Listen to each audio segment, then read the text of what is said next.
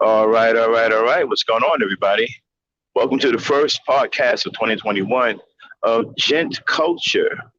This is where we teach our young brothers the fine art of being a gentleman, and we also discuss other things about the art of being a gentleman and different things that we feel should be implemented in relationships, especially when you're courting a woman. So, for the first podcast tonight, we have to get something established first. A lot of our sisters have been lulled to sleep and seem to be confused as to what a real man is or what real men do. So we hope after this podcast we will clear it up or clear up most of it. All right, that's what the title is: What Men Don't Do. And before I get started, let me introduce my co-host for tonight. She's my partner in crime. She's always rolling with the Black Knight. What's up, Miss Dane? I got Hello. the lady with me tonight. Mm-hmm. Uh-huh. Well, then, you ready for this podcast of Gen Culture? You might get curious about a lot of things I say. You ready? Ready. All right, let's kick it.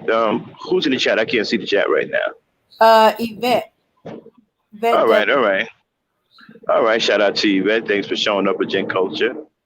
This is a different type of show. This is where we teach our young brothers respect, courtesy, how to court women, and how to be gentlemen.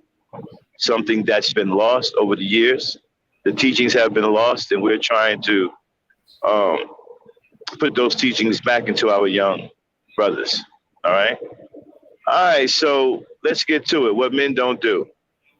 All right, ladies. The first thing. All right. Men do not, under no circumstances. I don't care if it's playing. We don't play like that. We don't talk about another man's Johnson. We just don't. We don't make any references to another man's Johnson. We don't. We don't fantasize about other men sexually. We don't talk about how good men look. We don't do these things. We don't say these things. Now, a lot of you hear brothers out here talking about their Johnson, talking about other men's Johnsons and stuff like that. I'm telling you right now, that's absolute suspect sexuality. Real men do not do that at no point, no time, nowhere. It's just something we just don't do because real men never, ever, ever have any kind of sexual thoughts about other men. So talking about another man's Johnson is not even in our makeup. We don't do that. If you got guys doing that, you need to check their sexuality. All right? Because a real man doesn't do that. And I'm here to tell you as a man, that's something we just simply do not do. Okay? We don't make any sexual references towards other men. Now, I know some of y'all hear this all the time, and you don't think nothing of it. Because there's so many gay dudes out there now, there's so many effeminate dudes out there, you think it's the norm. Well, I'm here to tell you, as a real man, it is not the norm. Okay? Men do not refer to other men's private parts for no reason. Okay? Not even joking. No reason whatsoever. All right. Dan, you got something you want to say about that? No. Well, yeah. Well, that's usually a woman's conversation.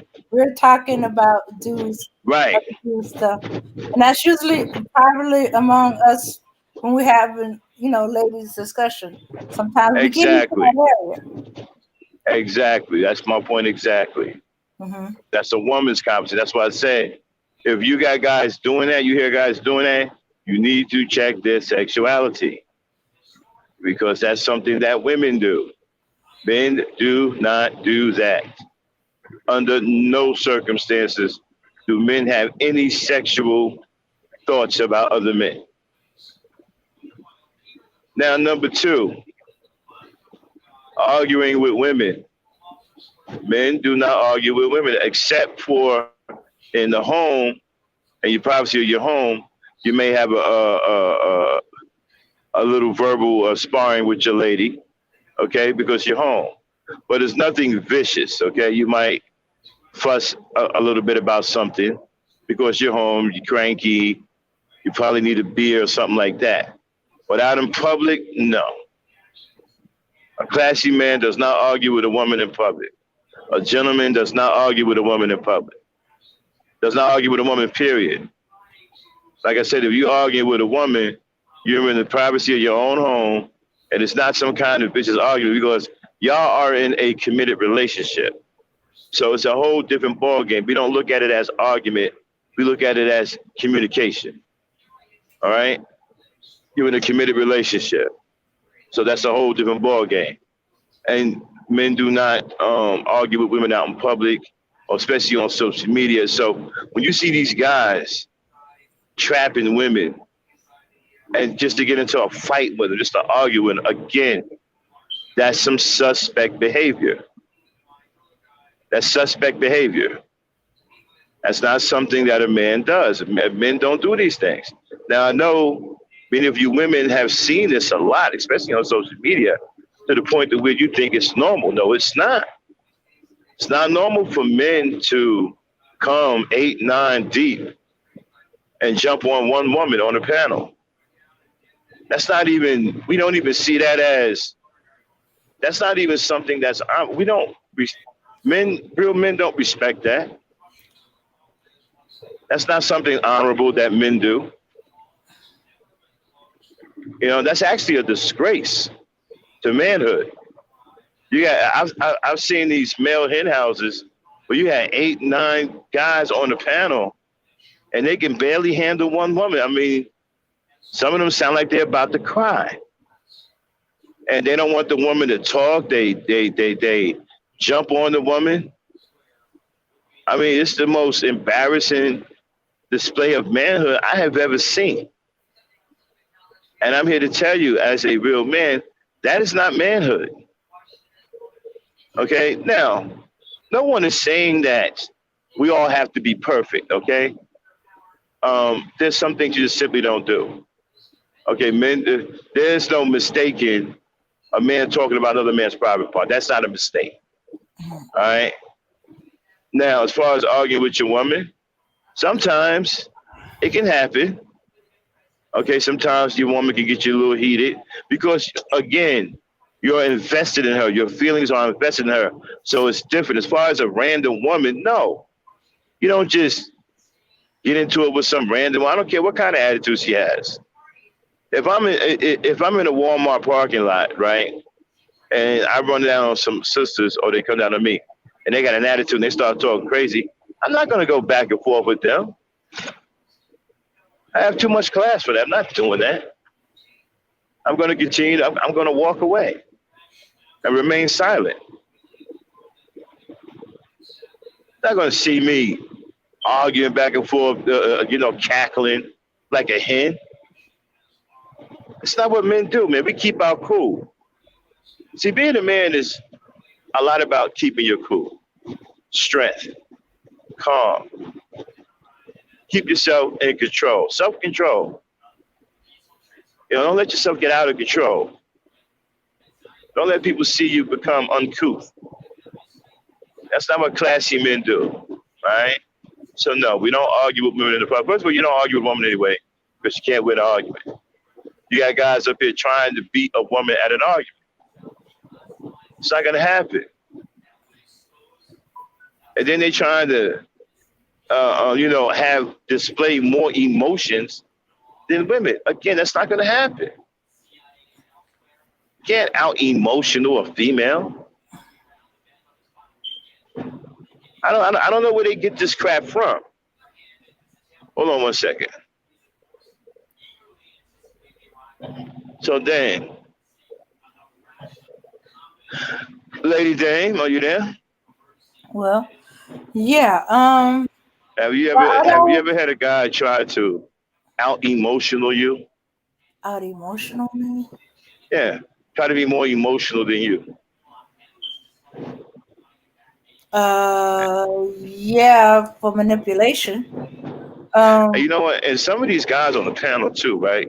I can tell, right, that they just want a woman to bow down. They want to slay because of the way they talk to women. They want the woman to shut up. Okay, they want the woman to only speak when she's spoken to. They want the woman to jump at their commands. These guys got like childhood issues.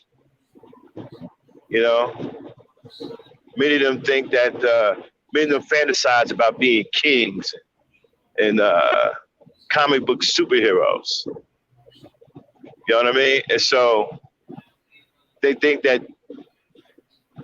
they can like bring women to heel by being disrespectful. They think masculinity It's about being disrespectful. They think manhood is about being disrespectful. Well, brothers, let me tell you something. Young brothers, manhood has nothing to do with respect. Well, actually, it does. I'm sorry. With disrespect. Being disrespectful to your woman, right, doesn't have anything to do with manhood. But it has to do with your character, poor character. Yeah. Being disrespectful to your woman shows absolute poor character. And you should always strive to have integrity as a young man. Build character. There's no need to disrespect your woman or put on some kind of shouting match display where everyone can see. Because I'm going to tell you something. When you do things like that in public, right, you get other people involved because now you're in public. Your business is no longer your business. You don't got other people involved. They can hear your arguments. And since you're in public, they are going to jump in. Why? Because you're doing it in public. Uh-huh. And that's another reason why you don't do these things in public. Dave?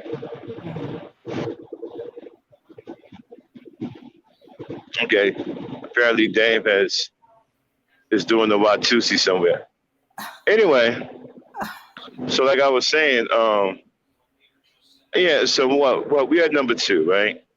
We're saying that men do not argue with women. Okay. All right. Number 3. Men do not constantly talk about sex. And I mean raunchy sex. I mean, when you hear these guys, all they can do is talk about sex. All they can do is talk about getting some vagina. That's not a man. That's some kind of oversexed man-child. Some kind of sexual deviant. To where he can't have a conversation with you without asking you to sleep with him or asking to do you or whatever, and cursing at you all the time. I'll tell you something else too, right? A lot of these guys can't control their mouths. They curse all the time. They curse all the time. So you have to understand something. If you have children, especially young boys, they're going to do what you do. If they see you cursing at mommy and talking crazy to mommy, they're going to do the same thing because you're doing it. You know? It's just like my man Dame Dash said. Shout out to Dame Dash for bringing this up. Whatever you do as a father, your son is going to want to follow in your footsteps. So if you have a job, your son is going to want to have a job too.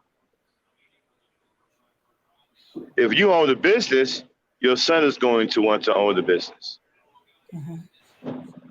So it depends on the influence that you have over your son. And so when your son here, you calling women hoes, bees, every time you turn around, there's a cuss word coming out of your mouth. Your son is going to inspire to talk the same way. Why? Because daddy's doing it. This goes back to what I was saying about leadership. This is why I take the blame off the black woman, because the black men are the leaders. And when you lead your environment, the people in your environment will follow your lead. If your lead is bad and piss poor, and the people become corrupted from your bad leadership, then the blame lies squarely on your shoulders. And then this is something that they don't seem to understand. No matter how many times it's explained and how self-explanatory it is, they seem to think that the woman has a part to play in it. But you see, when a guy is telling you, well, we got to clean up shit on both sides. No, we don't. We just got to clean up shit on one side. The other side will take care of itself. Once we clean up the side that needs to be cleaned up. Dang, remember a podcast I did back a while back called Follow the Leader? The woman is following the leader. Yes. Mm-hmm. Remember that one? So if we clean up our area, the woman will follow. She will make an adjustment. You don't need to have her jump through hoops. You just simply need to get your act together. Now, yeah, brothers out here talking about, well, we did that already. Where at? Where you did that at? A lot of these guys like to make up stories. Uh-huh. You know, where has this been done at?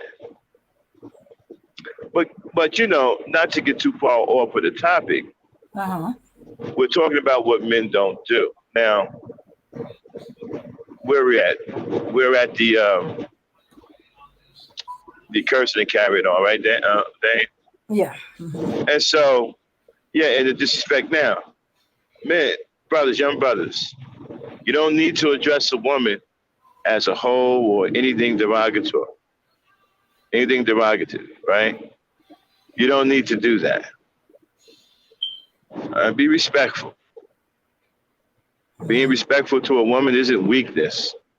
I'm sure you've heard that. I'm sure you've heard that from losers, guys who can't get women, guys who are awkward and don't know how to talk to women. And all they know how to do is disrespect women because many of them read books that teach them how to womanize women and hate women and disrespect women, such as Mac books, books written by pimps. If you notice, a lot of the brothers glorify these books, but these books are what's basically turning them into homosexuals because it's teaching them the very mentality that most male homosexuals have towards women. They hate women. Mm-hmm. And so these books teach men how to womanize, teach men how to brutalize, teach men how to disrespect, put in check. And when you start doing that, you develop a disdain for the opposite sex. Next thing you know, you're doing it with men because you hate women. That's what comes from other people. Look at some of the guys who wrote these books. Many of them are gay. Seriously, do your homework. Many of them are flamboyant and gay. Mm-hmm. Okay? You can't tell me that Iceberg Slim wasn't gay. The dude dressed like a woman. He looked like a skinny, old-ass woman. Dressed like a woman. You couldn't tell me he wasn't gay. So you gotta understand something, right? All this flamboyant shit. How does a man get away with wearing a pink suit? How do you get away with that? Mm-hmm. A pink suit, a big-ass brim hat that looked like one of those Easter bonnets. Is that what it's called, Dane? Yeah. That big old hat that women wear. It's an Easter bonnet, right? Is that what it's called? What is that hat called? Some of it call them a church hat. Yeah, man, that big old church hat look like it got fruit in it, like pineapples and peaches and whatnot. How do you get away with wearing that as a man? A pink suit, high heel platform shoes with goldfish in them, and some big old giant church hat that look like it should have fruit around it. How you get away with wearing something like that and still be called a man? A real man don't walk around in no flamboyant crap like that. He don't. Like I said, look at some of these. See, I'm about to get into the pimp thing.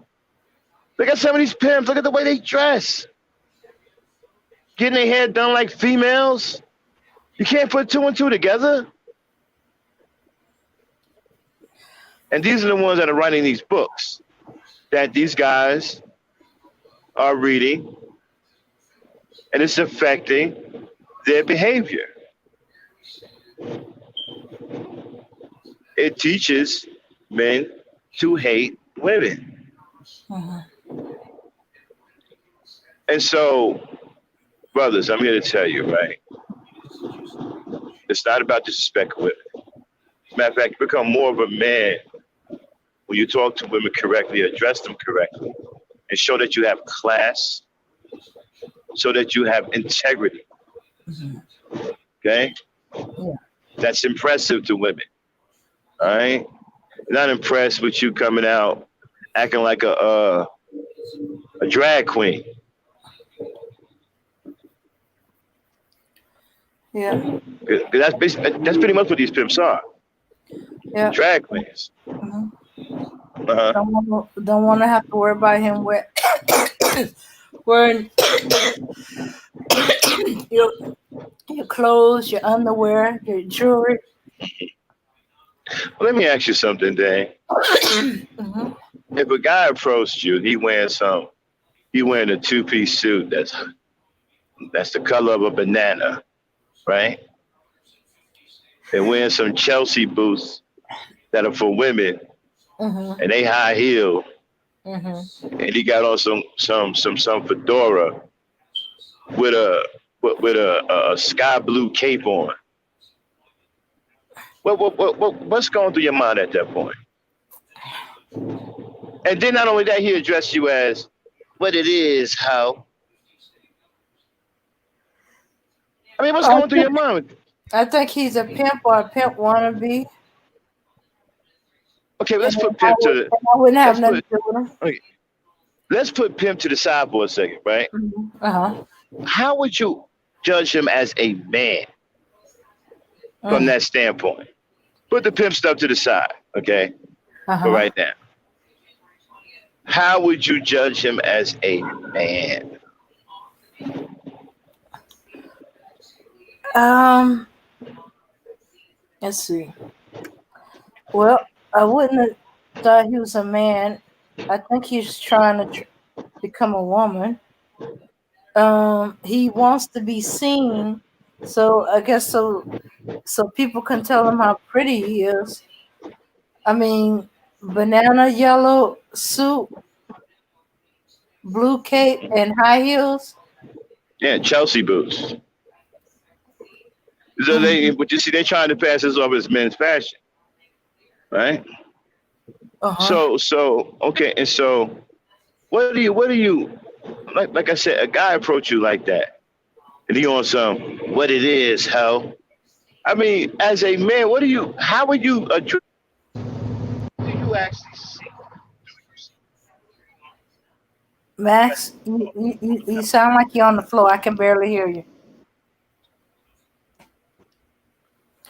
Okay. I probably have nothing to do with him. I'll keep my distance from him and ignore what he's saying.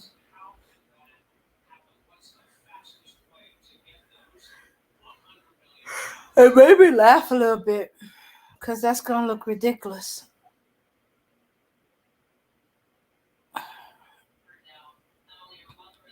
Yeah. Oh, I thought he was gay.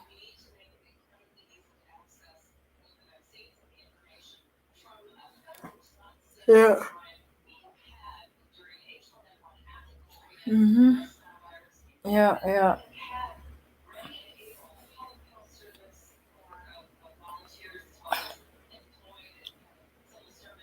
Yeah. And oh, it looks like Max had dropped off. But yes, I think he'd be gay. And he's wearing them wild colors for attention. A cape. Men don't wear capes no more. Now the only people I see with capes are women.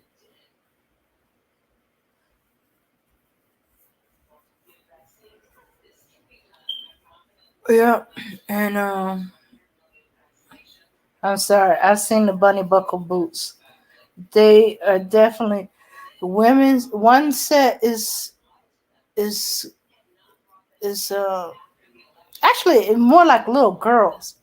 You know, who has shoes that shape like a rabbit? And so yeah, I'd be thinking little girl. Not only is he trying to be female, he's trying to be a little girl.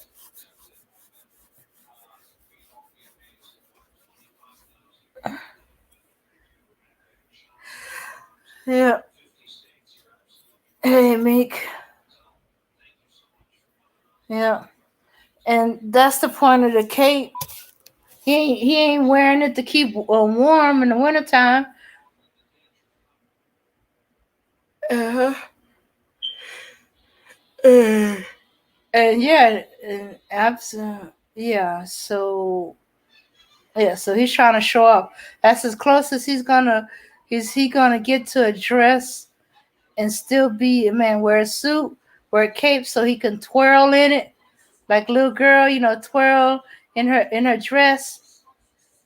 Show show off her show off her dress and stuff like that, and how pretty, and get the hair and nails done.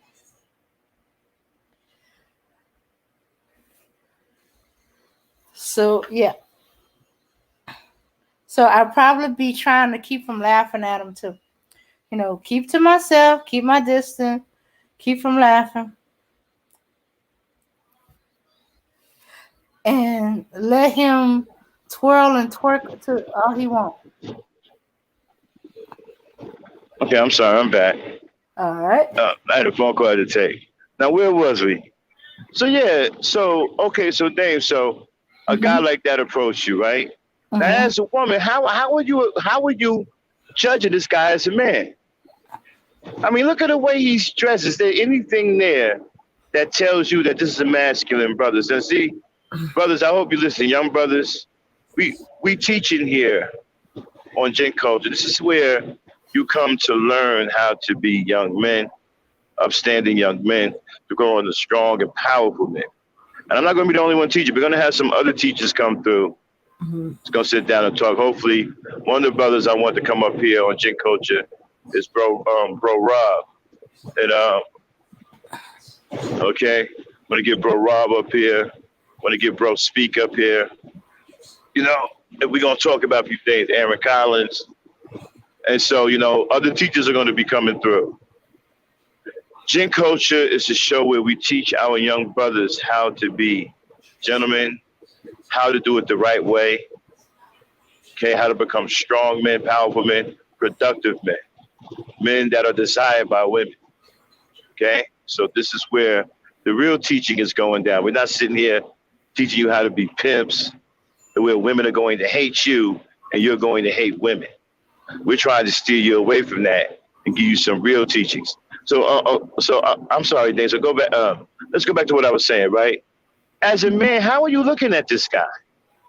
This guy, he got a two-piece banana suit on, loud as I don't know what, Chelsea boots, high heels, something that women would wear, and some stupid ass hat and a sky blue cape. What's going on there with the manhood? No manhood. Manhood is suspect not there. I would think that he's, as I said earlier, like he's showing off like a little girl, because if the banana colored suit don't get you out of the blue cape will, and men don't wear capes no more. It's I women that I wear I, I, capes. don't, I seen your man's with one on, My man's. K. Samuels, Oh, okay. or your Yeah, girls. yeah. Maybe not your man, your girls. I see your whose girls is this? Whose girls is this? Oh my yo, goodness. who? Yo, whose girls is this? Oh, Anyway, Born yeah, Eternal, Lord, uh, Lord Allah, says Marvel Comics, LOL. yeah. I said, yeah, but that cape is different. That cape is usually All right, smaller. so let's get but let's not get all into that. Let's get back into what we're trying to teach here in Gen Culture. This Okay, this is very important. I think he's trying to show off his outfit, like a little Right, but girl. I don't want to get into the Okay. I don't want to get into the story thing. I need to let's stay focused. This is important. Okay, Mm-hmm. let's stay focused on teaching these young brothers. Okay. Okay. Okay. Now, okay, so at that point, I don't think any manhood exists. Now, Mm-hmm. as a woman, what's going through your mind? that he's trying to get attention, that he's showing off, that he's acting like a little girl. And so at that point, do you say to yourself, this is a man? I mean, what do you call him? When women see guys like this, ultimately in your mind, what is the final decision that you make on these types of guys? What's the final decision? What are you saying? I'm keeping my distance from him. Okay, but what is the category he's in now? Are you putting him in the category of a real rough and tumble masculine male? What No, category are you putting him in? no, he's not masculine. Mm-mm. He's not a masculine male. He's All right, well, what is he then? What is he? I'm asking, like, what category does he go in now? he goes When on women see him. he goes on the gate. Okay, all right, okay, all right. So let's get into number 4. Okay, ownership. Young brothers, you should always strive to own something. Now we're talking about what men don't do, right? Men do not claim something that is not theirs. Okay? For example, if you have an apartment, you don't call an apartment your house because an apartment isn't a house. And if all you can provide is apartment for your woman, then that is a temporary shelter. You're not, in fact, providing a roof over her head. Now, of course, you provide shelter where she doesn't have to be out in the cold or whatever. But that shelter is contingent upon a 30-day trial. Every 30 days, you're on trial. It's a 30-day prescription that you have to pay every 30 days. And if you don't come up with that subscription money 1 month, then you are subject to get thrown out on the street. And why?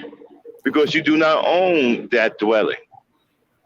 So as a young man, understand at an early age, for you young brothers listening, you want to strive to own.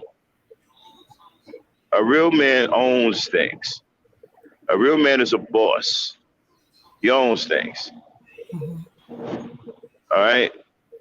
You can't tell your woman that you're the king of the castle when you live in another man's dwelling and that man is over you and your wife or you and your girlfriend.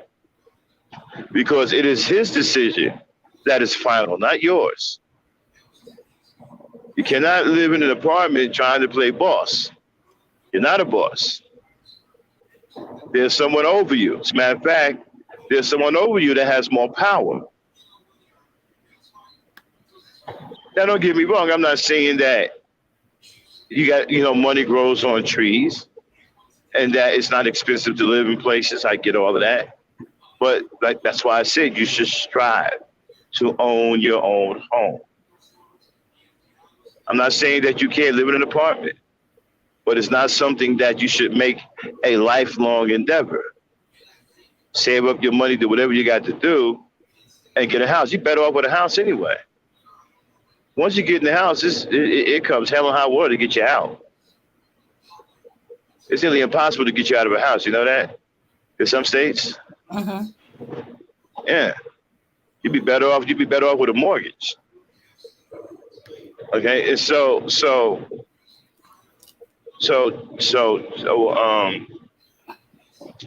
strive to own. Yeah. And don't take credit for something that's not yours. If you live in an apartment, be truthful about what your status is and where you are in the grand scheme of things. You don't own that apartment dwelling. It's not your home. You cannot call it yours. You don't own it. until you're able to get your own and provide a real roof over your woman's head, it's going to be hard for her to relax and nest in the environment because she has in the back of her mind that this is a 30-day trial. So every time you go and you pay that rent, you got 30 more days. And if something goes wrong within them 30 days, you could be looking at eviction. I think in some states you get evicted right away, right, Dan? Or in 3 days Mm-mm. you get evicted. Uh, Um, no, it depends on the eviction notice. I think it's 30 days. yeah. Mhm. In some places give you 30 days to come up with the money, you know? And so that's what you're subject to. So you have to first provide, a real roof over your woman's head first. Okay? Before you go around here talking about you are the man. Okay? Some Yeah. of you probably some of you probably believe because I know you've seen some of these so-called king YouTubers in nice apartments, Mhm. but they're apartments. They aren't home. They are not homes. They are apartments, places that they don't own. Sure, it looks nice and everything, Mhm. but that's someone else's property. Okay, so men do not go around claiming something that is not theirs.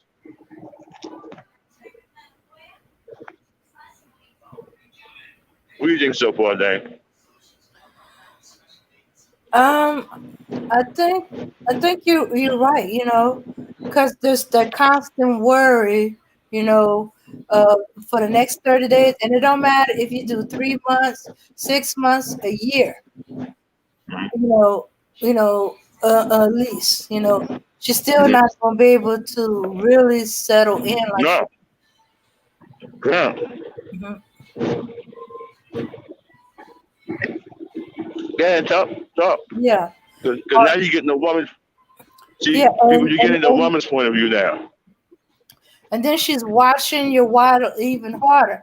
So every time you spend money that seem unnecessary, or you waste it like gambling, um, Hmm. playing craps, making bets on the game, that's money that's like, okay, does that mean we're gonna be short on the rent this month if he loses Hmm. and stuff like that?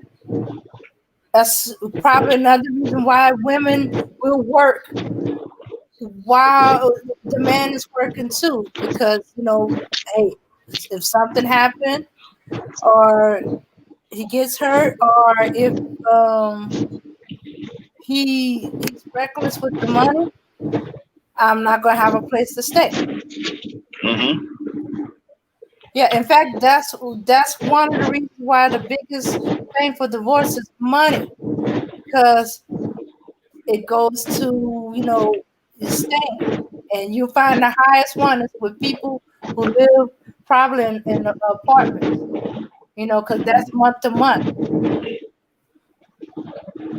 Hmm. And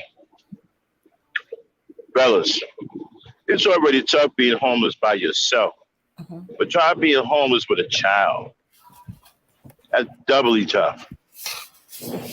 Okay, and dangerous. Okay, so here's another thing: what men don't do. Now, this is going to be controversial. I know what some guys are going to say, and when I say this, many guys are going to try to use their sons as an excuse. Men don't love other men.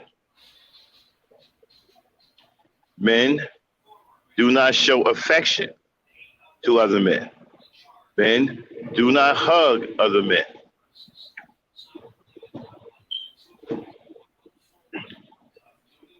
Imagine what they're saying, right, Dan? Right now? What you mean?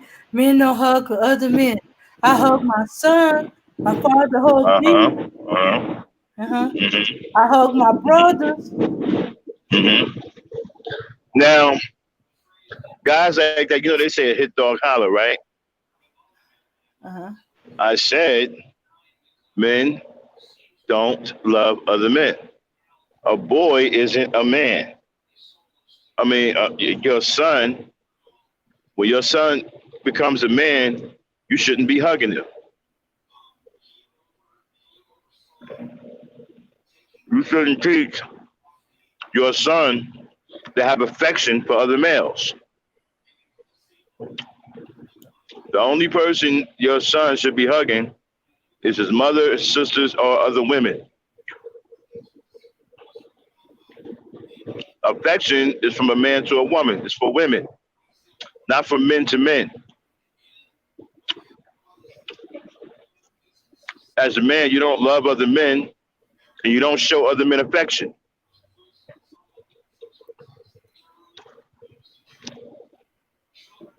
The most you should do is a fist bump or a dap.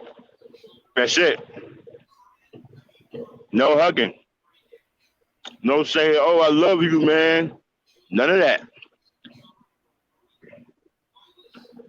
Now that might come as a shock or a surprise to a lot of you, right? Mhm. What do you think, Dane? What do you think they're saying right now? It's surprising, especially if they receive those kind of affection from their fathers, their brothers, the men in their life. But they gotta remember, that was when you were a little boy, you were a baby. But after a certain point, that stops. Mm-hmm. Even you, I've seen boys who are boys, they start feeling uncomfortable. Dad, Mm-hmm. it'd be like, and Mm-hmm. in fact, sometimes they're initiated and stuff like that. If the father don't, be like Mm-hmm. weirded out. And when they Uh-huh. go for affection, or need consoling, or affection or love, they go to their mama, their grandmother, Mm-hmm. even sister. I seen one, he was hurting, and his mama couldn't be there, so he went to his older sister for the Mm-hmm. comfort he needed.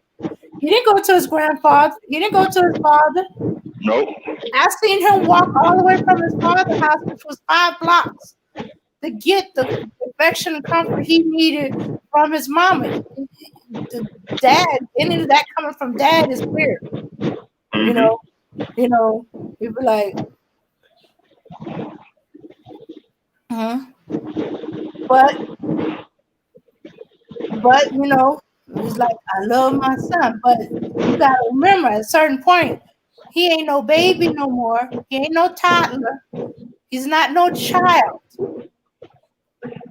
It should by the time he gets close to preteen, he should have been easing away from you, and y'all be less affectionate.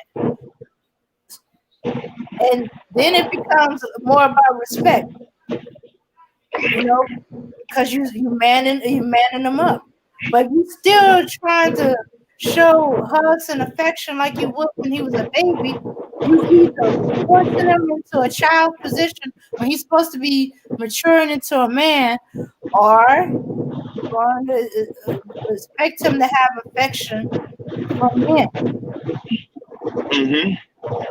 And if he's getting affection from men, um, where there's not going to be any affection for the woman. Nope. So then he started treating his mothers and sisters and grandma and female relatives like they men, and start treating men like he would his sister's mother's grandmother. It Yeah. gets mixed up because Yeah. Because the why? natural order will be the withdrawing. Yeah, we got his wires crossed. Mhm, See, that's why you don't hug your boys. After a certain age, you stop doing that mhm. because you're Yeah. teaching them Mhm. to have affection for other men, for men. And he shouldn't have affection for men. That's why you got these little effeminate dudes running around here now. slapping each other on the booty, hugging each other. I'm talking about full body hugs. Hmm. Yeah. Men don't do that. Or they turn into babies. They Yep. don't grow up. Hmm. And now some of them are going to say, "What are you talking about, Max? I love my father." You don't love your father? No, I don't. I respect my father. I love my mother and respect my father. I said it before. Love is for women. Respect is for men. Okay? And no man should be showing another man affection. And no man should be telling another man that he loves him.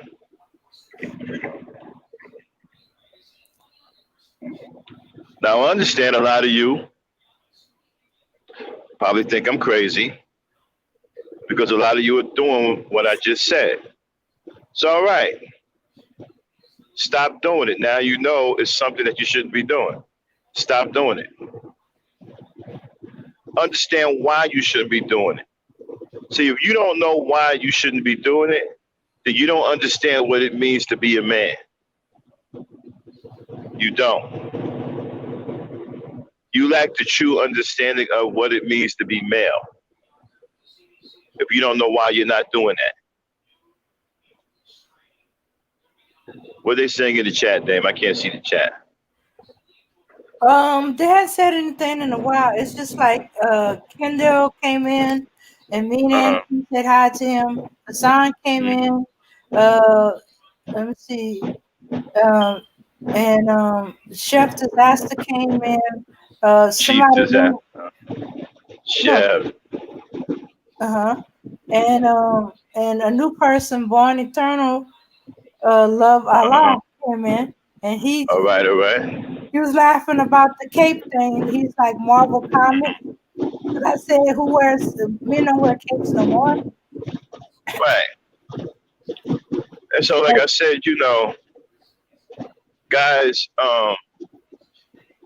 this love thing that men have for other men, you got to stop that. You got to stop that. You shouldn't have that, especially grown ass men.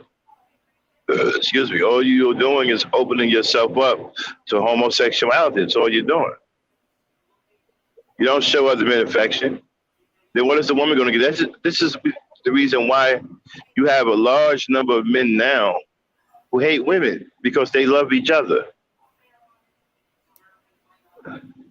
They have no love for the woman because they love men. And or because huh? are they open to trying things under of the gay persuasion? Yeah, pretty much. But they don't. I'm sorry. They have no love for the women because they're giving it to men. And be mindful of people you hear talk about Kundalini energy. Be very mindful of that. Okay. And so, like I was saying, right? Men don't do these things. I know that's a tough one for a lot of people to grab hold of because you've been doing this all your life, right? Mm-hmm. You've been, many of you've been. Listen, you can't help the way you was taught. Somebody didn't give you the proper knowledge. Now, okay, but now you understand it's something you shouldn't be doing. Stop doing it. Stop doing it. Mm-hmm. Yeah. That's why I know it seemed kind of weird that when the boy gets hurt, the dad tell him walk it off because the child wants the comfort he gets when he gets hurt that he gets from his mama, but you're not supposed to be getting that from his dad. So he'd be like, "Boy, you're all right. Walk it off," you know, or stop that whining because if he got to be prepared for the knocks he's going to be dealing with in life because he's the man and he got to go forward no matter how hurt he gets. But he can still, if he wants affection, he can get that from the women in his life. And it'll have him want to seek a woman just to get that affection, you know? Right. Mm-hmm. And and the thing about it is, again, we're talking about what men don't do, and that's a very, very, very important part of the conversation. Men do not hug other men. Now, I know we're gonna have some brothers gonna say, "Man, you talking about hug my brother? Stop doing it. Stop doing it. You're not supposed to be doing that. Your brother's a man. He doesn't need affection. Women need affection. Affection is for women, not men. So you're hugging your brother, stop it. What are you talking about, man? I'm hugging my brother. Well, stop it. Yeah. It makes me worry about these guys that I actually heard a guy said that he loved his brother more than he loved his woman. And I'm like, that's See, a little suspect. Yeah, but no. It's not suspect. It's what happens when men show each other affection, something they shouldn't be doing. Somebody gets their wires crossed.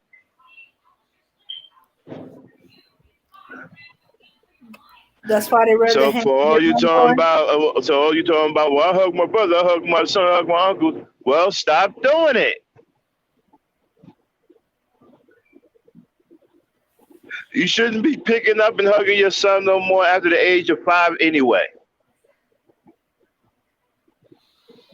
Yeah, that's right, Auntie. Auntie said a lot of these so-called conscious people talk about Kundalini energy. They also talk about love Kundalini energy and polygamy. LOL. Yeah, that's a guy's rectum. Kundalini energy, yeah. And say it ain't so. Say this is true. Now, this is a hard conversation to have because some brothers are gonna come at me, and I'm ready for it. Y'all can come up here with the smoke.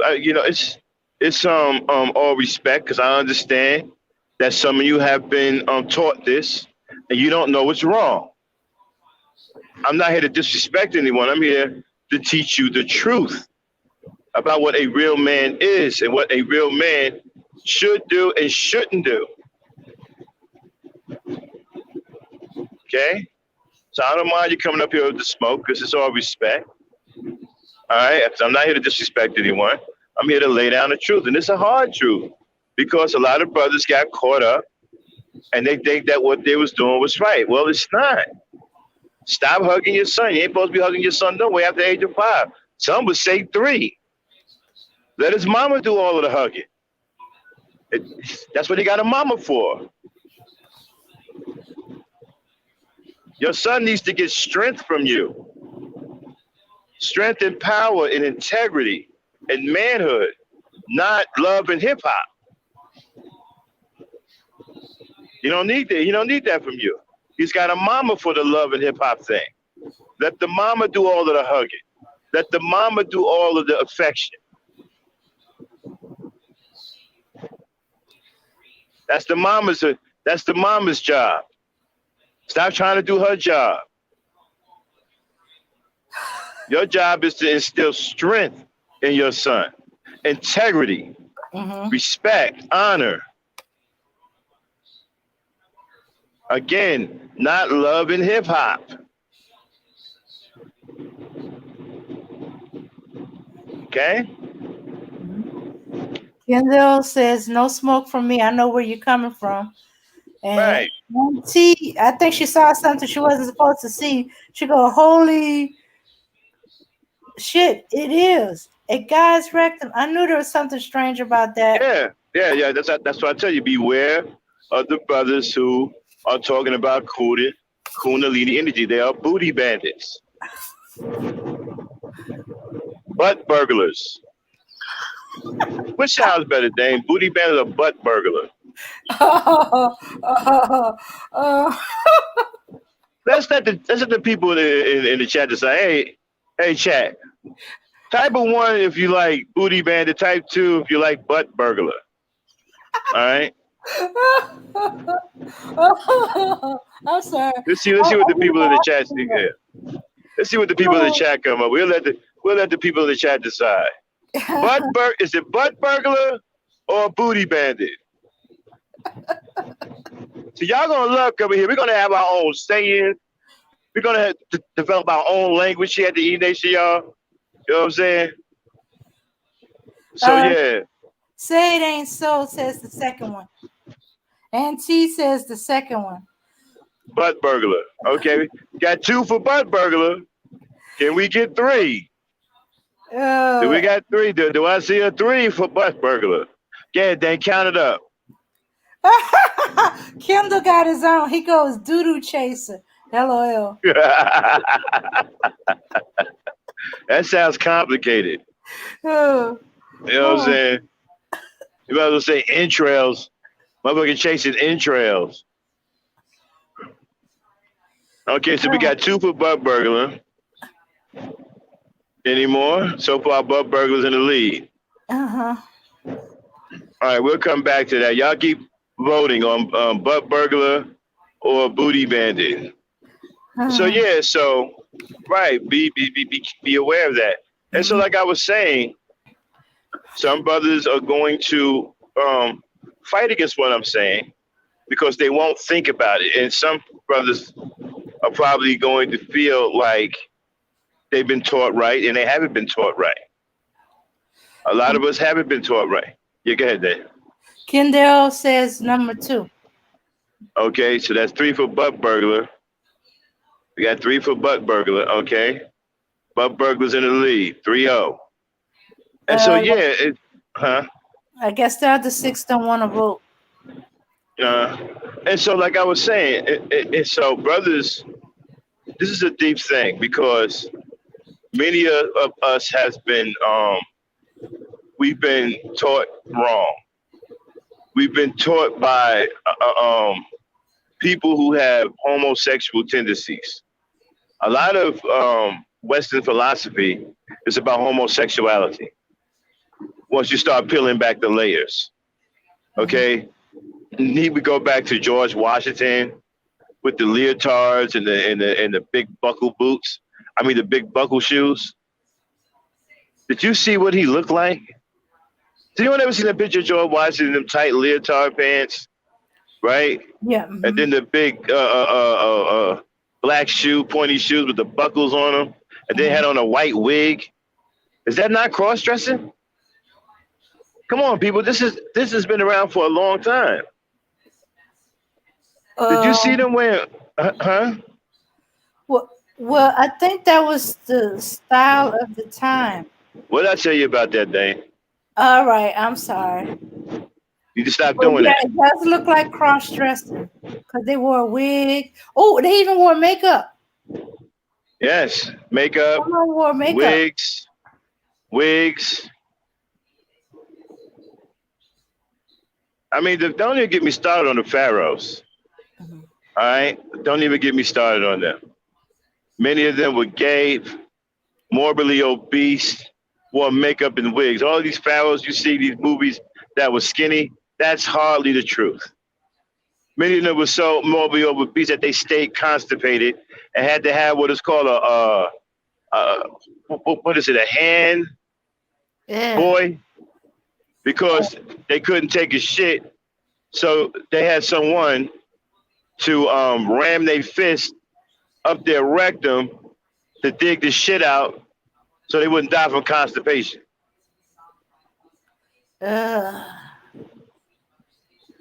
Okay. We'll pull up some receipts in the future on this because I'm trying to stay away from stuff like that because that'll bring me back to the conscious community, and I no longer want to be associated with them because I think that they've gone crazy and it's nothing but scam artists over there now. Mm-hmm. Conscious community is about nothing these days. But yeah, so yeah, and so they wore makeup, wigs. You know, when you go back to when you go back to the Book of Enoch, right? And you talk about the 200 angels Mm-hmm. led by Zendraza, and they came down to earth and took the earth as wives and created all kinds of monstrosities. And there were monsters in those days, right? Now, each of those angels was charged with teaching the humans a particular skill, right? Mm-hmm. Teaching a particular skill. Uh-huh. Do you know one angel, male angel, taught women how to wear makeup Mm? and Okay. taught them the beautifying of the eyelids Okay. and the makeup? Okay. Yeah, a male angel taught them that. What is a male angel doing teaching them that? Mm-hmm. And we can, and when we can put it up right now. We can bring up the Book of Enoch and play the audio part where the angels came down and they corrupted everything on earth, and then how they all taught man how to fight and taught them how to make armor and also taught makeup, the doing of the hair, the beautifying of the eyelids, makeup. So, according to the Book of Enoch, male angels taught women how to wear makeup.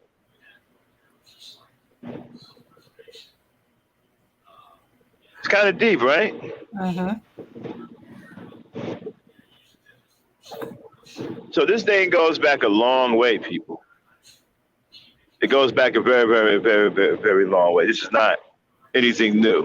Uh-huh. Anything new under the sun. This stuff goes back a very long way. Hold on one second. Okay.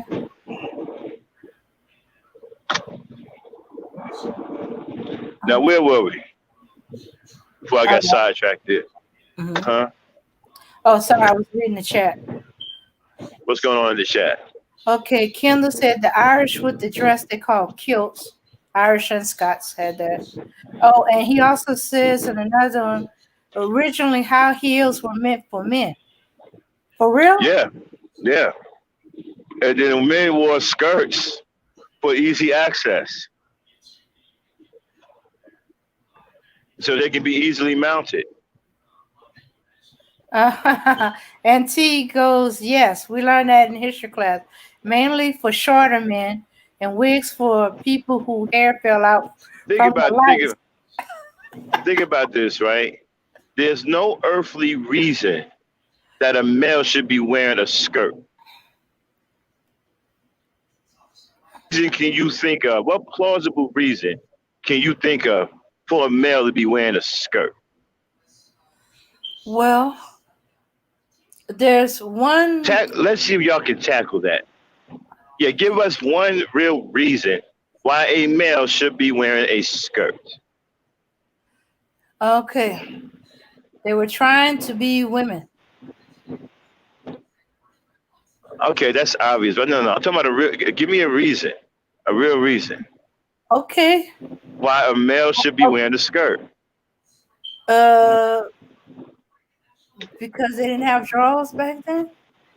That they didn't have who? They didn't have drawers back then,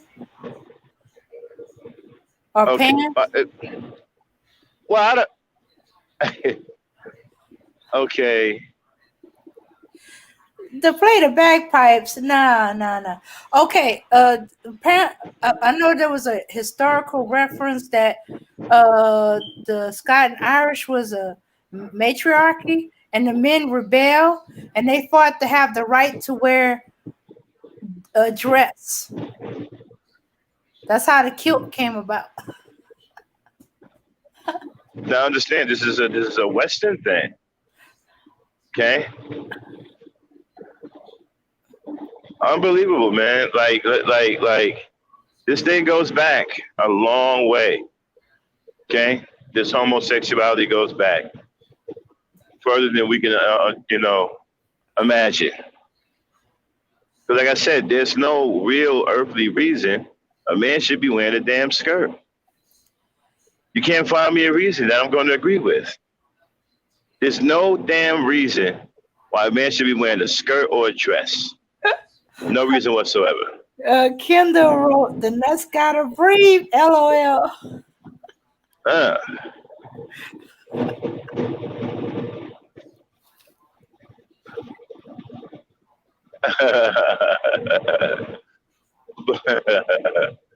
But man, so one of these days we'll get into the island of Lesbos and all that. All that good stuff. Let's finish up about what men don't do. Okay, we talked about what men don't do.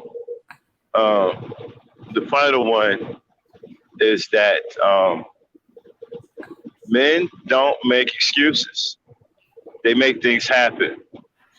And if they cannot achieve something, right, then they walk away from it and come back when they believe that they can achieve it. Mm-hmm. Real men don't believe in taking L's. So if you don't, and real men are self-motivated. Man is supposed to be self-motivated. This is why you don't hear me crying no river for men on here. I only talk about the women because the men are supposed to be self-motivated. The men are supposed to be able to handle themselves. Mm-hmm. You are the mover and the shaker if you're a man. Mm-hmm. Right. You don't need to be protected. You can protect yourself. Our women and children need to be protected. I don't need to protect any of the brothers in here. They're men. They can protect themselves. And so, and men don't make excuses. Men, simply don't blame other people for their misfortunes and failures, like a lot of these brothers do now. They want to blame the woman for everything. Well, she won't let me leave. She won't let me do this. She won't let me. She won't let me. She won't let me. Well, if that's the case, then you're not a man. Because a woman isn't going to let a male who's not a man do anything. If she has no respect for you as a man, then no, she's not going to let you do anything. Mm-hmm. And what you going to do about it? Nothing. But sit there and complain and whine like a little girl. That's the reason why she won't let you do nothing. Because you already peeped your card. You're a punk. A coward. Women don't do well with cowards. They don't like cowards. They're not attracted to cowards. Mm-hmm. Cowards cannot protect them. Mm-hmm. Cowards won't protect them. So they can smell cowardice a mile away. So if that's you, no, they're not going to let you do anything. Mm-hmm. Okay? Because if you were a man, you wouldn't need her permission.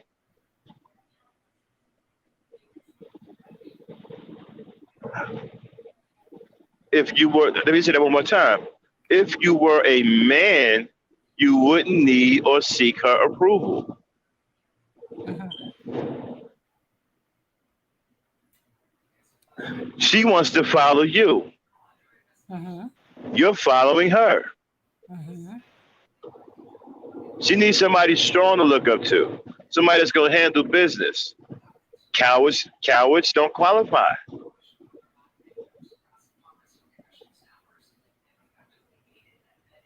And if that's what you are, then of course she's not going to let you do anything. Who wants to be led by a coward? Well, she ain't going to let you lead her. You're a coward. You're a bum. Of course she won't let you lead. So the next time you hear brothers say, well, women won't let us lead, whatever, you need to take a look at what type of brother he is. Mm-hmm. Okay?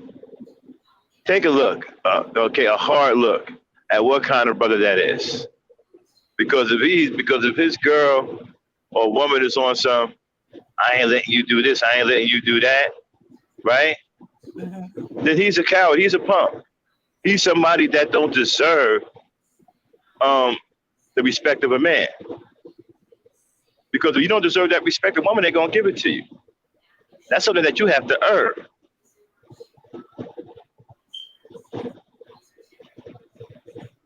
You gotta earn that respect. Mhm. All right, and with that being said, that is the end of my rant about what men don't do. We'll probably do a part two on what men don't do. I got some more stuff to talk about at a later date. So, Dan, what do you think about the Gent Culture first podcast of Okay. 2021? It's good. It's good. Yeah. Give some advice. Probably open some men eye or shock them into either thinking about it or shutting down. You know how some Hmm. of them are stubborn. You know. Did you want to elaborate on anything? Do you have any questions? Um. Let's see. Mm, no, just make me gonna listen very closely the next time these dudes are talking. Some of it I had picked up on it, but there's others, that slip because we thinking, oh yeah, it is nice, to see, man hugging his son and time with No. the child. But when you start thinking about it, no, no, no, no, no. Usually that kind of stops after a certain age. Yeah. The child naturally pull away, or the father, or both. Hmm. You know. Hmm. I could be telling the boy, you too big, you not no baby no more. I ain't nobody carrying. Get off your mama Hmm. and stuff like that, or walk it Think off, about this, or right? At certain ages, boys don't even want to be touched by girls. They don't even want girls to kiss on them or hug on them. They pull away. mhm, You know what I'm saying? Because that should tell you something right there about affection when it comes down to men. Men aren't affectionate like that. mhm, They're not supposed to be. mhm. So if you got your boys hugging each other, you need to stop that. That's not nice. It's not cute. So if you allowed that to go on up to this point, you need to go and start correcting that. Okay? Mhm. If it isn't already too late. It may be a homosexual by now. Or he'll be fluid. Yeah. I got his wires crossed. Associating affection and love with men, something that you don't want. That also kills your warrior class because your warrior class has been neutralized. They all play NFL football and basketball and stuff now. That's your warrior class. They've been neutralized. So what you have left is slim pickings. And if you're allowing them to get their wires crossed, then you're talking about slim to none here. Then do me a favor, take over for a few minutes. I got to get off. I'll be right back. Okay. All right. So I'm putting the link in the chat. So oop, oh shooks. All right, I gotta correct something here. Kind of put it down twice. But yeah, yeah. Think about it. I'm thinking about with my cousins and my uncles and stuff like that. Even the the boys in my church, they don't. Once they reach a certain age, they don't be hugging on their dad. Their dad don't be hugging on them. It'd be like go to your mama. If they looking to get all overly affectionate, go father, grandfather, go to your mama. Go to your mama. Oh boy, you ain't hurt. Something like that. Mm-hmm. So yeah, and I remember certain boys, after certain age, nah,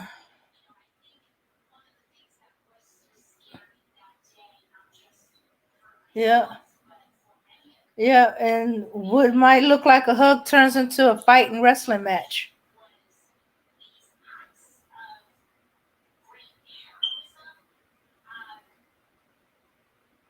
So yeah, yeah, because even boys that are close friends, they don't really hug each other. I've seen them on a four-wheeler. Very dangerous, as far as I'm concerned. One of them is driving in the front, the other one's sitting in the back. He's not holding his buddy around the waist.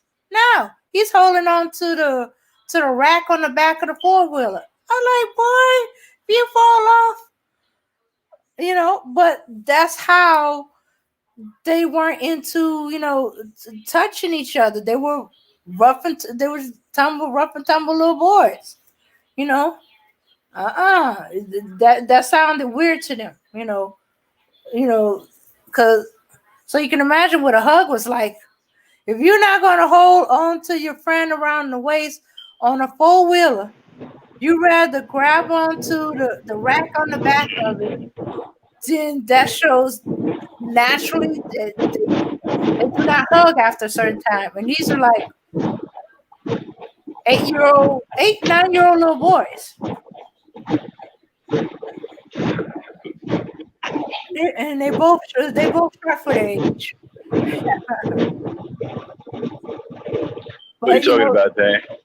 I was talking about how even it's naturally that boys do not hug each other because I was saying how the two little boys on a four wheeler. One is sitting behind the other, but the one in the back, he ain't trying to put his arm around his buddy's waist. He's grabbing on to the back of the rack of the four wheeler. Well, see, I chalk it up to poor parenting. You should never have your sons on the same bike where one has to sit behind the other. You should never have that. Okay, that's promoting homosexuality. You shouldn't have your boys sitting like that at no point. Yeah. There's another thing too. Be very careful of how you teach your sons wrestling. Be very careful of that too. Of course, you want your son to be able to defend themselves, but be mindful of that too. Okay? Be mindful. Teach your son how to box. Wrestle when necessary. Yeah.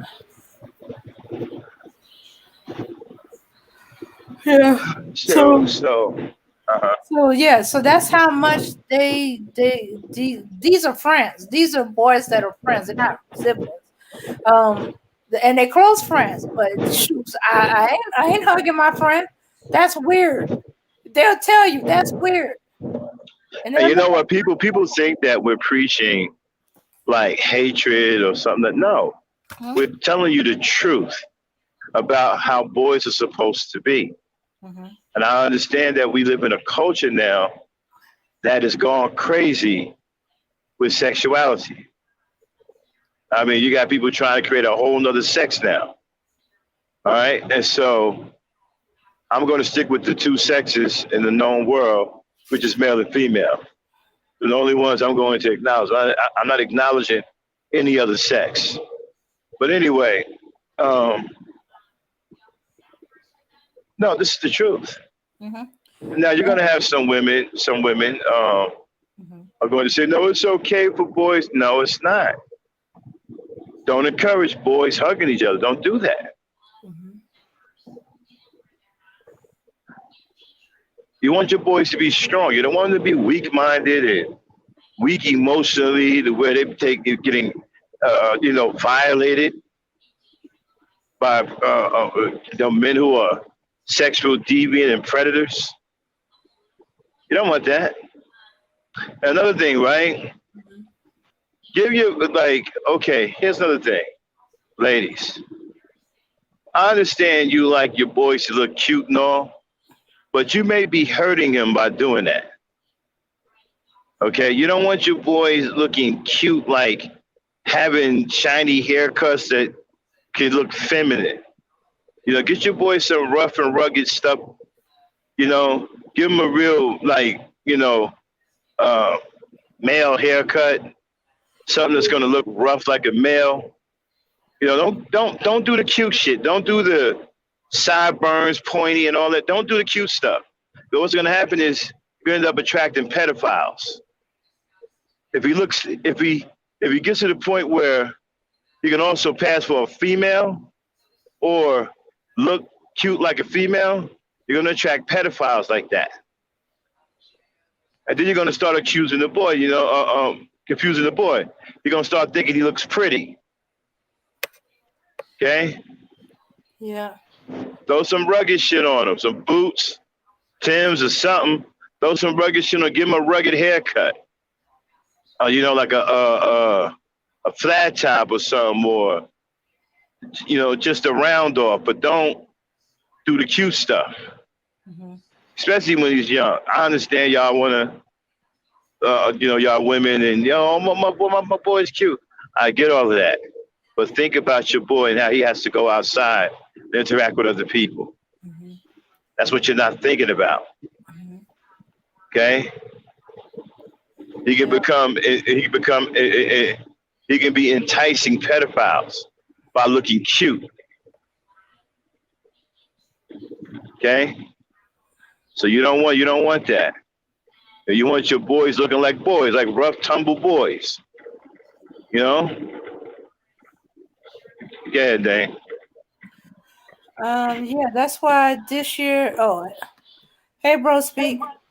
This year, I am so glad the moms are finally listening to the teachers. The year before, I've seen so many boys with girl-like hairstyles. And, Yeah. Please stop doing. Yeah, please stop doing that, ladies. Don't. Okay, and I know some of you mean well. Hey, bro, speak. What's going on? Nothing much. How y'all doing? Ain't nothing, man. We over here talking about the gent culture, pretty much teaching. Now we're on the phase where we're telling sisters and mothers what not to do with their boys. Because a lot of stuff that they do, they don't realize how they put the boy in jeopardy. Go ahead, bro. Yeah, especially about those haircuts. I agree with you wholeheartedly. I've been seeing some. Yes. I'm like, why would you make your son look like a girl? Yeah. Yeah. That's the one thing you don't want a girl to be calling a boy is pretty. That can cause a boatload of problems. Yeah, that's why the boys get in fight. One boy, his hair is naturally curly, and when it's long, it looks like that Farrah Fawcett hairdo. He gets in so many fights at school, it's ridiculous. Yeah. And the teachers know why, but you can't convince the mom. I was so glad when I saw him with a haircut this year, a boy's haircut, and another boy had a long braids, not dreads, not braids, plaits, like a girl down his back. I was so glad when I saw he had a short boy's haircut. I think he finally got through to his mama. I don't like this no more. I'm getting tired of boys calling me a girl. Are they confusing me with my little sister? Yeah, and you know what? And that's tough on the boy because the woman, the mother, oh, my son's hair is so beautiful. Look, it comes down his back. Nah, you see, I understand how you feel about that, but that's gonna hurt your young man. It's gonna be ridiculed. It's gonna be called a sissy. It's gonna be called all kinds of things. Don't do that. Cut his hair. Cut his hair. Don't have him walking around with braids all down his back like a female. Okay, bro, speak. Yeah, because if the girls start calling him pretty, they're not gonna respect his masculinity, and then they're gonna step to him like she stepped to a girl. Yeah, you see that a lot. Yeah. So I don't. I never understood that whole process of making your son look like have girl hairstyles. I was like, I get that it looks cute. It's like you're trying to treat your son like a doll. Yeah, exactly. And you don't want your son. See, ladies, if your son looks cute to you, right? You don't want him to go outside like that. You want him looking rugged. Make him look rugged, like a rough and tumble little boy. You know what I'm saying? Mess his hair up. If you can't get his hair done right, then mess it up. You know. I'd rather him go outside. Yeah, I'd rather him go outside with his hair all screwed up than have it going out there looking feminine. Because you don't understand how that damages young boys. And, the peer pressure and what other boys say to these boys. You have no idea. Oh yeah. It really damages their ego at a young age that they're being mistaken for a girl. That puts them in a world of hurt. Mm-hmm. So no, don't do that. You cut his hair. Like I said, if you can't get the hairstyle right, then mess it up. Have his hair flying all over. Have him looking crazy going out. You know what I'm saying? I'd rather him go out the street looking crazy than to be having his hair looking cute like a girl. Yeah. Mm-hmm. I had to shock one friend of mine. I told her she was wrong. Not only did he was really young. He was like maybe 1 year old. Had not only the plaits like a girl, but the little click clacks and the borets and the bolos. The women know what that is. And I was like, when I saw her was at a family event, so I thought she had somebody else's child. I thought she had a boy. He is a boy. And I told her she was wrong. What would you do when a child comes to you and tell you he's gay? Then she got upset that I said that. I said, well, you dressing him like a girl, you gonna confuse him? I mean, you got his hair done. It was just that her wanting a girl so bad that because he had cute and soft curly hair, she started in her. She wasn't realizing what she was doing until I said that to her. Yeah, I mean, one of the worst. Out of it. And one of the worst things that could happen to a young boy is when other boys start calling him a pretty boy. Oh yeah. Mm-hmm. That's bad. Oh, that's when the fight started to happen. Yeah, that's bad. Yeah, that's bad. You don't want that. Off his own hair. Yeah, you don't want that. They had to cut all his hair to the skin because he chopped it up so badly.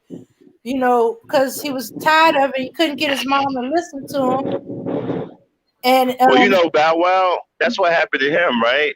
Mm-hmm. He started getting mistaken for a girl. He cut his hair off. Mm-hmm. Cut it off. Cut it off, man. He used to have them long braids. Yeah, cut them off. Yeah. Yeah, I mean, that's not cute, isn't it? Mm-hmm. No. And another thing is, like, now I don't know what's going on with. I don't know if these are feminists who are talking crazy about they don't mind if their son play with dolls. Yes, you do mind. Mm-hmm. Oh yeah. Don't fall into that nonsense talking about. Well, I don't mind if I, but no, you do mind. Mm-hmm. You don't want your boy playing with nothing that has to do with a girl. Nothing. I don't care what it is. No dolls, none of that. Okay? And don't get me wrong, I'm not coming down on you ladies. I understand. Your nature is loving, and I get that. But these are some of the tips that if you're doing these things to your boys, stop it. Stop it right now. Stop it this very moment. Stop doing it. If your boy got long, stringy hair, curly, looking like a female, get him a haircut tomorrow. Mm-hmm. Okay? Get him a haircut. Oh, yeah. Shorten his hair up so he can look more like a rough, rugged little boy. Give him some rugged clothes. Jeans, dungarees, something rough.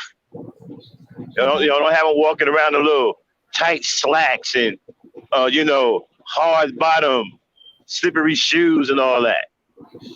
No. And no skin tight jeans. Jesus Christ. Yeah. Please no skin tight jeans. Yeah, nothing tight. No. Definitely nothing tight. Nothing tight. You want him to be rugged and encourage him to play, male dominated sports. Encourage him to play basketball, football, baseball. Um, have him doing things like building little tables, little carpentry, um, putting carburetors together, some metal shop, auto shop. Have him doing things that are traditionally for males. Mm-hmm. You know, yeah. Teach him. Tell him that if you got a door that's off the hinge, right? Tell him to go grab a carpentry book and learn how to put that door back on the hinge. Okay? Get him involved in traditional male things. If you guys want to know what those are, we'll be plenty here on GentCulture. It's all about teaching. So every now and then we're gonna have different teachers come on, like bro speakers up here tonight. Giving his expertise. So we're gonna have different teachers up here every time we do GentCulture. Brothers who can come up here and tell you how to raise these boys, tell you what you shouldn't be doing, what you should be doing. Okay? Because a lot of this can be nipped in the bud now if you're single mothers. Okay, now you got some brothers here who want to help you do the right thing by raising your son if you don't have a man around. So, we're going to use GentCulture for that too, to help out the single mothers and the do's and the don'ts, as well as teach our young boys to be, respectable men of honor and integrity. So we got big plans for GentCulture. Yeah, go ahead, Dane. Oh, and if you got them cute pink tool kits, if you got boys, don't give them those pink tools. Get them a set of tools that don't associate with women. Or the color keep it pink. in the room saying this is your toolkit.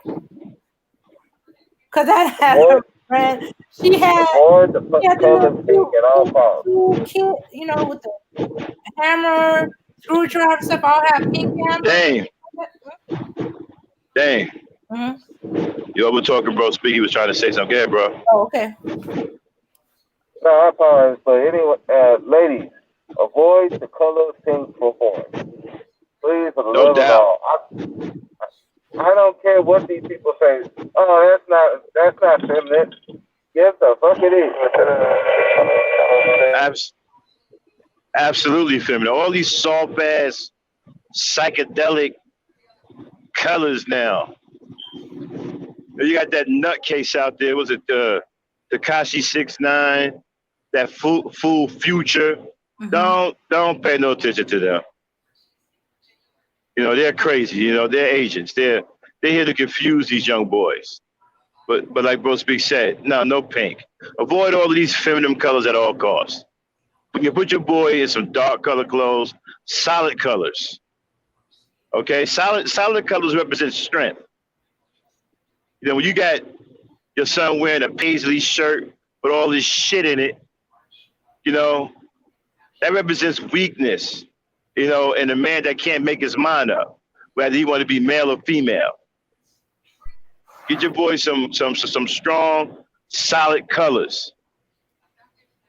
Don't have him walking around with this flamboyant shit, flower shirts, and fucking high heel Chelsea boots and shit.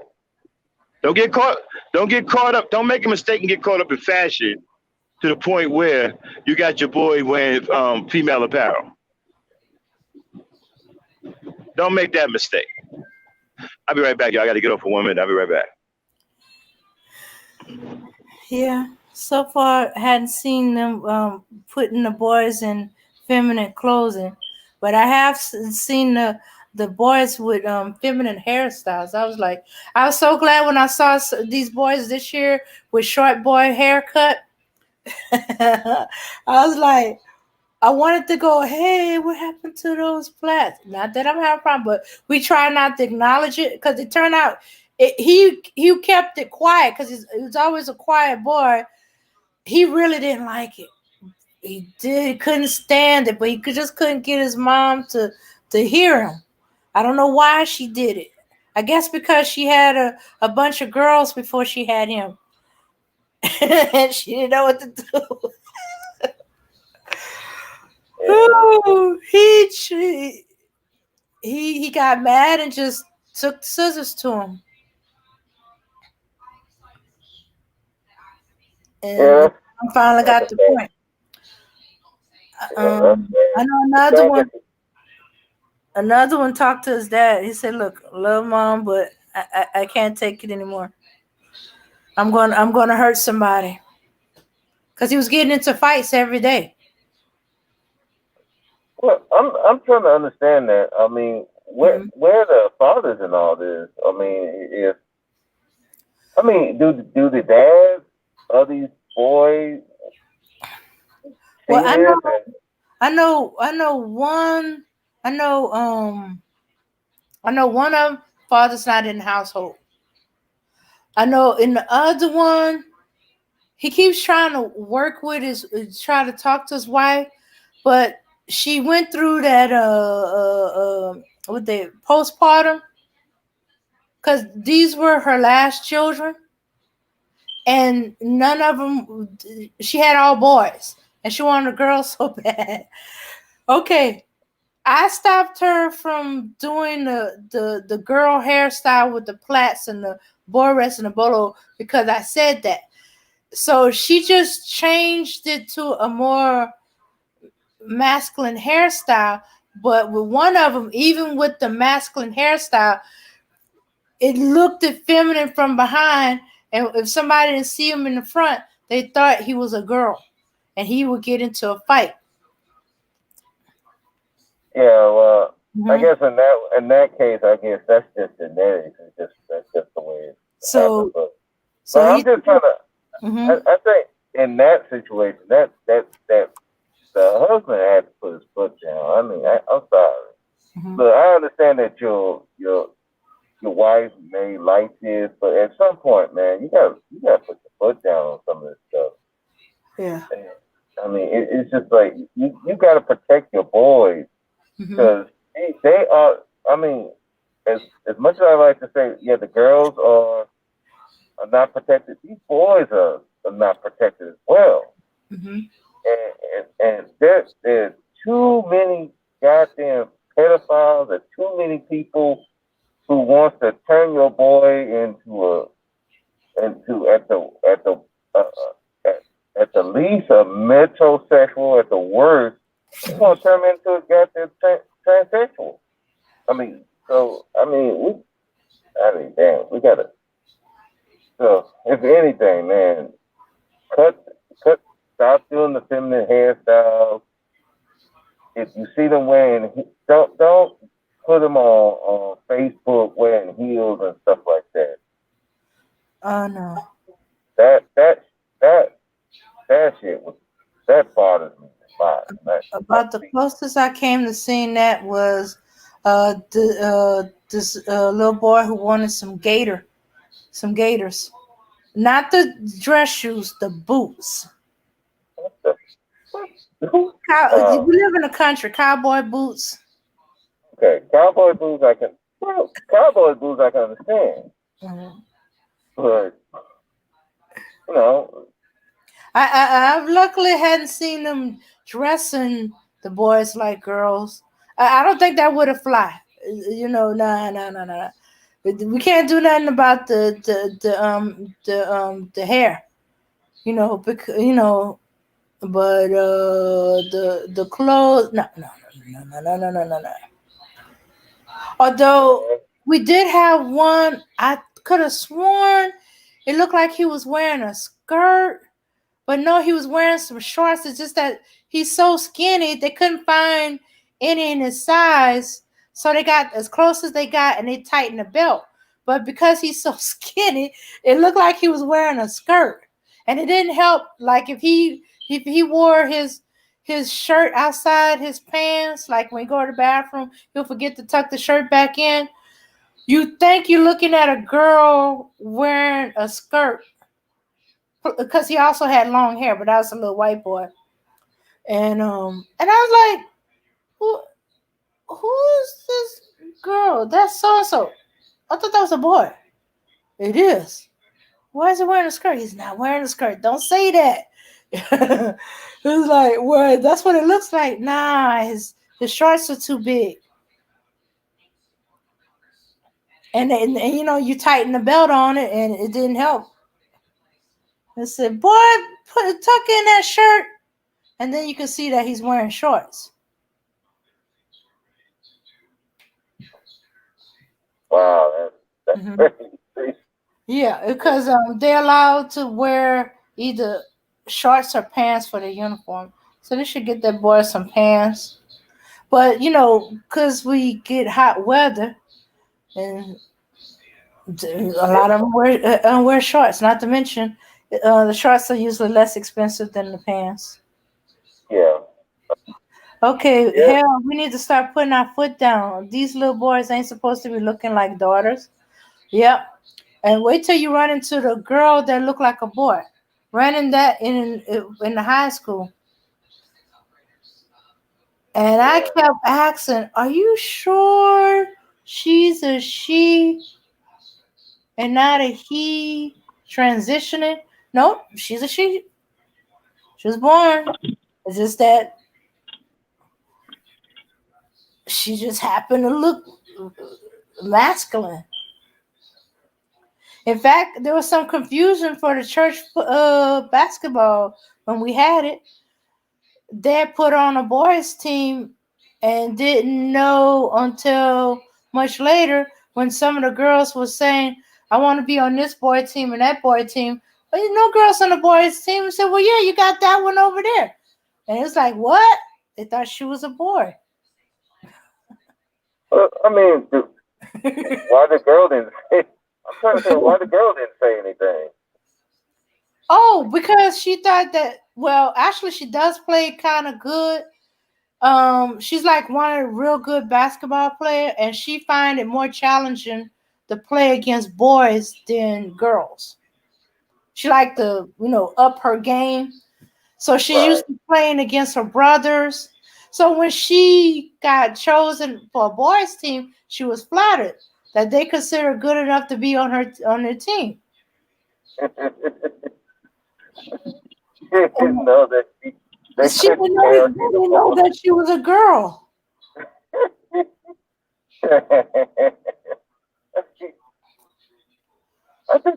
So that might cause us some problems later in life.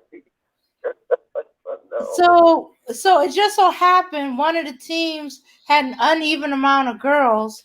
So they asked her if she mind stepping away from the boys team so they can have an even amount for the girls. And since that team, her friends was on it, she was motivated to switch over without her being aware that because they didn't know she was a girl. Yeah, see, I don't like that. And see, my stance on sports for women, I don't like it. And a lot of people think that I shouldn't feel that way, but I don't. I think that women in sports send the wrong message to young women. Mm-hmm. To compete like men, and you're not men. Mm-hmm. Okay, men are built to compete. Women are not. And, we have to start saying these things without fear that somebody might call us this or that. If it's the truth, then you shouldn't have any fear. Women and men are built differently. Our bodies can endure different things at different times. Combat sports is something that women shouldn't be involved in. It's too much of a wear on their body. It makes them produce testosterone. It compromises their femininity. The only sport I think that women can get away with playing is tennis. And maybe baseball. Other than that, I don't like basketball. Again, that teaches the woman's body to compete hard like a man. Again, she starts to produce testosterone. That compromises her femininity. combat sports such as boxing, MMA. No, women shouldn't be engaged in these things. You know, you're compromising your femininity when you do this. Your body starts to produce male testosterone. You don't want that. Then you're gonna start looking hard. You're gonna start developing leather skin Yeah. because of the testosterone. Yeah, You know? like look at the female body type. Yeah. Oh my God. Don't even get me started on it. Wow. I'm like, Wow. Man, I saw one that looked like some kind of thing from outer space. I mean, wow. I thought she had two sets of biceps on each arm. yeah, That's how bad it was. Yeah, that's when you're going way too far with that. And it's like, Oh man. as a female, there should be no reason why you even doing that. I mean, Women, your femininity is the most valuable thing that men cherish. Men yeah, want feminine. The more feminine you are, the more a man is going to be attracted. You ain't gotta look like no beauty queen. Just be feminine. Femininity is the key. Never compromise your femininity because men are attracted to that. Men want soft, feminine women, not these hard rock kickers, that are doing super uppercuts. You know what I'm saying? And like when it comes down to it, like a woman wants a man with a hard body or whatever, right? A muscular body. Well, men want women with soft bodies, soft, feminine bodies. And you don't want to hug a woman and she's hard rock, because that's going to screw with the man's thinking. You know what I'm saying? It's going to screw with his thing. Well, wait a minute, am I hugging a woman or a guy or, huh? What was that? What happened? Bro, speak. Oh, he must be dealing with something. right. No, I'm at work, so that's the Oh, okay. And right, and so this is why I'm dead set against women in combat sports. Anything that makes women produce testosterone, I'm strongly against. Women don't need male testosterone. Your femininity is enough. That's all you need. Men cannot resist femininity. I'm telling you that right now. The more feminine you are, the more a man is going to be attracted. The more men are going to be attracted. And again, you ain't got to be no Beyonce or no baby. You ain't got to be all that. Just be feminine. yeah, and I think what was sad that a lot of women confuse, dressing, uh, showing a lot of skin as being feminine, and that's not the case. Mm. You can just dress normally and be feminine. That's right. That's right. You can dress in a normal outfit and be feminine, and a guy will be attracted. Yeah, because I mean, when you're showing too much, it, you know, yeah, that kind of excites some dudes. But after a while, you see that enough. It's just like now you just some guys. It's like now you're just begging for attention, and a real man is not be impressed with a chick that's just begging for attention. And the ones that are going to use that, they're going to use, they're going to try to use you, get over on you. So yeah, that's important. Yeah. Just be feminine. Just act like a lady. That's it. So all you got to do, you don't have to do nothing extra. I know you got these guys out here trying to make you jump through hoops because they got mommy issues and they want to see you do a song and dance routine. But in the grand scheme of things, you don't have to do none of that. Just be feminine. That's all you got to be. You ain't got to come out here and try to be something you're not. Just be feminine. That's something you know that you can do. Just be feminine, and you won't have any issues. And you definitely don't need to um, vie for attention. Because if you're just being a feminine woman, oh, you're gonna get the attention. You could be sitting somewhere in Starbucks, just dressed casual, but the way you are, the way you present yourself, very feminine. A man is going to see you, and he's going to be attracted to you. Mhm. Yeah, he's going to see you. The more ladylike you act, the more men will. Oh, the more men will catch. I'm sorry. The more you will catch the attention of men. I understand that some of you think that because of these damn sexual deviants, that men are crazed, and that's all we want to do. No, that's not who No, we are. no. If anything, that turns. If you showing too much skin, that turns a lot of dudes off. Like I said, it just screams, "I need attention." I remember there was one chick I was talking Uh, to, and we were talking, and then I get these pictures on my phone, and I'm just seeing like naked pictures everywhere. I'm like, what is this? Did somebody mess with my phone? And it turns out it's her. And I'm like, why are you sending me all this stuff? Well, I'm trying to get your attention. I'm like, that was in Nick signals. You had to let that chick go. yeah. And Kendall, I like her, Clarissa Shields too, because even though she's a boxer, she still carry herself as a lady. But I don't like her maturity level. That's one. And two, I'm not feeling her as a boxer, man. I just don't think women should be boxing. And yeah, I understand people are going to come at me for that, but that's the way I feel. I don't believe women should be participating in combat sports. After a while, you're going to start looking hard because your body's going to start producing testosterone. You're going to start getting that hard jaw. Your skin going to get tougher. You know what I'm saying? You're going to develop leather skin like a man. I'm telling you, no, I don't. That's not a good look for women. And I'm upset that they exploit women that way.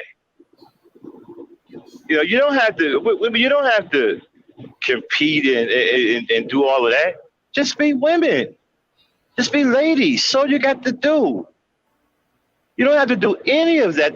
That stuff don't impress men.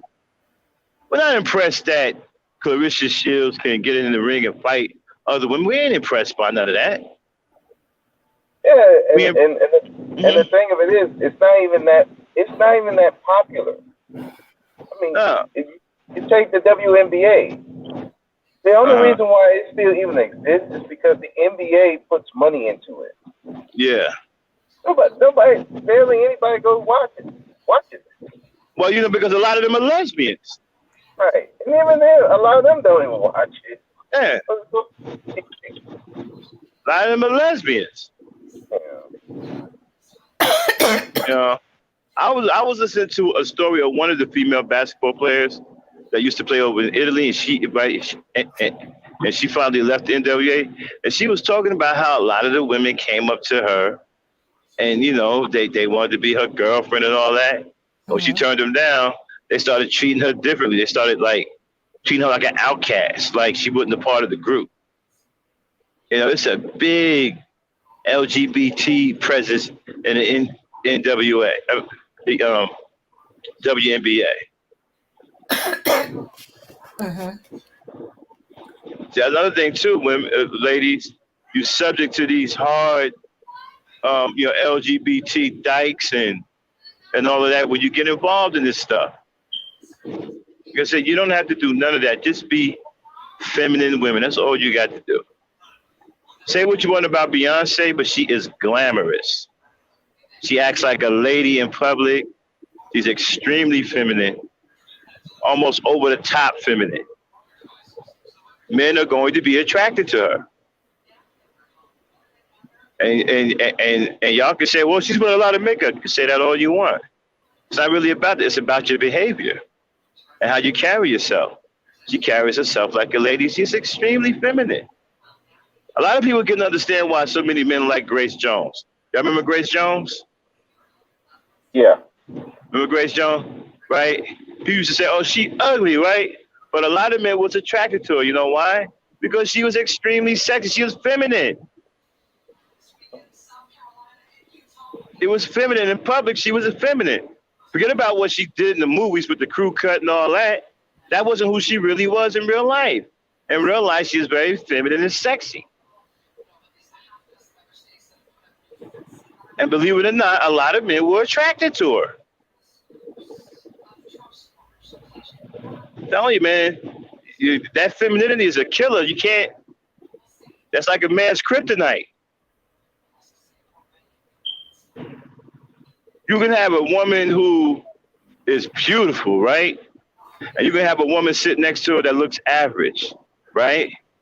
But if the woman that's sitting next to her that looks average is more feminine and more of a lady, most guys are going to choose her, I guarantee it.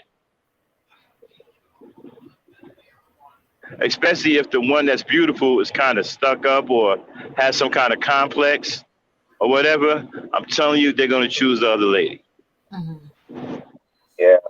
One of the things one thing that really that I saw, there was a chick on Instagram, thought she was very beautiful.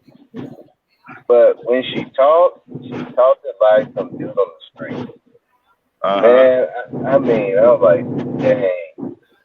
That turned me off so quick. I was like, well, I'm clicking off of her. Dang. You know what? That's a good point. That's a good point, bro. Speak because women, right? A tip for you: stay away from male stuff.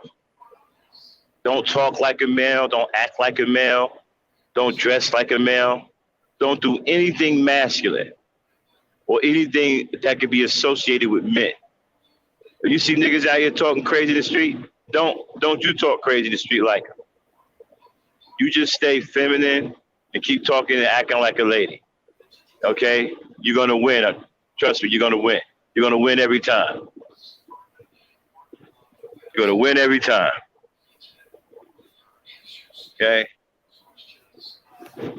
Just like you said, you got a beautiful woman, and y'all out on a date, and all of a sudden she on some, what up, my nigga? Yo, yo, yo, yo. What is this? You know what I'm saying? You're going to feel betrayed. Like, you didn't tell me this. I didn't hear this, you. You know, and yeah, so just be feminine, and you're going to win. Don't worry about trying to look like Beyonce or all that. Just be you. Be the best you. Look like the best you. And be feminine. You know, that's it. And you will win. Yeah. A lot of these beautiful women, believe it or not, have a hard time getting guys. I've seen shows where they had beautiful women on there who couldn't get a date. Couldn't get a date. These women were gorgeous and couldn't get a date. One woman was talking about average woman was taking men from her left and right. Whoa. Couldn't get a date. All that beauty and can't get a date. Yeah. So you got to be careful. Sometimes that beauty will work against you. Dame? Yeah. Yeah. Okay. Uh-huh. Let me see.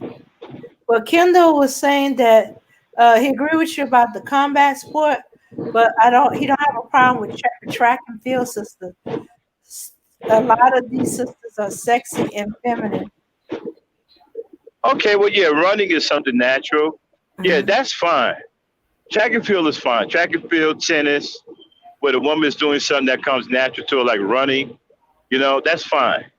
I'm talking about the hard combat stuff that produces testosterone. that is what you want them to stay out of. Because who was the fastest woman at one point? Flojo. Um, Flojo. Flojo was fine, ran like a gazelle, but as sexy as feminine as she want to be. Okay, so running is natural, so I'm not worried about that. Natural things ain't worried about. Okay, it's the unnatural shit, the hard combat stuff. That's not something the woman should be engaged in. Combat shit is for men, not for women. I know Yeah. these feminists done came and fucked everybody's head up, talking about a woman could do everything a man could do. No, you cannot. Let's stop. Let's cut it out. Now let's be real. Let's be realistic. Okay? Men and women are different. You cannot do everything we can do, and we cannot do everything you can do. There's things that you can do that we can't do. And there's things that we can do that you can't do, and other things that you shouldn't try to do. We're built differently. Jackie Joyner. Oh, Huh? Melanated Misfit was saying Jackie Joyner, Max, and she had asthma. Yes. Jackie Joyner Kersey. But you know one thing about Jackie Joyner Kersey? A lot of people say that she was unattractive, right? But she was very feminine. She carried herself like a lady at all times. You never once heard her talk raunchy or crazy or act unbecoming of a lady. Mm-hmm. And she ended up attracting a husband that I believe she's still married to. A lot of people thought that she was very unattractive. Yo, man, I don't want to mess with her. But her femininity got her husband. I'm telling you, that femininity is a killer, ladies. It's an absolute killer, I'm telling you. Men can't resist that. The more of a lady you are, the more a man is going to be attracted. He's going to want to know what's going on with you. He's going to be curious. Hey, what's going on with that lady over there?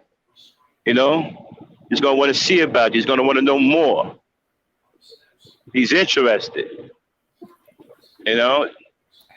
What's going on with that lady over there in the corner?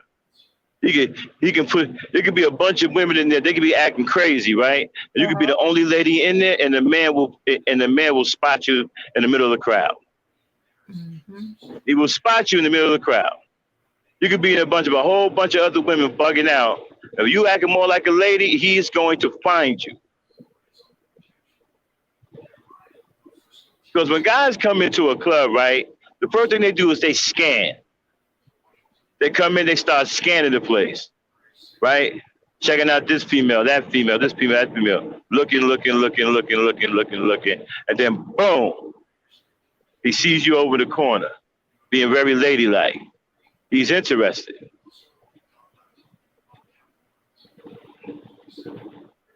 But it's that femininity that attracted him.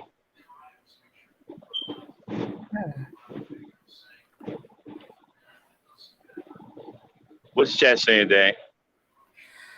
Let's see. Okay, Kendall goes, Auntie, you're girls. Oh, you grown. I thought you was just a real wise young girl. LOL pieces. Because she said earlier that she couldn't see how women could be boxing because once her girls came in, she stopped getting into fights because she had to guard her girls. So she can't see how they do it while boxing. You ever see Ann Wolf's daughter?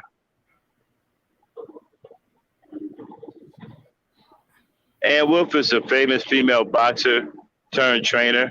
She's got one of the most prolific knockouts in boxing history when she knocked out this 7-foot tall woman. She got a daughter. You ought to see her daughter, right? Her daughter looks and behaves like a straight dude. He walks like a dude, act like a dude, like a straight dude.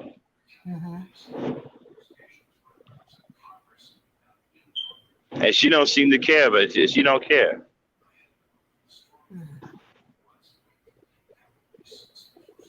She don't care. And her daughter's a heavyweight boxer. Yeah. Box like a man too. Got a stance like a man. All of it. Nothing feminine. Nothing feminine about her anymore. Okay. Who's Simone Biles?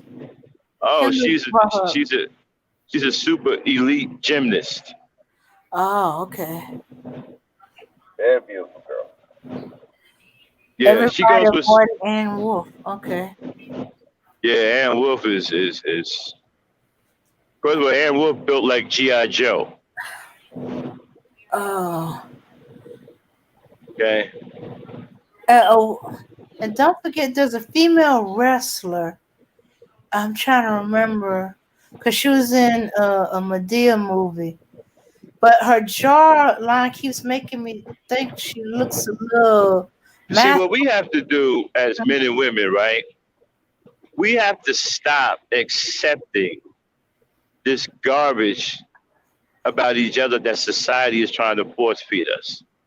Women, don't you accept men being feminine. Don't accept that. Uh-huh. Right? And guys, don't accept women being manly. Don't accept that. Uh-huh. Yes, absolutely don't. Don't. It's a sad thing when you see you see guys who act very feminine, and you got girls hugging up on them. I'm like, it's like, man, it's messed up. Yeah. So yeah, we definitely gotta stop that. That's Got to stop that. yeah. We got to stop telling them that it's okay. It's not okay. Because they're destroying your very nature. When they make you act masculine as a female and have you engage in things that produce male testosterone, they are destroying the very essence of who you are. And that's not okay. You're not a man, you're a woman. Uh-huh. You're a beautiful woman. They're trying to destroy that by having you compete in male dominated combat sports. So you can end up developing like a man to destroy your femininity. No. Yeah. I think the wrestler you talking about, Dane, that's China. I think that's who you're talking about. I think so. Yeah. I remember when you first seen her, you thought that was a dude, really. But then, she got out of surgery, trying to look more feminine as she got more popular. She even had her in Playboy. But then once she left the WWE, yeah, she took a long time to start going in the porn and all that stuff. Like, that thing that just destroyed her mind, because look, she getting into a male dominant sport and was trying to do all the surgery to be a woman, and then once that company let her go, then she just got lost. Uh-huh. Who y'all talking about? The wrestler China, remember, from WWE? Oh, China. Yeah. That's a dude, right? No, that's a woman. No, that's a woman. I think what you said about her, about being in a male dominant sport where you build up muscles to compensate, you start to look more masculine. Yeah. Start building. Yeah. I think that was the case with her. But she once you start producing testosterone, that is the beginning of the end of your femininity. Yeah. That is the beginning of the end. But Melanie pointed out Layla Ali was muscular, but she was still feminine. Very feminine. You know why? Because her trainer kept her away from He never trained her like a male. He trained her like a female. He had her doing natural things that women would do. She actually did push-ups on her knees. She didn't do male push-ups. Okay. She did a lot of cardiovascular. She didn't lift weights. Okay? She didn't lift weights. Yeah, that he was kept fun. her right. He kept her away from the testosterone building shit. Okay. You know what I'm saying? And plus, she didn't stay in it very long. She got out of it. You know, and now she's very, very ladylike, very feminine, right? And then also, ladies, testosterone fucks with your voice too. You know, you get that soft, feminine voice. You fuck around and get these combat voices and shit. Next thing you know, you start sounding raspy and whatnot. Yeah, that's testosterone doing that. And all of a sudden, that soft, dainty voice of yours start turning into some, hey, what's going on? Let's get. Come on, you don't want that. You don't want that. You know. What happens is you become a fetish now instead of right. being liked for your natural self. No, now you're being liked as a fetish. Right. And so we have to stop giving into society's pressure that's trying to push this bullshit with each gender. No, it's not okay for boys to act like girls and boys to be effeminate. And it's not okay for girls to act like men. That's not okay either. You know, we got to stop accepting this bullshit. You know, we want to see, men want to see feminine women. We don't want to see no hard-hitting, rock kicking, female Hercules. We're not attracted to that. We're attracted to soft, feminine women. Okay. And women shouldn't be attracted to no soft, effeminate male. Should be attracted to strong men, masculine men, manly men.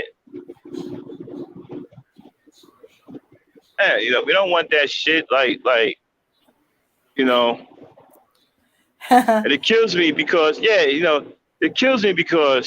people they always try to make this shit sound like it's okay. And people are afraid to have that discussion. See, I don't mind having a tough discussion. We can have the tough discussion on here. We can throw down. We can say, hey, you can come up here, breathe the smoke, and we can have that rumble tumble. I'm not afraid of none of that. Because to me, truth is truth. At the end of the day, the truth is going to prevail. No, you're not a man, so you don't act like one. No, you're not a female, so you don't act like one. This is the simple, simplistic truth. Okay, the ladies in the chat want to know who's Ann Wolf. She's a famous female boxer that is well known for. She has the most prolific knockout in boxing history.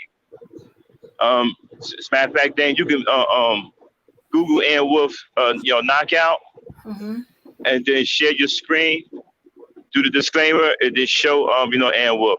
Ann Wolf is built like G.I. Joe, y'all.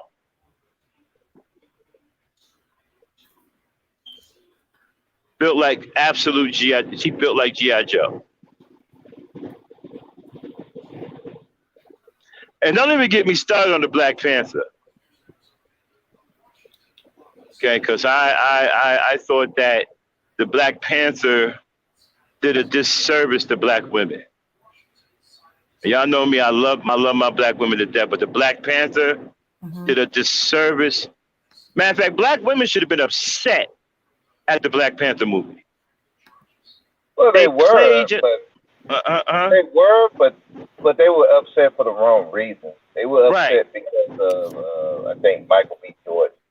Oh yeah, the Killmonger character when he killed the girl. No, not that. No, that was because they had him on. They had some story where he had a boat full of white women, Oh. I think that was the thing. They were mad at him for that. Oh, okay, yeah. Yeah, and it turned out he had a black girlfriend most of the time. Yeah. So yeah, they were Yeah. mad at him for that. But Oh, okay. no, not the Killmonger character. No. Uh, Yeah, that's why I said they were wrong. They were mad, but for the wrong reason. Okay. we was gonna give a comprehensive review of the Black Panther. I know it's late, but I have my own unique spin on that. I thought they made black women look bad in that movie. You know, it was they made black women look rebellious, disrespectful, didn't have any respect for authority. Um, do, First of all, they made the king look passive and weak, and right, yeah, and then the women were running him over. Nobody give a damn about what he said. And then you had like some of the most elite warriors. Was the Delage Moray, a group of females with bald heads that was supposed to be Yeah, these super heroines. I mean, come on, man. We got to cut all this out. You know what I'm saying? And I blame feminists for this, man. These things that you got now. Here's my problem with the whole thing, right? Okay, they had the women in there fighting and all of that. Okay, I get it. But we see if you look at the movies with the white women in it, right? When they got the white women playing these heroines, they still look feminine. Like you're not gonna look at the Black Widow and say she's a man.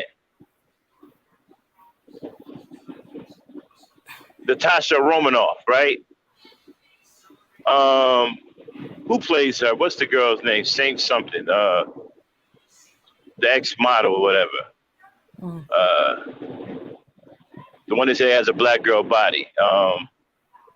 Who plays the Black Widow in the Avengers?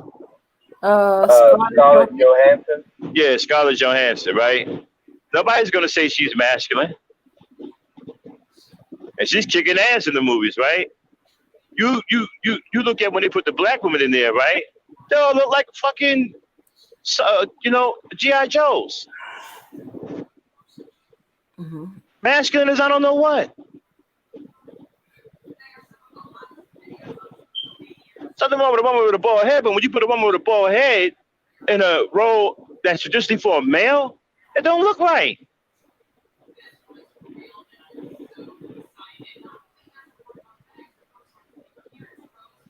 I mean, it was just, man, it was bad. And then the Godzilla movie, Godzilla, the King of the Monsters. Oh man, they had this black woman in there, was the head of a black ops team. What is she doing the head of a black ops team?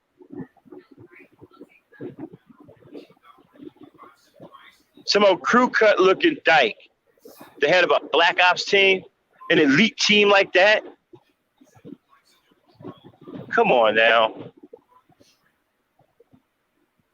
Has never ever successfully completed black ops training. Okay. And I don't like these unrealistic depictions that they have going on to try to blur the lines. Yeah, Dave, let it rip. Okay. This channel may contain content not authorized for use by its owner. You got to show it, Dave. You got to show it. It's showing. I don't see it. I don't know. It's not up on the screen. I can see it. It's on there. Okay, I haven't seen it yet. My screen must be frozen. Okay. Yeah. All right. Okay. This channel may contain content not authorized for use by its owner. However, according to Section 107 of the Copyright Act of the United States, the fair use of copyrighted work for purposes such as criticism, comment, news reporting, teaching, scholarship, or research is not an infringement of copyright. All right. It's in that one. And go here. Okay. Here we go.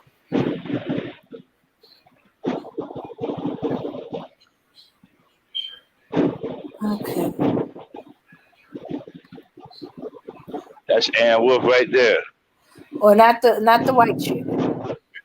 Yeah. Although she does look kind of masculine. Oh yeah, then get to the fight part. They're gonna Ann Wolf right there, y'all. Introducing first, fighting out of the red corner. She weighed in at 170 pounds and wears tonight the trunks of red, white, and blue. Her record, unblemished in 8. Dang, skip to the fight. Oh, okay. I thought it was about to go into that. Yeah, I don't want to get into all of the introductions. Black and gray. And way up knockout, she is championship, the WIB history of boxing. Again, your referee in charge. That's Ann Wolf, y'all. Biceps Black and all. woman's animal. You in the dressing room. Yeah.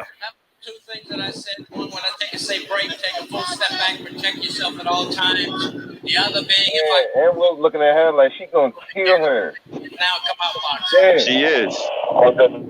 She is. 6'6". Vonda Ward. And Elmo's wearing his elevator referee shoes tonight too. Well, if there's a post-fight interview, Skip to the fight, dang. Yeah. It's going to the fight. You just want to slow down. Come on. Very determined. And Wolf She looks gross. Vonda Ward. Yeah, she feel like ready by Ann Wolf. Like the way that she that first right hand, and there's another one backing Vonda up. I think when Vonda, like I this said, ain't gonna last long. a power shot. We'll see how she reacts to it. She's sticking her chin Almost up in the over. air. High up in the air. It's almost at the top of this Mississippi Coast Coliseum. 1, 2. Way over, like trying to do there. And Wolf with a right hand. She says her best punch is that left hook. Yeah, here it come. Puncher. You see, Vonda a little tentative, though. I think she's already tasted a little bit of the power. She is making a very bad habit. That Rodney Phillips is sticking the chin up. Nice combination by Wolf, backing Vonda up. It is difficult to ascertain how Vonda has done in her career. I know she's 18-0, 15 knockouts, but how many people scared of her and did not really fight her? Oh! Okay. I kind of remember this. I've seen this before.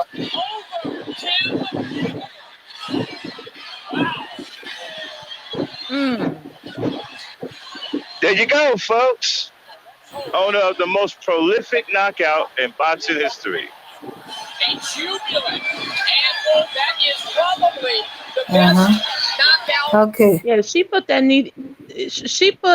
demon to sleep. Like, period. Okay, good. Yeah. And this is what she Okay, looks then you like get off the today. screen, yeah. Uh-huh. Yeah. So. Oh. But Yo, Joe. Max. Hey, melanated. Hey, brother.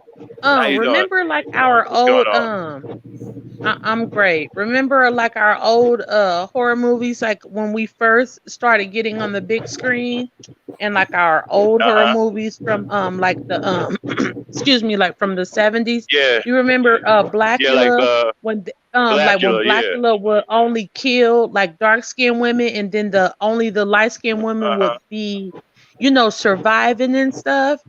That really like resonated with me because like I mean, of course you all know I'm into black horror.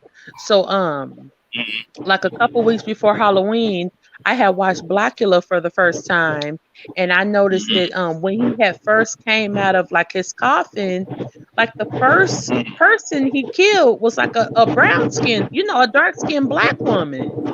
Right. But like the light skinned black woman was his love interest and all that stuff. But yeah, they always do this kind of shit to us. They always make it seem like, like our dark skinned sisters are the warriors, and then our light skinned sisters are like, the soft maidens or whatever. But yeah, that's all I want I to don't even say. know. You know what? Did they even have any light skinned sisters in the Black Panther movie?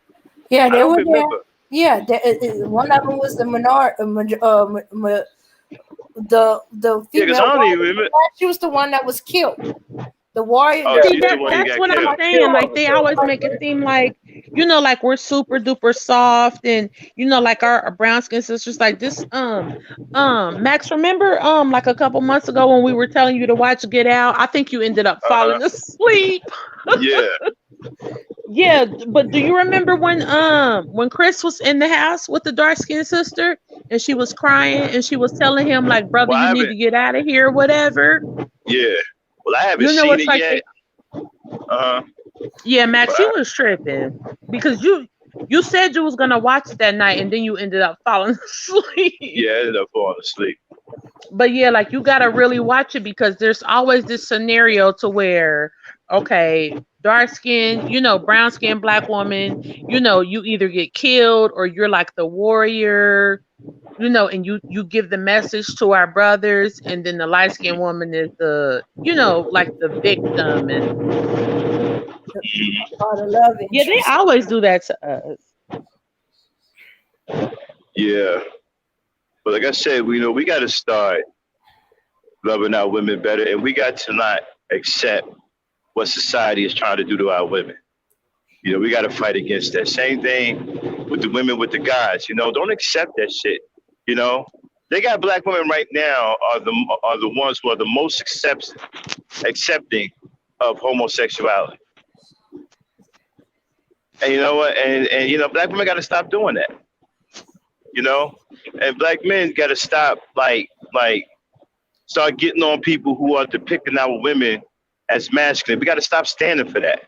We got to start standing up for our women. No, our women aren't masculine. We don't want to see our women masculine. Don't make our women masculine. We don't want to see that.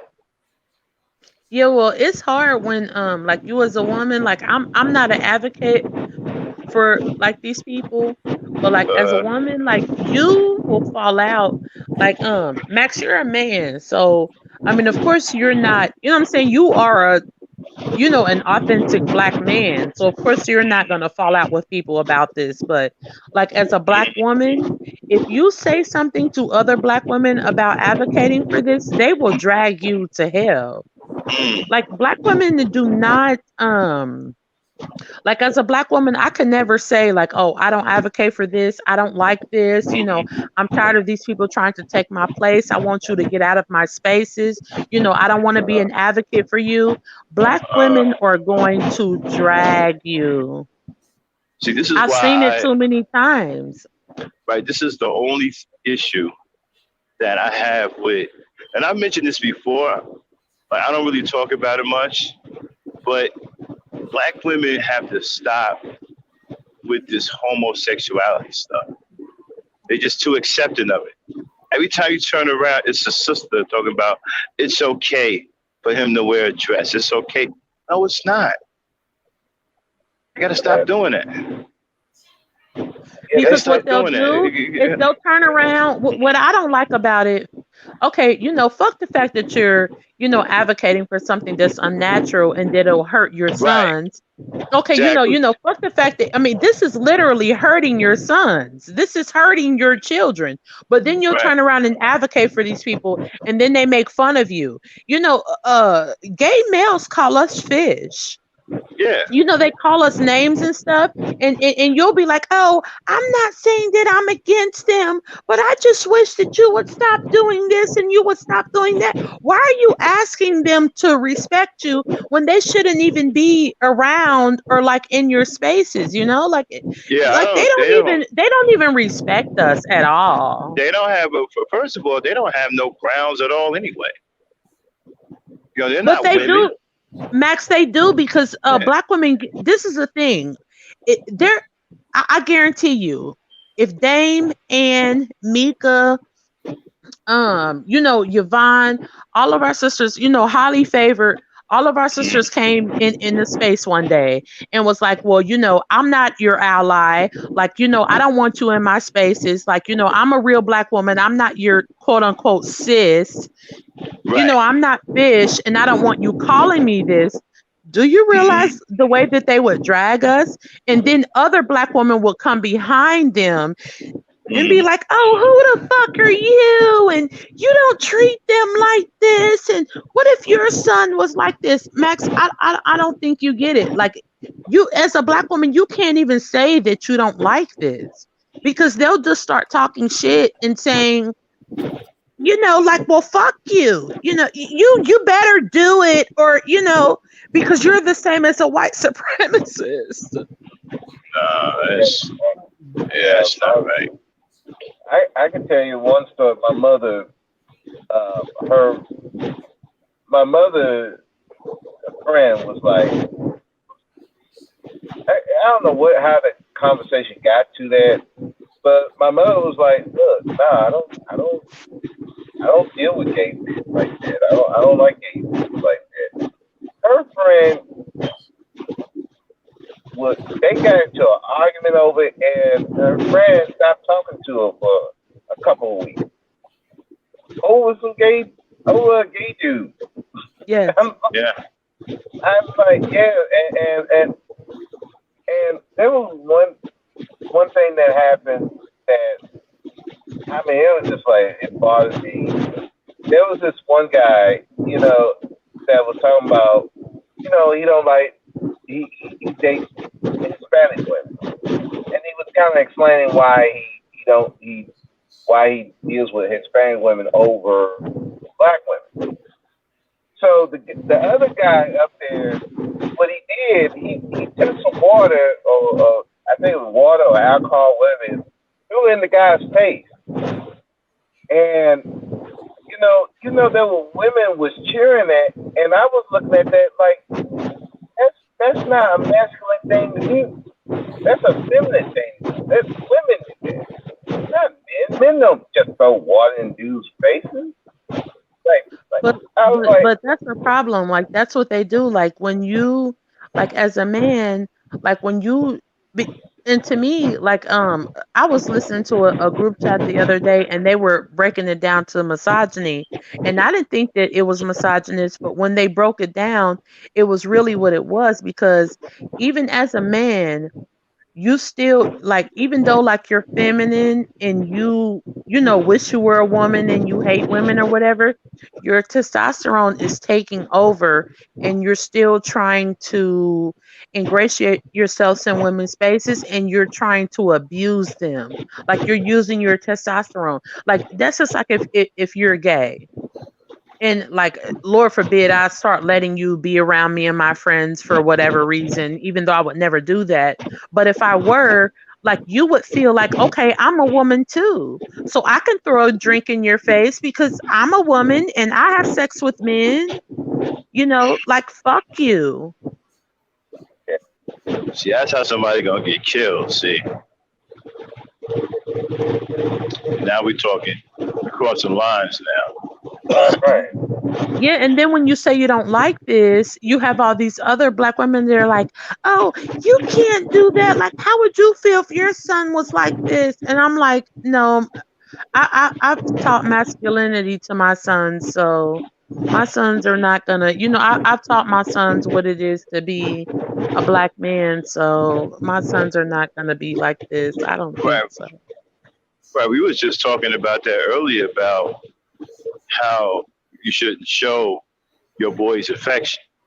Only the mother is allowed to get away with that. The father should never show his sons any affection, because you don't want your sons to mistake affection for guys.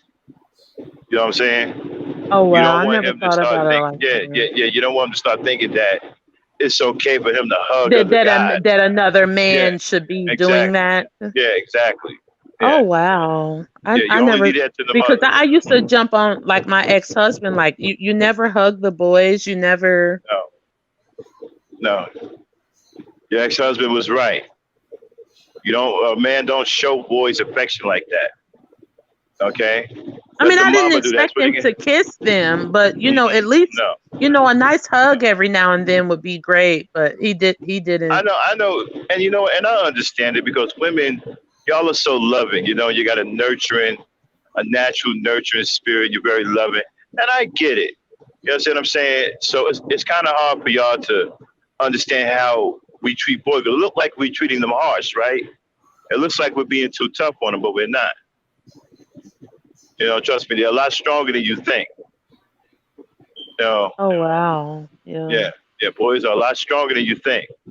And it looks like we're being tough on them. It looks like we're being harsh on them, but we're not. Because Max, I don't know if you listen to Dr. Phil, but Mm-hmm. like he says stuff like it's always healthy for like like every child to feel a healthy relationship from both sexes. Like, so a little girl should always feel a healthy relationship between her mother and her father, and a boy should always feel a healthy relationship from his mother and his father. So I just felt like, don't get me wrong, I never expected for my ex-husband to love up on my boys the way that I love up on them. But like I was saying, a nice hug here and there would be nice. But he never did it. Like once they turned 2, like he never hugged my No, boys, like ever. no. I Like was saying 5. he just I pats was, them on the head and gives them yeah. money. Like he doesn't, like he never hugs them or anything Oh, ever. so that's what he got a mama for. You see, I was saying 5, right? Some dudes at 3, it's over. Once a child turns 3, that's it. You don't pick him up no more. He don't. No, that's what they got a Yeah, mama for. like Let his mama do all that. No. oh wow. Yeah. I feel like Yeah. You I don't done want. You don't fucked want your up. boy. Yeah. You don't want your boys getting their wires crossed. That's why you got a lot of effeminate dudes now running around here hugging other men and loving other women, and they don't know. I'm sorry, loving men and don't know how to love women because they associate love with men and they hate women. They But like, associate okay, affection with men. well Max, as a man, like excuse me, like wouldn't you be able to differentiate it? Like, okay, like I hug my dad, but like I don't hug like other niggas on the street. Like I don't hug my friends. Like I don't know, like there was like I don't know, like after 3 or 4, there were no hugs ever again. Like No, when your I don't dad, somebody from your with dad. my boy, no, with my boy's father. Like Oh yeah. there were no hugs like All right. ever again. No, he doing right. He don't want them to turn out to be gay because they can get their wires crossed. If they get used to hugging each other and showing each other's affection, they're gonna grow up like that. Gonna grow up like that, and then they're gonna start hating women, and because they're gonna feel that they can get what they need from other men. That's what's wrong with a lot of these dudes now. Like you Oh talking about, wow. oh, well, the woman, well, the mother hugged him tonight. It ain't the mother. It's what the father did. A lot of it is what the father did. You know. So you think like healthy love, and I don't know, like I do agree, partially agree with you. So you think like healthy love as a man, like once like a boy child, grows up out of babyhood, that a man should not be showing like an overabundance of like physical affection, to his No, son, because it's too absolutely much not. at that point. Right, absolutely not. You should be teaching his son how to be strong, teaching his son how to have integrity, honor, and respect. Love is for women, respect is for men. Men don't love each other. Men don't tell each other that they love each other. Men do not hug. Men do not show each other affection. Men do not Yeah, have like that's sexual crazy thoughts about because other men. I had got pissed off at my ex-husband because like he only tells like my boys that he loves them in birthday cards like cuz you know he and I are no longer together, so when he stops by like he just pats them on the head and he shakes their hand. Yeah. And I'm like, you know, like this is not okay. Like they need you. And he's like, what the No. fuck you mean they need me? Like I'm taking care of them. Yeah. Like you know, like and like Well, they would read me the birthday card and he you know he would be like, you know, daddy loves you, boy, like, you know, keep your head up, I'm always here for you. And you know, and as a mother I'm like, you know, this is not good enough. Like what the fuck are you doing? right. Well, they should know how to take care of themselves at that point, at a certain age, if the father taught them right. You see what I'm saying? So the father, after a while, is supposed to become like a consultant. Once his boys hit a certain age, they can finish raising themselves. And the Right, father, like you know, if you need love and comfort and nurturing, you know, go to your mom. Like if you go need to your somebody to mom or talk go to to your you, then you come to me. Right. Go to your woman, get all your hugs and kisses from your woman. When you need knowledge, you come to me.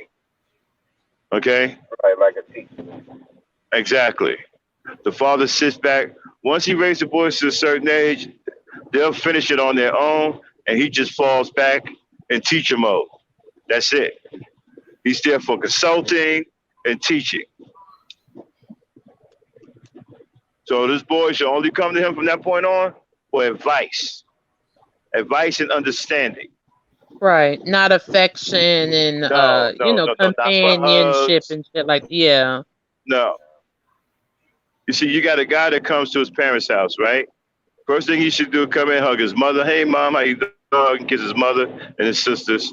Shake his father's hand. Go get a beer and go sit down in the living room with his pops and talk. Right, and talk. Yeah. That's it. Shouldn't be no hugging his father and, you know, kissing his father and all that shit. Now, just because a man doesn't love another man doesn't mean we don't respect other men. And because I love my mother and don't love my father, don't mean I don't care about my father, and don't mean that I don't respect my father, and don't mean that I won't fuck somebody up if they try to hurt my father. Right. Okay? That don't mean that. You know, it's a totally different thing. Love is for women. Respect is for men. Men supposed to earn a man's respect. Not as love, it's respect. Right. Because when you think about it, like I don't know, it kind of took me a while to like resonate with what you were saying. But when you think about it, like the respect and the love aspect, it goes a long way, especially when it comes to men. Because like there are certain things that you will not do to a person if you respect them. That's right. You know, like there's a certain level of lines that you will not cross when you respect someone versus loving them. So and respect is also a form of protection. Okay, because if men respect your husband, right, then they won't bother you. They won't bother your children. They'll stay clear of you. It's also a form of protection because they respect and revere your husband, and they know if they disrespect your husband, what's going to go down. So it's also a wall of protection.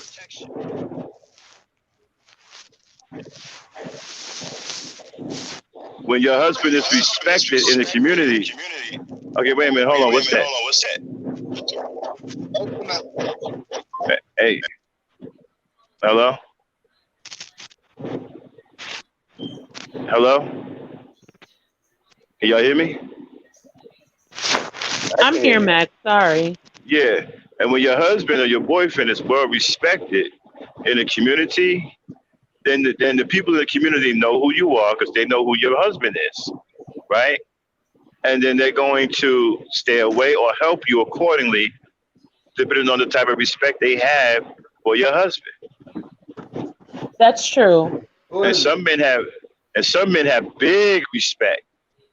Ain't nobody gonna do nothing to you in that whole community because of your husband. You know what I'm saying? It depends on the respect level that your husband has. is also a form of protection. Other people will protect you because they respect your husband. If they see Yeah, you out and somewhere, it's a level of fear and protection as right, well. You're right. right. Because if you out somewhere and they know your husband, say your husband named Levi, they don't see Levi around, but they know Levi. They know what Levi is about and how you get down. So they'll protect you just to stay in Levi's good graces because they respect him. They won't let nothing happen to you. So, respect is very powerful amongst men, extremely powerful.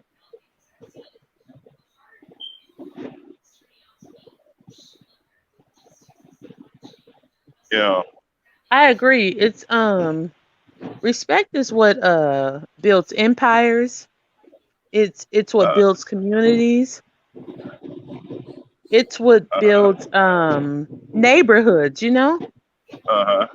You're right, Max.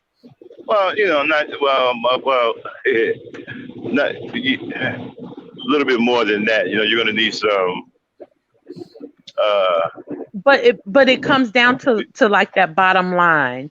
right, Like right. remember in the movie Goodfellas when Uh, he at first got inducted into the mob, and they were like uh, and he was like the people around the neighborhood started carrying my mother's groceries, right. Yeah, exactly. because they Out of respected her. respect, right? Out Yeah, of there was respect. a level of fear there. Like, okay, we Right. respect these people. We know that we can't, do anything to them. So yeah, Mm-hmm. you're Mm-hmm. right.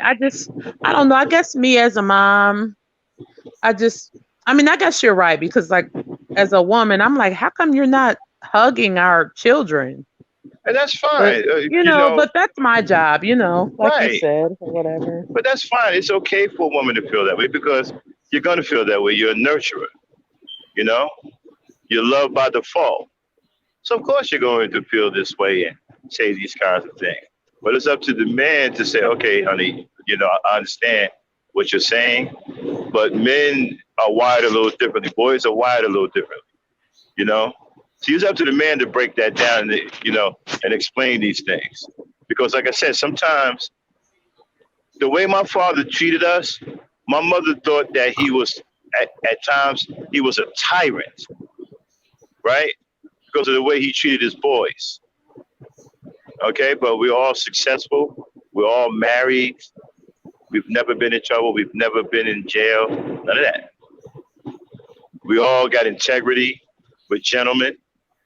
We're respectful of black women. Okay, we love our black women. We don't hate them. All of us are builders. Father raised 5 strong men. Yeah, that's why that balance is so important because while she was busy loving on y'all, your daddy Right. gave that balance. Like, hold on, woman. Mm-hmm. You Right. know, I And got to raise these boys to be men. So, whatever harsh treatment that y'all was getting from y'all, she softened it, like, by, giving that love. like for example, right? This may sound simplistic, right? But it's very powerful.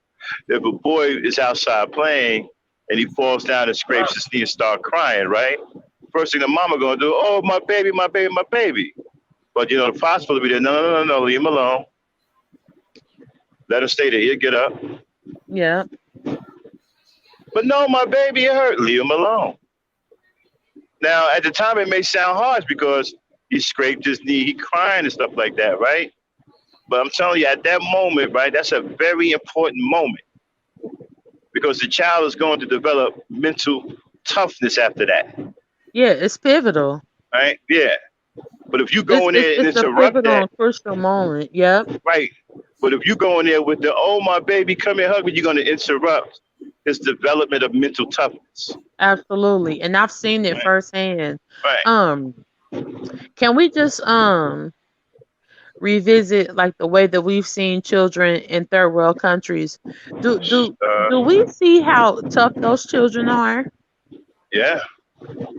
Like Hey, those well, children endure shit that us as people we'll be like, hell no, I will never let my child go through that shit. Like Man, those some of children them, are tough as nails. and some of them are running around with rifles at the age of 6. And they'll kill your ass too. Yeah, They're not already know how to afraid of shoot, you. already know how to shoot and everything. But nah, but it's like I was telling guys before, right? You can't blame women for being women. Stop blaming women for being women. You be a man. You do what the man is supposed to do, and you don't have to worry about Yeah, a like this woman. imbalance. Exactly. Let them be women. Don't get mad at them for being women. Okay? You be a man. See, the problem is we got too many women being women and not enough men being men.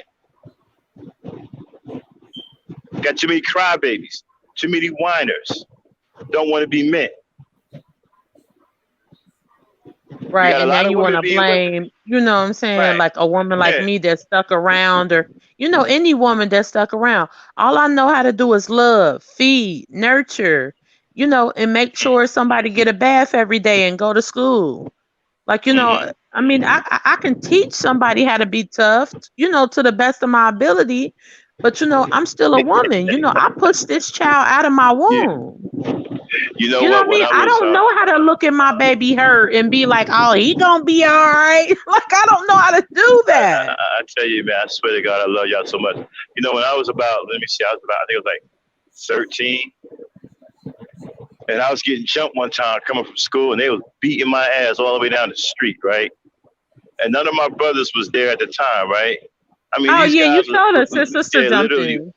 yup, with a big old butcher knife. And I get off my brother, leave him up and chase him down the street. Small and frail, this big kitchen butcher knife chasing these boys down the street. Mhm. So I'll be right back. I I got done to get off bucked for up 1 minute. as so many men talking shit to my children. I don't even know what to do. And you know what? It should be. Ready for war, ready to die. Like, you said what to my Uh-huh. baby? Like, like what the fuck you want to do with my baby?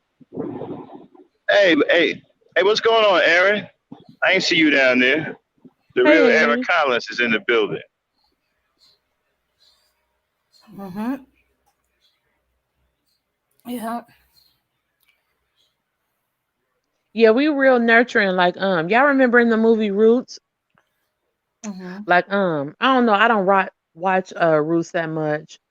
But like, remember, like every time, like, a black man to be like, oh, I'm gonna go up here, I'm gonna do something to one of these crackers. And what the woman said, you gonna get yourself killed. Mm-hmm. Like, we didn't even care. Like, even, even when it was a Yeah. cause, that was worth dying for, we still wouldn't let the man do it. Because like that's like a nurturing spirit, and it's to a fault actually.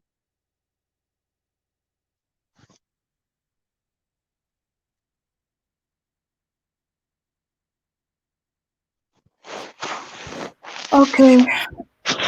Sorry about that. Okay. Now I'm sorry. I missed part of what you said. You were saying melanated. Max will be Like, back. how like on the movie Roots, like every time, like, like one of our men tried to, fight back and do something, we'd be like, you gonna get yourself killed. Yeah. Mm-hmm. Like, that's just like, we wouldn't let him do it because it's Yeah. like our that nurturing spirit. Like, I don't know, like, Mm-hmm. Yeah. Oh. So. All right. Okay. I'm trying to see what they talk about.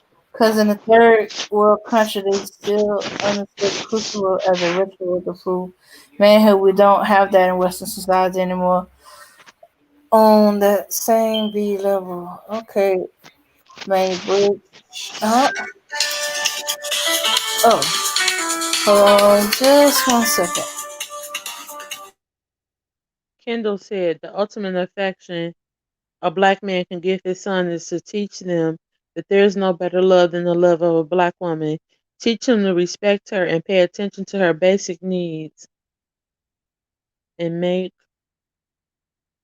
oh, wow.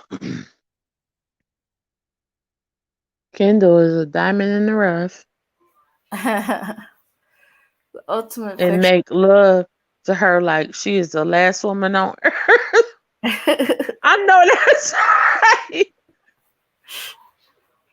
Oh wow. Isn't that the sweetest thing? To uh-huh. Yeah, yeah.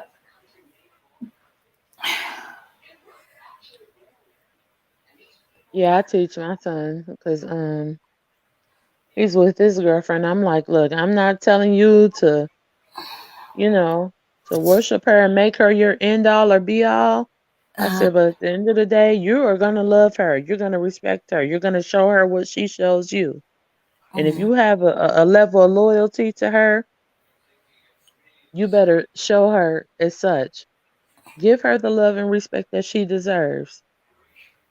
And I will not tolerate, you being a deadbeat dad in here or nothing. mm, Either you're gonna love her and you're gonna be with her or you're not. mm, yeah. So hey, melanated. I meant to ask you. Hey, would you like to co-host with me the next time we do a smash or pass? Sure. When are you guys doing it? Oh, let's see. Um, I'm hoping to get it all together. Um, either next Saturday or the Saturday after next. I still gotta get more pictures of the the diaspora that I hadn't got before, or Mm-hmm. I just do the ladies' choice. Yeah, each lady have the ones that uh, pictures of the one they want. In fact, I gotta put my email back up there again because I think Auntie has some pictures. Oh, that reminds me. Oh, shit, Auntie probably went to bed. Last time I saw her chatting, she was getting Yeah, she sleep. said she was getting sleepy. Yeah. For her to come on up to test um, to see if the troubleshoot I found for the mic, it, that was the problem. Yeah. Yeah, that'd be fine. Mm-hmm. Yeah, that'd Yeah. be great. Yeah. Okay. Well, I'm just. Oh well, Shit, I we love you too, for Aaron. tonight. Love the black woman the way a fat kid love cake. Shit, we love you too, Kendall. Mm-hmm. Shit, like as I don't know how old these men are, but like as a black woman, you can only hope that that your daughter will end up with men like these guys. And Mm-hmm. my goal is to raise men, that think like Kendall, Emmanuel, and Aaron, and Hassan and Max. Mm-hmm. Because I don't tolerate disrespect to black women. I tell my son all the time, like you will not dog her in my presence. If you feel like she's a whore, you feel like she's nothing, well, you should have never brought her over here. Like you're Mm-hmm. not gonna treat her with disrespect, and you're not gonna, I'm not bringing no bastard babies in here. Either love her, appreciate her, respect her, and take care of her, or Mm-hmm. don't bring her around. Shit, you can screw her over somebody else's house. You can lay up with her and treat her like a garbage can somewhere else, but you're not gonna do it here. Yeah, Yeah, I don't tolerate that. that's some good advice there. 'Cause last thing you want to do bring that type of chick to the house because they might be bringing some company and they ain't gonna be some good company with this. Yeah. But my mother learned that the hard way. Mm-hmm. Yeah, my mom, she used to let my brothers bring like any type of woman, like different girls to our house. And with me being a woman, I never, like want that for my children. Like I don't know, like I don't want to enable my boys to disrespect black women and Mm-hmm. disrespect black girls. Like if you're gonna do it, I'm not gonna enable you to do it. I'm not gonna, encourage your prowess to disrespect black women and girls. Yeah. So, Yeah, so if and something happened, knowing you ain't do it on my watch, because no. and the thing that brings that bring that energy to you, and Uh, uh, like my brother used to date this chick who, yeah, she had a lot of problems. I'm just gonna put it that way. They got into it over my father's house. Um, they ended up calling the cops. He, uh, they got into a physical altercation. okay. Like maybe kind of like a couple weeks later, I was heading to work. Now I look back and I see this car stop by my mother's apartment, and a group of guys came out. They were knocking on the door. Uh-huh. Now, fortunately, my neighbor at the time, Uh-huh. Asian guy, nosy guy, but one thing he did do, he called the cops. Those cops came quick, and but the reason why she sent those guys over there to go beat up my brother Uh-huh. because of what happened the week before. So that's why I say, that kind of disrespect. If you disrespecting the women, and you don't, and the thing of it is, they don't think that these women won't come back at you. They Uh-huh. will, and you won't see it coming. Yeah. That's it. Yeah. Yeah, because like women can be treacherous. One thing about women, like we get at men Mm-hmm. in ways that men don't get at women. Like men can be really messy. Like Mm-hmm. like if a woman says she's gonna leave a man, or even if a man just gets tired of his current life and his current wife and children, Mm-hmm. especially if he's white, he'll just kill everybody because he's tired of his current situation. Well, women do vindictive shit like we poison people and we Yeah, send other people to kill you. Like every gender, both genders do things that are very vindictive and malicious. Like, you know, um I've watched many episodes where if a woman is just tired of a man, she'll just slowly poison him. And she'll just slowly turn his family and his children against him, and then eventually he'll just die, and he'll just die alone. Mm-hmm. And then but like men are hyper emotional. Like once a woman gets, but one thing about women, like we get tired of getting treated bad.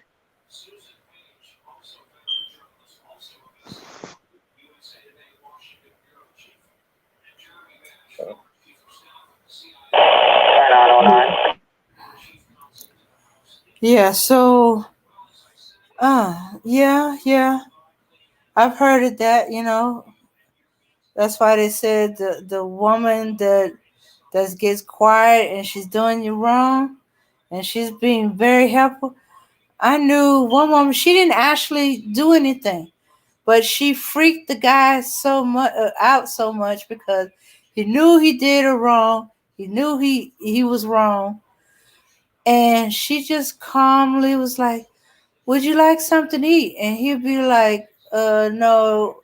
And then she still kept going. would you like something to eat? And she kept pushing it, and it was freaking him out, and it unnerved him. He wondered, did she do something to the food? So it kind of brought home to him. Okay, you push a woman too far, and you thinking she's being submissive, and she could be the very one that be slowly poisoning you. hmm Oh, okay. Everybody dropped off. Oh, okay.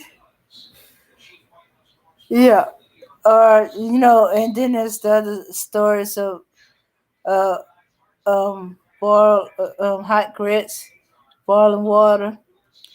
Oh, why you think I heard this story about the cast iron skillet? I knew of some old ladies. They would gift. Okay, they gifted uh the bride um uh iron skillet set, or a couple of iron skillets, you know but that was to protect herself, if the man go after her.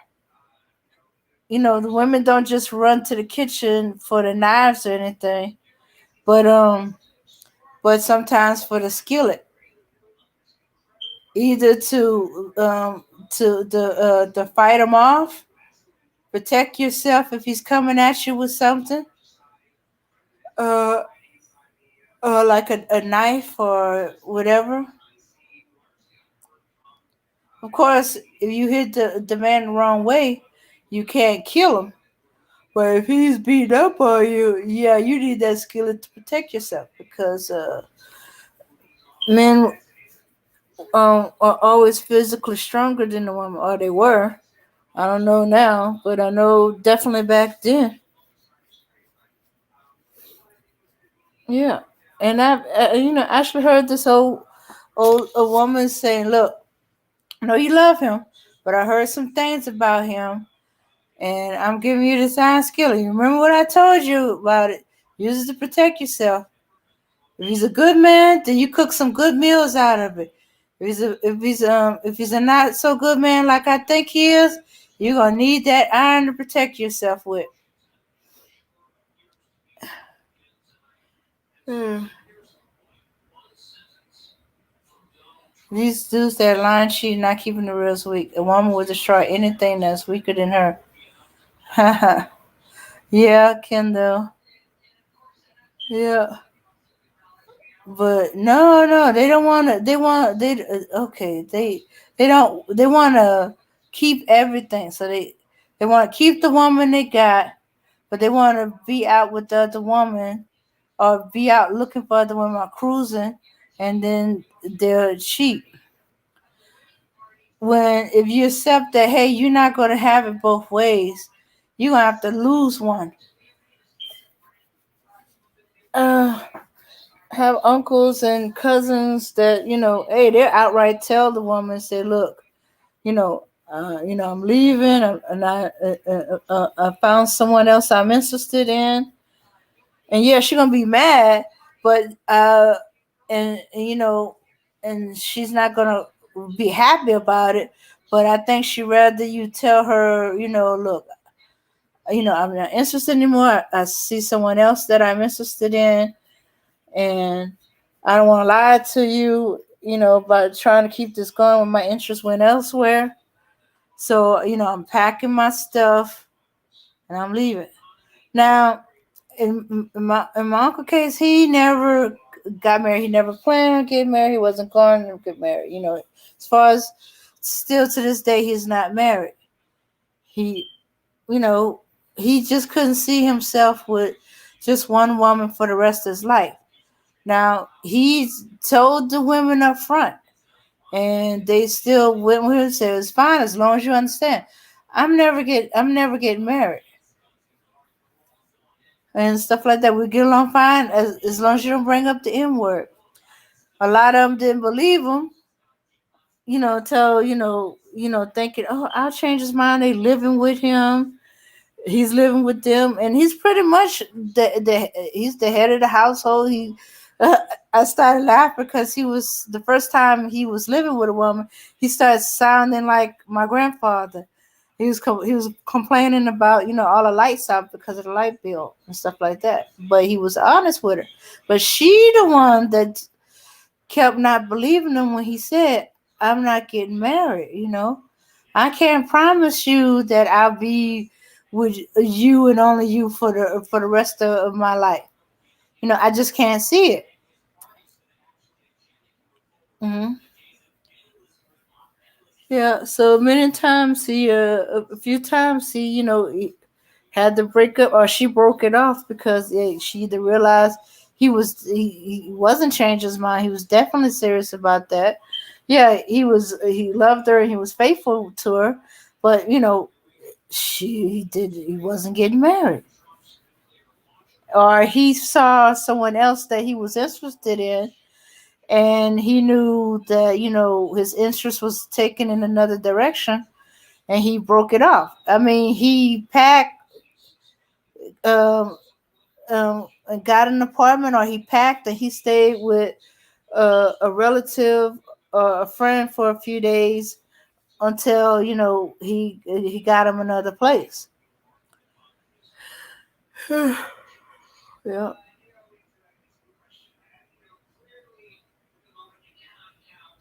Okay, y'all.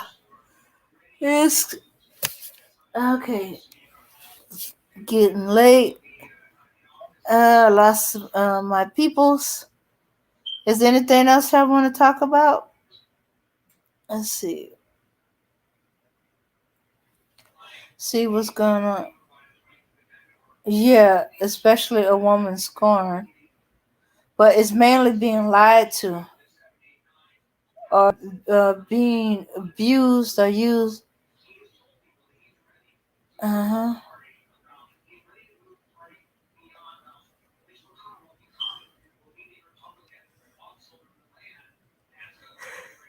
Yeah. All right, everybody. Okay, I guess I'll call it a night. Or let me see. Let's play some music. See if anybody wants to talk about something before we go. Mhm. Mhm. Let's see.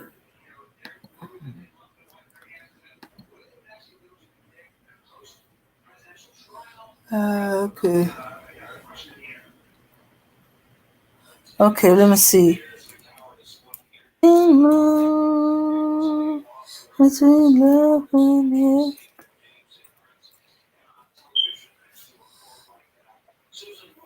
Okay.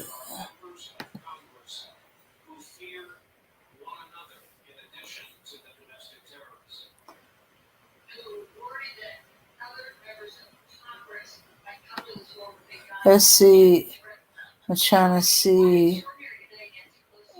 Make sure we don't get banned if I play that one.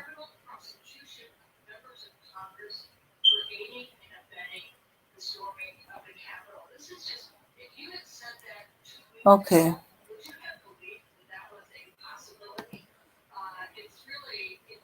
I can't even consider dude who disrespect women and men. Okay.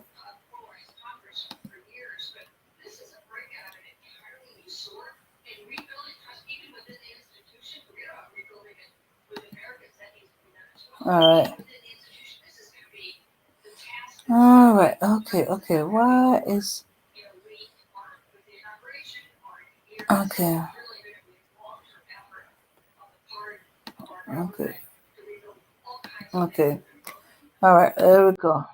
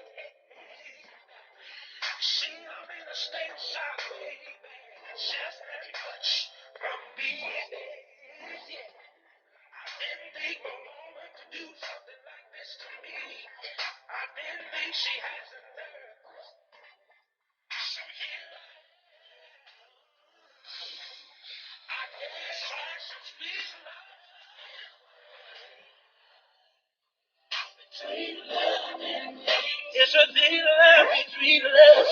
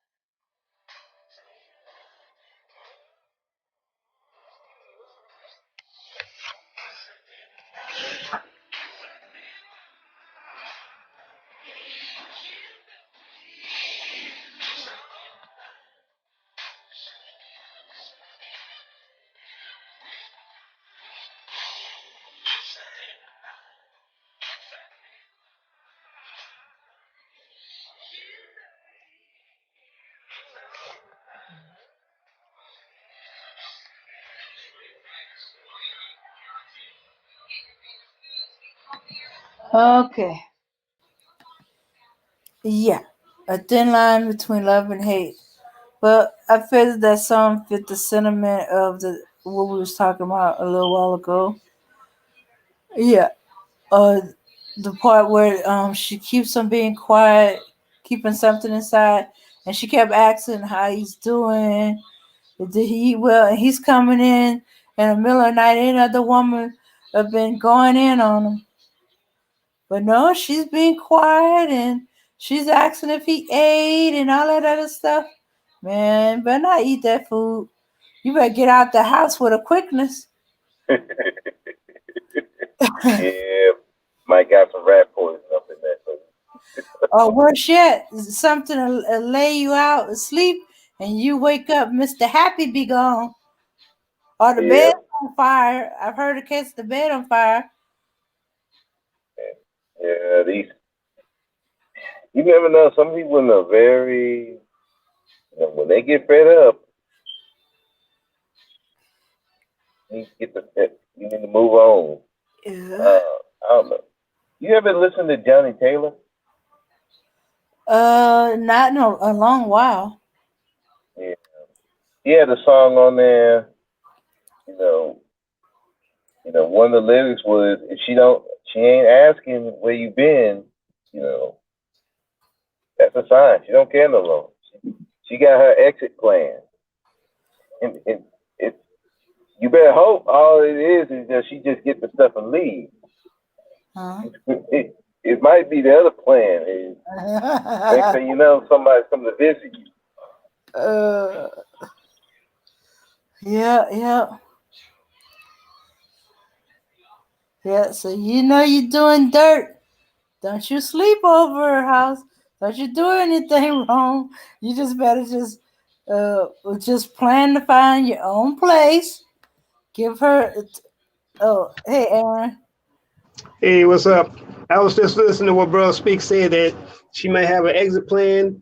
Yeah, and she might have an exit plan for you to exit from this planet, if you know what I mean. Yeah, that's what I'm saying. She got some exit plans, and you might be out the door. Did you see what I put in the chat just now? That how one of the scariest things that I've heard of is when a man mistreats a woman, and they go to sleep and all that. Next thing you know, he wake up from a real good sleep and just happened to see her just standing over him, just with a blank ass stare, not saying nothing. That would be some scary shit. Yeah. That's when you better be checking for Mr. Happy. You better be looking around the bed and taking a sniff to see if you smell gasoline. That's right. Yeah, you might not even want to drive your car either. You might want to Uber that day or something. Yeah. Check the car. Check your bank account. Better call your insurance. Somebody been inquiring about my insurance lately. Yeah, that's why I could never understand how a man could beat up on a woman, abuse her, whether physically, emotionally, and then he goes to sleep like there's no care in the world. And I'm like, okay, either he got the woman really cowed. That alone speaks to a level of arrogance. Like, do you realize how arrogant you have to be to treat somebody like a punching bag and then go to sleep in front of them? I agree. I agree. As if you totally just believe like you have so much control over this person. Like, even if this person is afraid of you, okay, well, you're vulnerable now. So, how are you that arrogant to where you're like, yeah, I got so much power over this bitch. She ain't even gonna beat on me while I'm asleep. Like, you have to be a nutcase. You have to be a total narcissist. You have to be completely arrogant. Yeah, these dudes just think that they just to catch me out think, oh, that bitch ain't gonna do nothing to me. You really believe that? Like you have this much power even when you're asleep. Like, what? The next thing you know, I'm getting that call. Aaron, you might want to come and collect your friend. What you mean collect him? He's in assorted pieces. That's all. Something. I'm like, I don't want to collect him. You better call the morgue or something. Yeah, like that Lorena Bobbitt woman. I mean, I don't know if I would have did that. Yeah. No, but that was I mean, she probably didn't hung around. I think she didn't have some sisters as friends because that's some straight up. No, she's Lorena Bobbitt's a Latina. Oh, okay, but she's still white. She's a white Latina. But she's Italian. Okay, she's a white Italian. I think she's Italian. Nah, her husband's Italian. She's not. She's Latina. Okay. Well, either way. But still, something inside her, like, you gotta really, because women are compassionate. Yeah, she might be one from one mafia families. Then she Italian. Yeah, but women are compassionate. Like we'll literally, like a man will do something wrong and we'll still be like, "Oh no, don't do that to him." So from what like I remember watching their story on Dateline and shit. I was like 19, 20, 21 years old. And Mhm. I remember she said that she asked him like like, do you want to make love or whatever? Like, cause he always like verbally and physically abused her. And Mhm. he was like, no, you're disgusting to me. I'm tired of you. But baby, I Excuse me. love you. So she just got tired of him and his bullshit. Like, I can't, like, the only way I can justify, like, cutting off a man's organ, like if he hurt one of my children. Mhm. Like, I don't even think I could justify cutting it off if he did something to me. Mhm. But like if he did it to my children, like if he used that organ to hurt one of my children, then yeah, I would do it. But if he only used it to hurt me, Mhm. like I don't know, maybe I'm just weird, but I don't think that I could just like you would really have to do something totally heinous, Mhm. for me to like I can't picture myself, it to me it's almost worse than cutting off somebody's arm. Like I can't picture myself doing that to somebody. Mhm. Like I said, unless he hurt one of my children, then I would. Mhm. Yeah, I Yeah. mean, but yeah, you're right about that, Misfit. That's some straight up pure arrogance right there. That you think you can just beat up on this woman and just think you just so sure ain't nothing gonna happen. Mhm. I You mean, know, these dudes out here are something what they else. call it? Yeah, like you're kicking somebody's ass day in and day out, telling her to bring your dinner, bring your lunch, bring you a beer, bust it wide open, give me, some coochie and you know, and then after that, like I'm gonna kick your ass and then I'm gonna go to sleep in front of you, and then you're just so weak that you're just gonna let me sleep here in peace. Like that's a level of arrogance that it needs to be checked. It needs to be checked. Yeah, I think part of the thing is it kind of escalated. He did something not quite so bad, but still abusive, and she took it or she forgave him. I'm glad my mom was not one of those that let it escalate. Because although he didn't beat her, I don't know what was going on. I know my mom was upset about something. Supposedly, he thought she was hysterical. She was just telling him what happened, but she was upset. So, and he slapped her. Oh, that was a mistake on his part. She went in the house to get her gun, her little pistol. Now, I know for a fact that it was in separate pieces, but my mom could put it together so fast. He took off running when he realized when she started, oh, nigga, no, you did not. And she went in the house. He knew what she was doing. He ran because he only had a few seconds. It didn't take her long to put that pistol together and load it and shoot him in the behind before he made the corner around the apartment complex. And that was her fiance. Yeah, so Um, she never let it escalate. But how many times have we heard women? We heard about women. He beat her more than one time, or he beat her one time. He said, "I'm sorry, I was upset. It never happened again." And then she takes him back. I mean, don't even leave the house or dump him or make him work to get back. No, she takes him back. And so the next time it happened and you take it back. And so each time it makes him bolder and bolder and bolder. It does because he doesn't. He feels like that he has free reign because this woman doesn't do anything. I watched this. I don't know if any of y'all are familiar with this channel, but it's called Soft White Underbelly, And it's like this white boy, and he goes around the country talking to, disenfranchised people, like hillbillies, drug addicts, like all these different people. And so this guy was, he was asking him like, why are you on drugs? Like, what happened to your family? And he said his dad just used to kick his mother's ass every day for no apparent reason.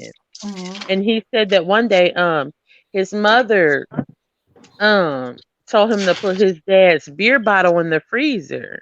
And he said, like, for some apparent reason, he knew that things were different because his mother never told him to do that.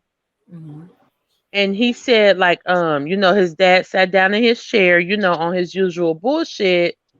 And he was like, give me my beer, I think I know. Sally. And Sally brought a frozen beer out of the freezer and she bust his ass. I'm talking about, he said he seen his father's brain matter. Ooh. Everywhere. Like he just said like his mother was tired of it. That's usually what happens. Oh. They because you can't just keep abusing people. See, and he said his mother knocked the shit out of him.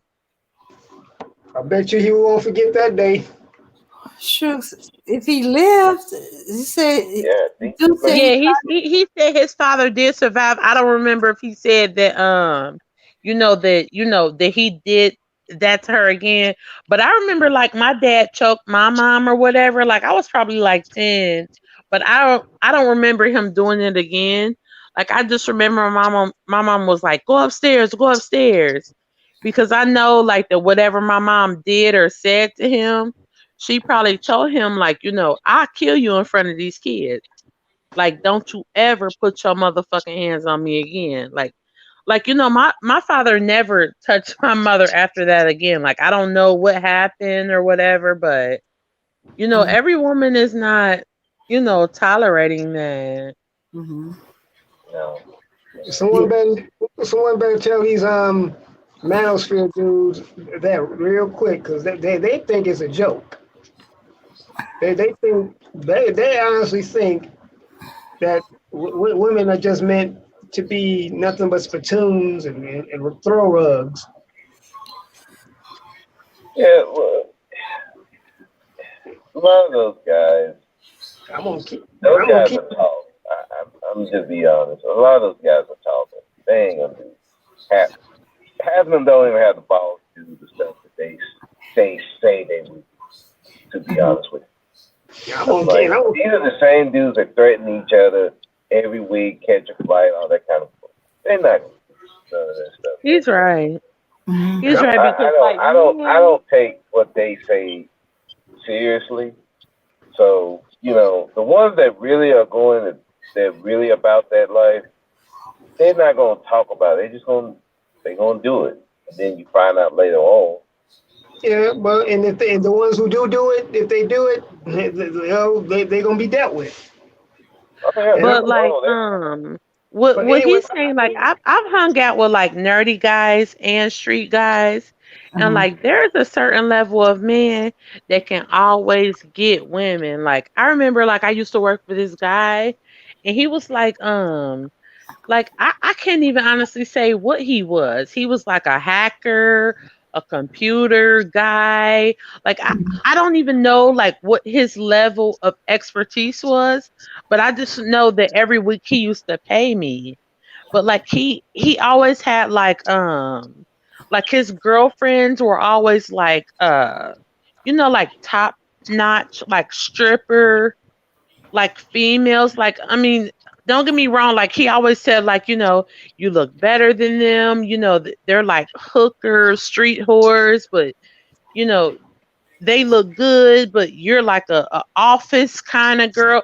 So like I would always hang out with him, but he never had a problem getting women. Like he was the kind of guy, like he was like nerdy, but he never needed to abuse women. You know what I mean? Like he never mistreated women. Like, he would just be like, hey, can you do this paperwork? And I'd be like, yeah, that's fine.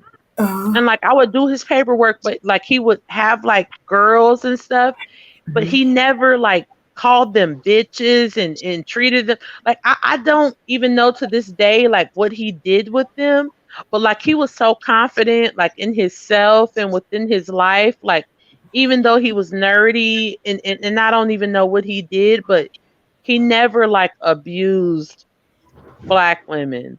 Like, he never treated black women like shit. And like, if you worked for him, he would respect you and say, hey, okay, this is what I'm going to pay you. File these papers, call this person, do this, do that. And I'm going to give you this X amount of dollars. Like, so, like men that, that are confident in themselves and like they have money, like they don't feel the need to treat women like shit, because he wasn't necessarily attractive. Like, he wasn't. I mean, I'm not gonna lie, I can't lie, like I wouldn't have fucked him. I mean that maybe if he wanted to try to have a life with me, I would have probably tried to make it work, but he wasn't the kind of man that I'd be like, oh yeah, I want to fuck with you, and I want you to be my husband. But if he showed me something that that he wanted to have a commitment with me, I would have done it. Like, he's like, there are men out here who like have something going for themselves, where like women in the streets, like they treat them like garbage. But then these men, like, they have something going for themselves, they don't even care, because they know that they have money and they don't need you. You know what I mean? Like, if like women, certain women, like if they don't want them, they'll just move on to somebody else. Like, they don't abuse women and treat women like garbage because women don't want them. Yeah. They'd be like, well, you're lost, and then move on.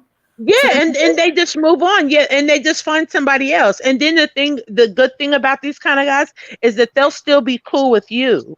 Like, they'll still like, make you their secretary, and they'll still be like, hey, I wanted you to meet my wife. And I'll be like, oh, hey, what's up with you? Like, hi.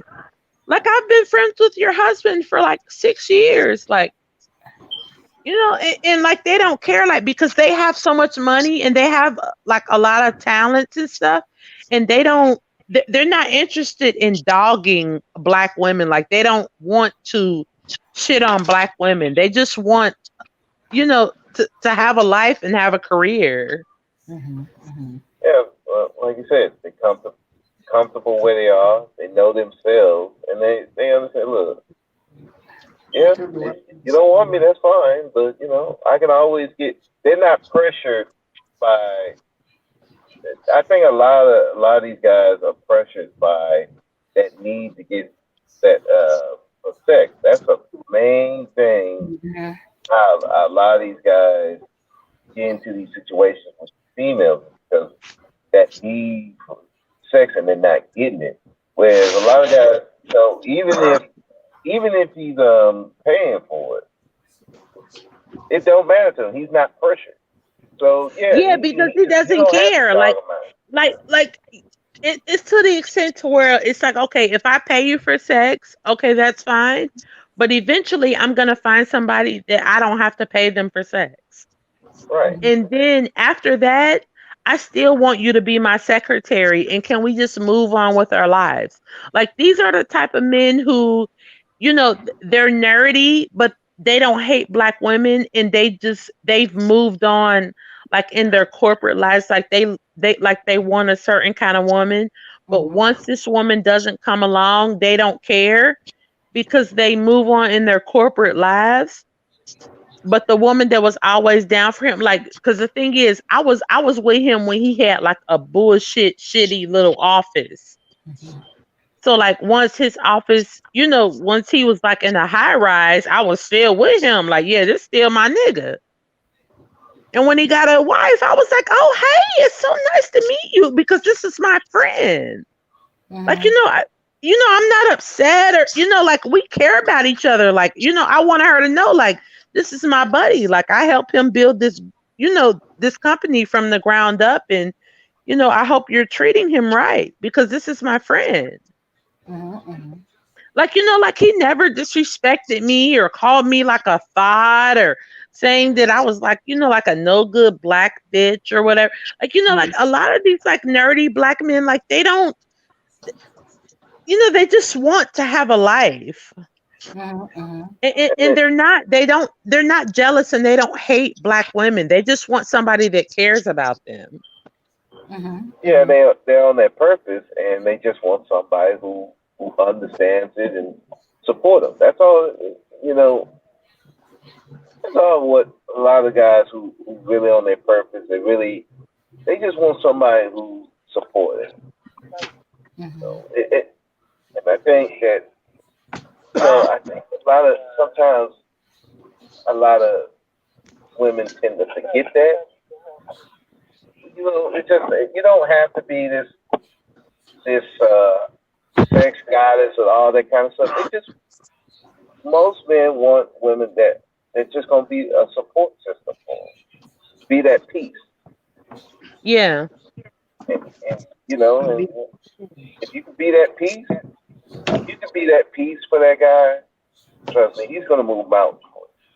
Yeah, and that's how it was with me and my friend. Like the only thing that got us, like that kind of tampered with us, is that I didn't want to be like sexual with him, and like I told him, like it doesn't matter, like I'm still gonna be there for you, like find you somebody that's gonna be with you, and I'm still going to be here for you. So when he found someone, I had to let her know, like, baby, you don't understand. This has been my friend, for 6 years. Like, I don't want your man, baby. Like, I helped your man build this company. Like, go ahead, and be with your man.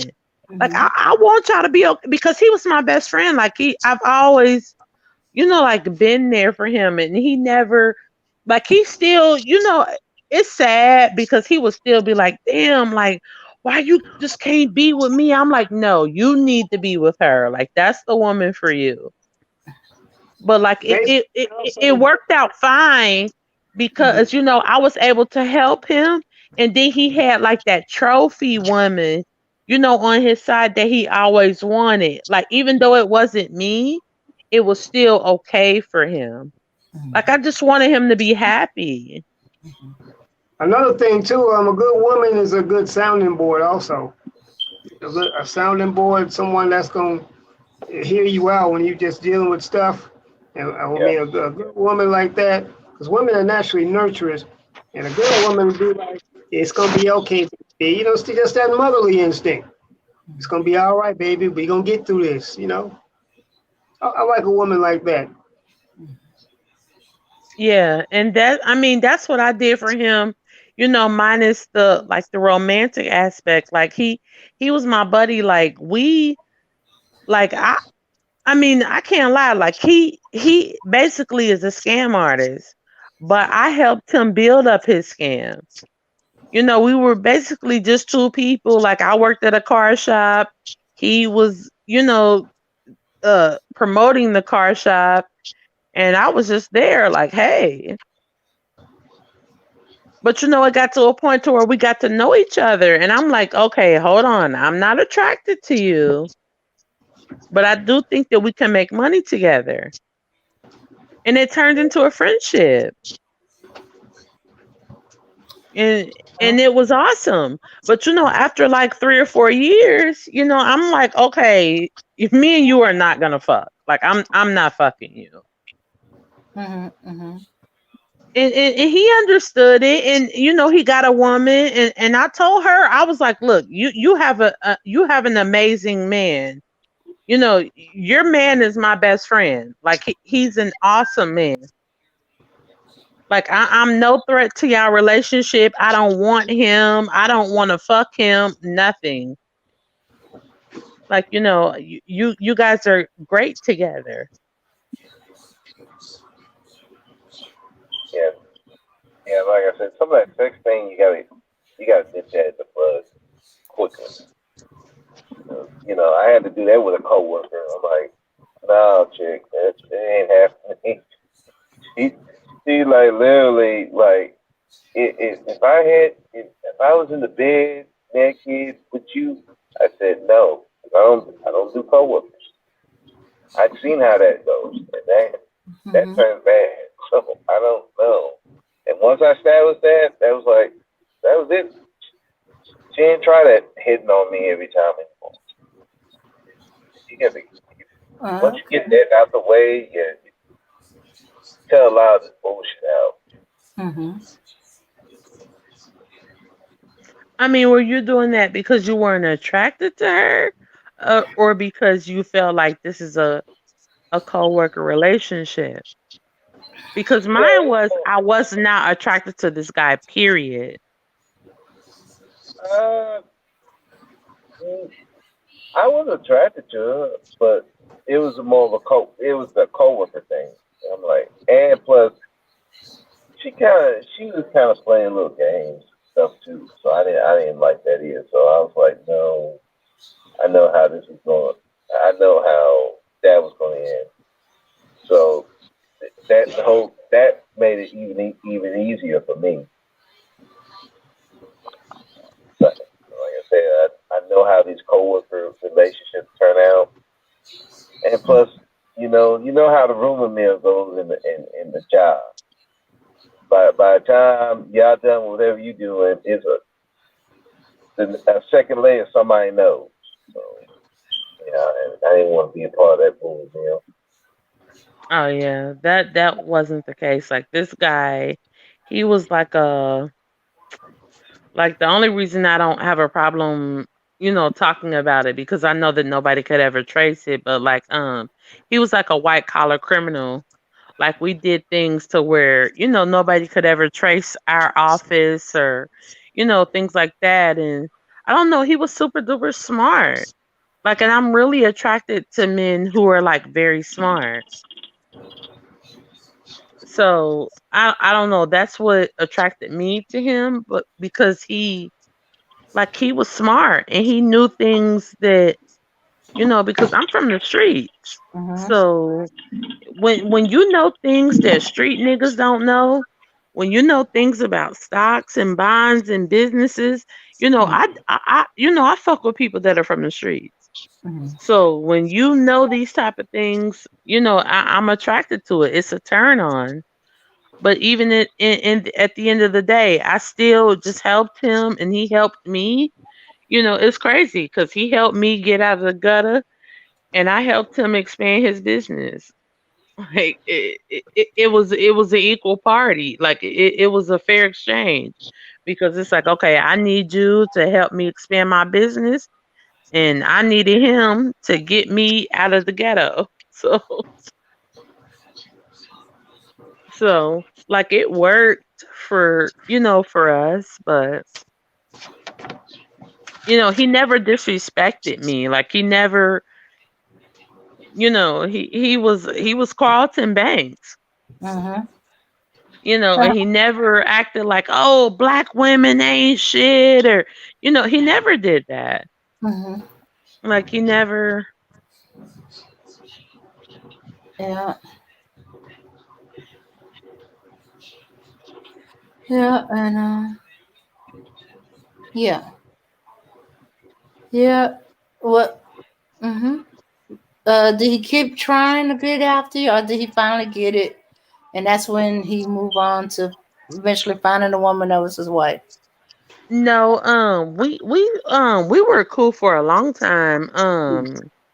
Let me see, my 12-year-old, we was cool until like my now 12-year-old was like 5, and Mm-hmm. I remember him getting with a girl because she was a stripper, and Mm-hmm. he was like a stripper promoter. Like one thing I can say about him, and like I'm not talking shit about him, but he was like always like a janky promoter. Like he was one of those those black businessmen that always had his hand, like in some shady shit. Like, Uh-huh. like every time you turn around, he'd be like, "Hey, can you help me with this? Like, I'll give you $3,000. Like, just do this. Just call this person." I'll be like, "Okay, I'll do it." And the next thing you know, he'd be like, "Okay, okay, this is the last time. Can you call so and so and, I'll give you $5,000. Just do this. Just call this person, and I would do it. Mhm. And we would go do it, and then we would go like Did he ever give you meet. the $3,000 from the first one? Huh? Did he ever give you the $3,000 from the first one he told you to do? He always gave me the money up front every single solitary time. Oh wow. But he was Yeah, still like janky though, huh? yeah. My thing that the reason that I said it was janky because sometimes we would show up certain places and like people would run us out of somewhere. Like they'd be like, "Oh, there go that whole ass nigga," and like he'd be like, "Hurry up, get your purse, let's run." And I'd be like, "Oh my God, what's going on?" And like he would never tell me, and I'd be like, "Why are these people chasing us?" Yeah, And so like, I'd be mad as hell. Nigga, they shooting at us, nigga. What the hell did you do? I swear to God, like this happened. I don't know. Let me see. I'm 40, so I've been knowing him since I was like 23, and this has probably happened to us like 6 times. Whoa, damn.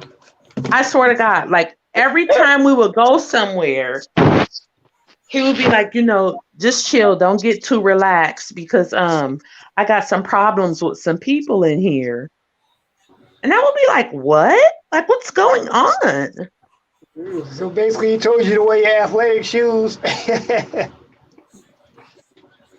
like he would always tell me like wear your stilettos but bring your gym shoes. Like Uh-oh. Yeah, that's a telltale sign right there. Oh, we about to get into some shit. You need me to have the car running? Yeah, you might want to have the car running too. And have the doors standing wide open. Because as soon as shit jump off, I'm jumping right in there, we be burning.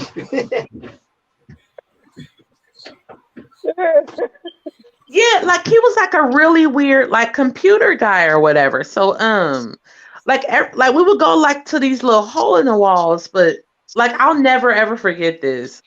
Like every time we would go to a hole in the wall, there would be like a secret door that we would pass through.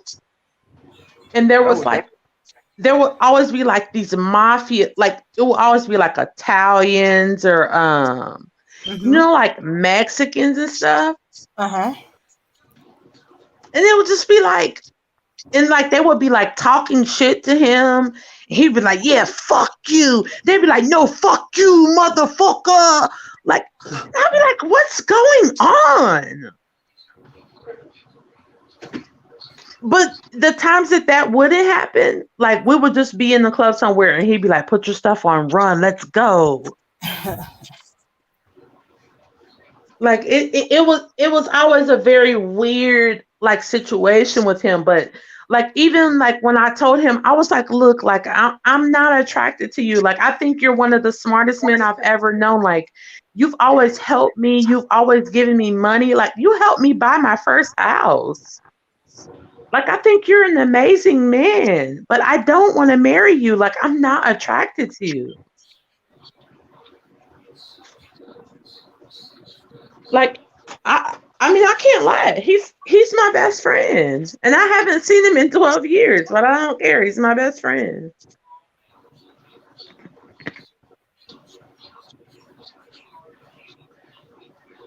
Like it's almost like he's just a weird guy who gets money and then like he does things that he shouldn't do, and then he just disappears. And he a street nerd. He is a white collar criminal. Mm-hmm. Oh. He's my buddy. I love him. I miss him. But he, like he just like I remember. Yeah, I'm not gonna talk about anything else that he did. But yeah, like he's a very good person. And like he never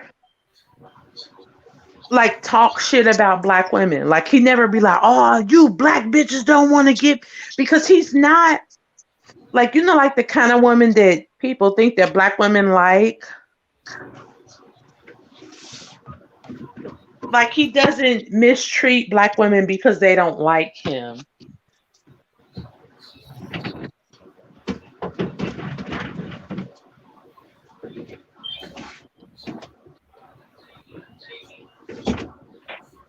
All right, good.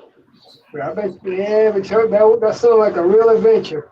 Man, that sounds like some stories from a hood movie or something.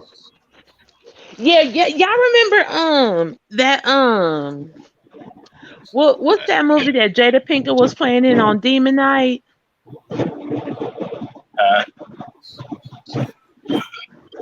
Hey, y'all, I'm back. Hey, okay, wait. Demon Night. Demon Night. Okay, remember when Jada Pinkett was in that bar on Demon Night? It was a Twilight Zone movie, Demon Night. Okay, yeah, so like and I'm gonna make this short because Max is on here. But like we've been in situations like that to where they were like, motherfucker. Like, and like we literally had to like fight for our lives. And like we would jump in his trunk. So let me ask you something, Misfit. You say you had a guy that's a best friend? Yes. Really? Yeah. And he never tried anything. He never did nothing. He never came on to you. Nothing. No, I'm not saying that at all. No. Oh, okay. I was wondering, like. Yeah, I'm not saying that at all. Yeah, no. Yeah, because I don't believe guys and girls can be friends. Yeah, I'm not saying that. But you said, Miss Fig, you neither confirm it nor deny it, huh? Yeah, no, I'm not even gonna do either or. Like he literally did, but the thing is, he's not a lame. He's not broke. So he's the type of person where he's like, okay, damn, I really wish you would fuck with me, but even if you don't, okay, let's go on this trip together and let's get this money. Right. Because I don't know about women, maybe in the amount of a woman, but that femininity is gonna wear a dude down. The more he's around you, the more that femininity gonna wear him out, and eventually he's gonna break down completely. That's if the nigga ain't moist. That's if the nigga ain't moist. Yeah. Yeah, exactly. If he not a what Cynthia G call him, sugar what? Sugar booty. Yeah. Sugar booty, yeah. Yeah, if he's not a butt burglar or a sugar booty, he gonna get worn out. That femininity. The femininity is like a man's kryptonite. It's a killer. I'm telling you, it's not. Yeah. It's not gonna, because the more you like, even your scent as a female, it's gonna wear him out after a while. It's gonna wear him out. Saying also say they be pussy popping. Yeah, and the more that femininity wears on him, the better you're going to look to him. The more sexier you're going to look to him. You're going to start hallucinating. Yeah, that's how my ex got me. Yeah, you're going to start hallucinating. You're going to start looking better than what you really look like in his eyes, because that femininity is kicking his ass, I'm telling you. Yeah. So I don't know about, I hear women, but I think that's more on women. I believe women believe that, but I don't know if any guys believe that. I don't know. If you ask guys, what happened with him and I is I don't mean to interrupt you, but what happened with him and I, once he started to figure out, like, okay, this is literally my friend, like there is nothing that I could ever do, to make this woman fuck with me. That is when we started to transfer the more so business aspect of it. He found the woman. I told him, like, this is what you need to do to keep her. Like, you know what I'm saying? You need to do this A, B, and C to keep her. I started decorating their house. I started fixing meals. I started teaching her how to be a wife to him. And he transferred that affection to her. Right, but let me ask you this. Are they married now? I don't know. I haven't seen him in 12 years. Okay, check this out now. That, what you were saying, I know that may sound like it, but that don't mean anything to a guy, right? Even if he found a girl, right? If you would have gave him some, right? He'd have got it. He'd have got it. You know why? Because he wanted you first. But I didn't want him, and he respected it though. I know. But you see, he only did that to appease you, is what I'm saying. He only did that, but trust me, in the back of his mind, if you would have wavered 1 inch, it'd have been one who flew over the cuckoo's nest. No, that's my buddy. Like he, Yeah, well, like he just did that. it was almost like we were like, it's like we were, you know, we were white collar criminals, you know, just like living in a world of bullshit. Like once I told him, you know, I told him like, I'm never gonna fuck you. Like, you know, I want you to. We ought to do a big show on that. Can men and women truly be friends? And get a bunch of different opinions up here. I'll tell you right now, I don't believe so. I do believe so, because you know what? Yeah. It can, don't get me wrong, one or more parties won't like it, but eventually either A, both parties are going to accept it, or they're going to move on. Well, it's believe like this, me, I know. Right? If a guy's a gentleman, right, then eventually he gonna back off because the woman is saying, look, no. I think women are stronger in that area than guys are. Okay? Women could probably pull that off. But guys, I doubt it. I seriously doubt it. In order for him to pull that Max, off, I pulled that shit off. Let me see. I know. Max, let's be honest. My son is 20 years old. This happened when my now 20 years old son was 1. I was cool with him until my son was 15 years old. I never touched him. I never fucked him. I never did anything. And I told him, we are not doing this. Let's get this money. And he was like, okay. So he started dealing with other women. He started asking me advice on those women. Right, but that's what I mean. You know, women are much stronger in that area than guys are. Like I said, I think women can pull that off much better than guys. I don't know if guys can pull that off. Unless the guy has absolutely no attraction to you whatsoever. And that's hard. I think that's really hard, if the guy has other girls, the thing that kind of withered him away. No, Max, the thing that withered him away from me was that he had other prospects. So he was like, okay, well, at least I got other women. You know, I am getting tired of not having sex with you, but at least I have other girls. Right, but let me say something though, right? The only time that really matters is when the guy commits to another female. Now, if he commits to her, then yeah, but if he don't commit to it, that don't mean nothing. That don't mean nothing. He's still waiting to see if you're going to come around. He may not say nothing to you about it, and he may go through the motions with another female, but if he ain't committed to her, trust me, he's still waiting for you to come around. Well, maybe that's why we stopped talking. Yeah, he's still waiting. If he messed with another female, right, and you come out of nowhere talking about, maybe, you know what, let's try it, man. He'll act like he don't even know her. Oh. Now, if he committed to her, that's a different story. You know what I'm saying? If he not some bum ass nigga, if he committed, then nah, he ain't gonna. No, yeah, he's not a bum. Like he's very prominent. Like he is a white collar criminal. Like he has money and everything. Right. So if he committed to this female, then all bets are off. But if he ain't committed, right, he'll go through the motions for a while, right? As long as he don't, commit to her, he's still waiting for you to make a move. I mean, he would say things, but I would always like give him suggestions, when it comes to, the other woman that he was with. Like, look, you need to do this, you need to do that. Like I decorated their condo for them because I'm not attracted to him. I don't want to be with him. He was, like my business partner. He was my supervisor. Like, I don't want to be with you.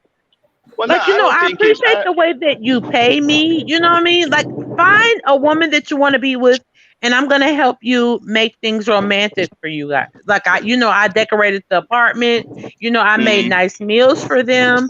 But, he would give me his Mercedes, and I would leave. You just gave me an idea for another show. Who make better dating coaches, women or men? Women. sorry. Yeah. That's too easy. Yeah.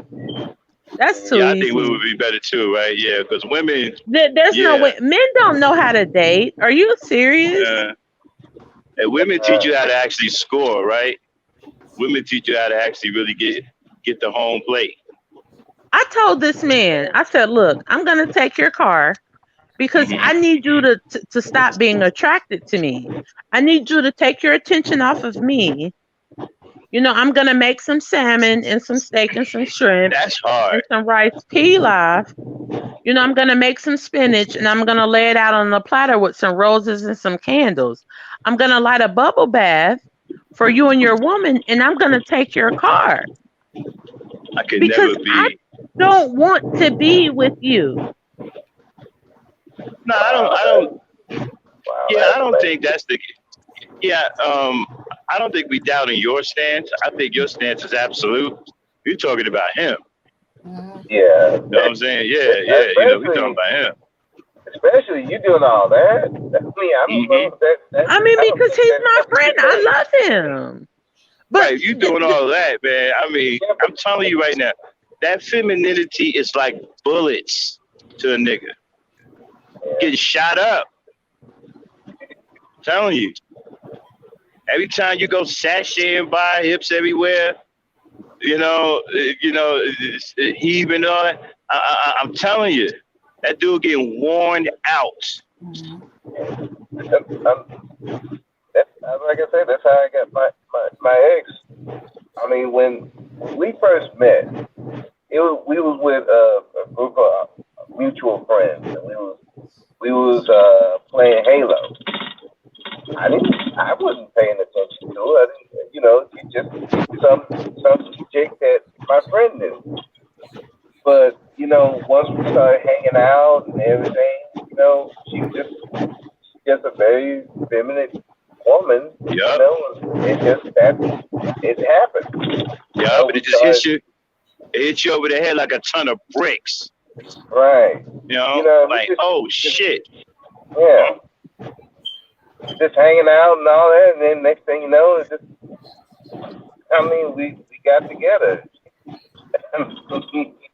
I'm writing a letter saying, I want to get with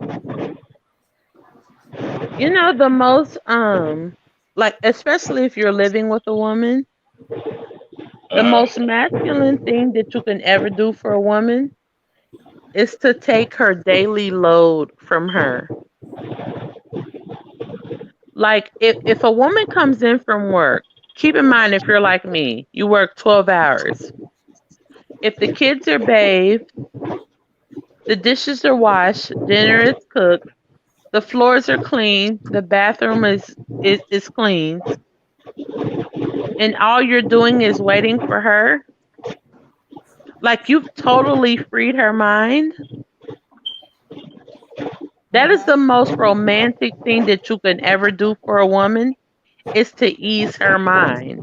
Like, if a woman is like, oh my goodness, I forgot to pay the water. Oh, baby, I paid it. Oh my goodness, I forgot to pay the gas and electric. Oh, baby, I paid it. Oh my goodness, I forgot to pay the guy that cuts our grass. Oh, baby, I paid it. If you do this, wait a minute. You a forgot to pay a lot woman of is stuff. going to cock her legs. Clean. Like, the fact that men don't. Street. No. You forgot to pay everything. You paid nothing. This is the thing. And I told my son this.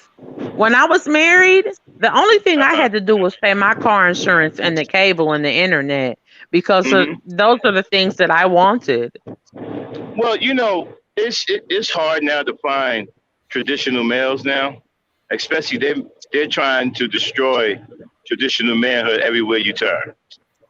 Yeah. They don't want guys to be masculine no more. They don't want this toxic masculinity. Still don't know what the hell that is. But these dudes are feminine. They hollering and screaming like girls and fighting with women and jumping women. I saw a stream the other day. They had 9 dudes on the panel, all fighting one woman. Yeah. Probably ripping her ass apart. Now, don't Yeah, get me and wrong. and I they, know, I know this is this 21st century shit. Excuse me, 21st century shit, and women should not, be expected to not pay anything. But like I told my son earlier today, I just caught my son in the other room with him and his girlfriend. And I laughed it off and I pulled them to the side because it was the funniest, most cutest thing I've ever seen. uh, My son and his girlfriend were just caught in an entanglement. And I don't have anything to say about that. you know what But I like I think told that. them, I said, you know what? When y'all have a baby, don't come looking at me I think because you today. need to make sure that you are providing for her. Go ahead, Max. I think today, man, black people need to go back and learn how to be with each other again, how to be around each other again. When I grew up in the '70s, the quality of black people was super high. They cared about each other. They loved being around each other. They helped each other. You didn't have all this shit going on now that you see right now. Stupid niggas talking about asking women what they bring to the table and all kinds of dumb shit like that. You didn't have any of that nonsense back then, Exactly. right? Today, it's so messed up today. You got people who are so messed up they can't even talk to each other without fighting. You got guys who can't talk without being overly sexual and degenerate. And overly emotional and hyper vigilant about, like they're over talking women and they're getting pissed off. Like I told my son, my son's girlfriend, my daughter-in-law, because I'm claiming it because I know she's a good girl and I want her to be with my son because I told my son, you dog her and you treat her like shit, I'm getting rid of you. Because I'm not letting my son sit up here and dog no black woman. I'm not going to let my son treat nobody's black daughter like shit. So I told my boy, I said, so how you going to look? Okay, so this baby, she about to graduate and now she's going to be a cosmetologist. And you're going to be a mechanic. So you think I'm about to sit here and let you impregnate this girl and walk away? It's not going to happen. Either you're going to be with her or you're fucking not. It's very interesting. You just gave me another idea for a show. Let me ask you a question. Is there a profession that a man or a woman can have that will turn you off? And you can't use stripper, you can't use drug dealer. It's got to be a legitimate profession. I get it. Okay, so I'm going to say this. If you at McDonald's, Burger King, or any fast food joint and you're 25, you have to be the manager. Now, wait a minute. What if he's 35? Oh, you have to be the GM. Fuck that. Fuck that. If you're 35 and motherfucking Burger King, you better be on your way to a motherfucking franchise owner. You better be on your way to a motherfucking franchise owner. Because guess what? What the fuck are you doing? Now, don't get me wrong. There are certain exceptions. Here are the exceptions. If you just got out of prison for being accused of some shit that you did not do, and you're trying to get your life on track, and those are very, very small exceptions. Right. Like this is the thing, and this is why I don't play with when it comes to my children. Like I told my son, you are going to be an electrician, you are going to be a plumber, you are going to be a mechanic. You are going to pick up some kind of trade to where you can better your life. Because if you don't, then you're not a man. See, if I was talking to a sister, right, and she, right, and everything was going good, and then she just told me, like last, well, what you do for a living? living.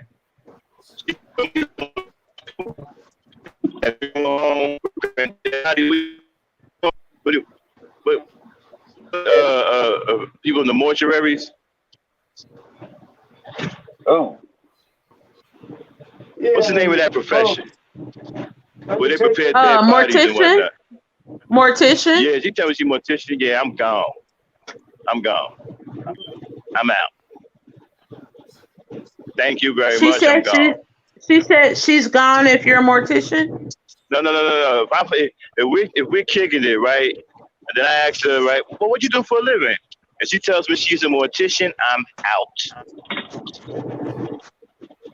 I'm gone. Why? Peace. That's gonna creep me out. That's gonna creep me out because of the like I'm gonna be thinking about embalming fluid and dead people and hearse. I'm gonna have I can't. And then I gotta worry about them. Gonna be scared to go to sleep around her because she be walking around dead bodies all the time. You know what I'm saying? Man, me making she trying to stuff a nigga with embalming fluid. Nah. I can't believe you, man. Tripping, man. I'm gonna be tripping, man. Nah, I can't do it.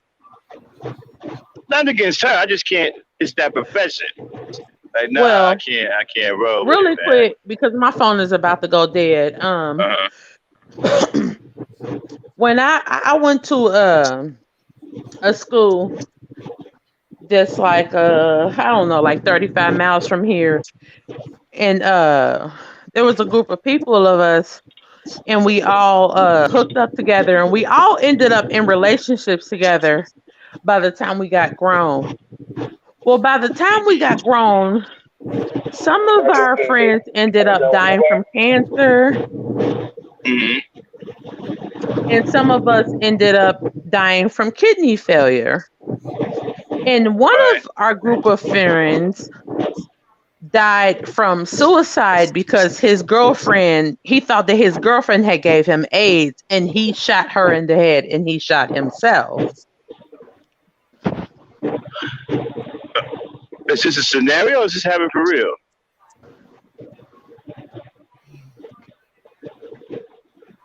Hello?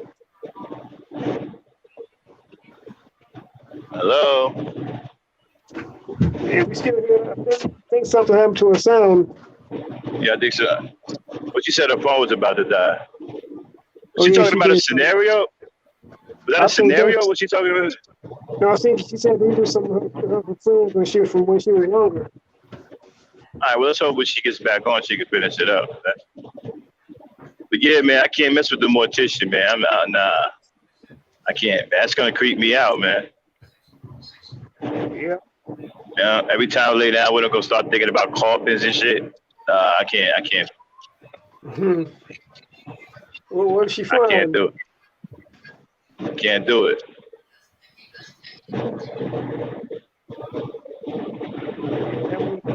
That's scary. That's some creepy shit. Yeah, you know what? It's like, it's their profession that will turn you on. What about a taxidermist? The female's a taxidermist. Yeah. Stuff wild animals and stuff like that. I know what you mean. My dad used to do that. Yeah, that does seem kind of creepy. Yeah. Now, it ain't even got to be a creepy profession. It could be a profession that you could think is a dead end. And she think it's the world, and you on some, okay, you ain't going nowhere. And you just don't want to be bothered because she ain't going nowhere. She thinks she is, but she ain't going nowhere. Like, she a bus driver, and she think the world will be in a bus. You be on some, you know what? Yo. Yeah, I've never seen any real nice looking bus drivers.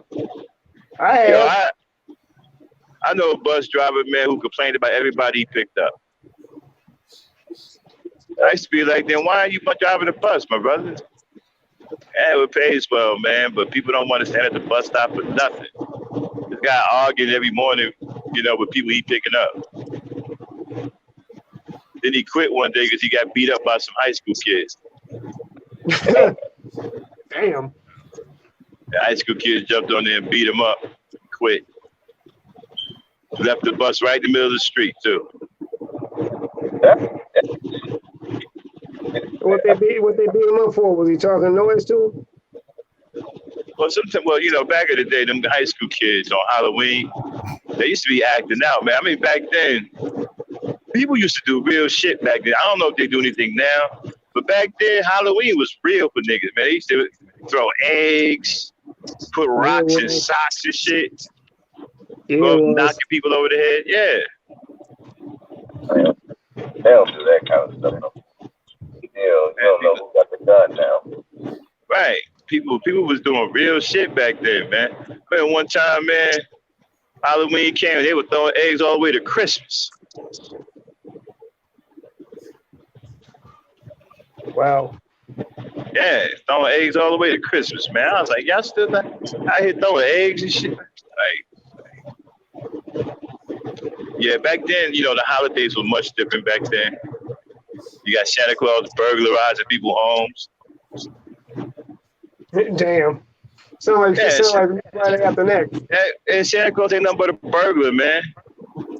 You're a burglar. They try to pass him off as somebody respectable. Man, he's a burglar. For one, he breaking into your house. He sliding down the chimney. Of course, black people, we don't chimney got my ass. We got radiators. Yeah. They substituted the chimney for him coming through the window. You know. Santa Claus get shot in his head. And the bag of them bag of toys, them ain't really no bag of toys. That's a bag of loot that he done collected from other people's houses. They made a fairy tale out of a burglar. A burglar, yeah. Of course, but that's white people for you, though. If you go, I think the real Santa Claus it was a guy in Europe who was an actual burglar. I gotta look that up, but I believe that's where it come from.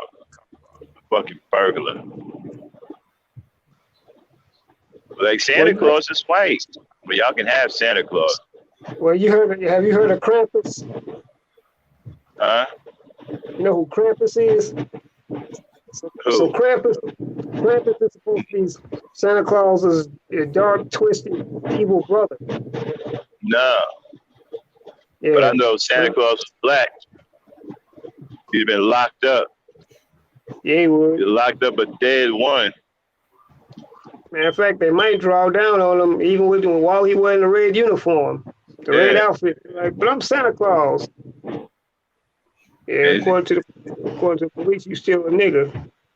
They would have jacked his reindeer and hit him up on animal charges, animal cruelty charges, all kinds of stuff. Mm-hmm. They got jacked up. But he's a white man, so he can get away with breaking into people's homes. Mm-hmm. And you notice he loves kids.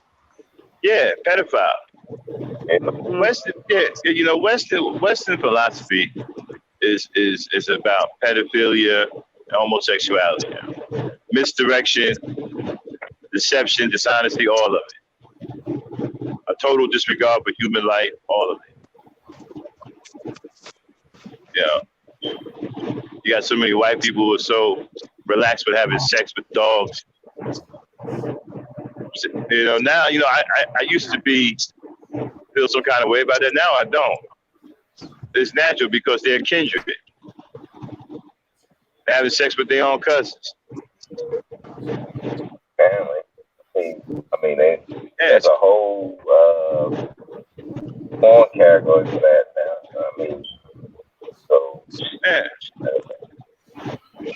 Family, man.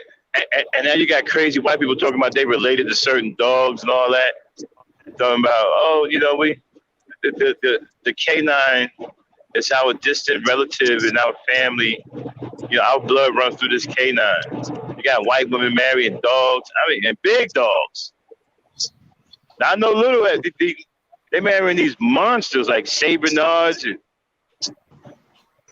Great Danes and whatnot. Yeah. I think one white woman tried to marry a horse. Didn't go down right. Huh? Yeah. Trying to marry a horse. Yeah. Hey man, I remember one time I went to a rodeo, not by Will. When I was military police, we was doing something. I forgot what we was doing, and they was having like some kind of a show on base. It was a rodeo. Man, that's the first time I seen a bull. Huge beast, bro. I mean, huge. And when he hit that clown, whatever that stupid white boy with the clown uniform on, man, it was like him hitting a paper bag, bro. That white boy meant nothing to him. Nothing. Was he in one of those barrels? Huh? Was he in one of those barrels? He was dressed as a rodeo clown.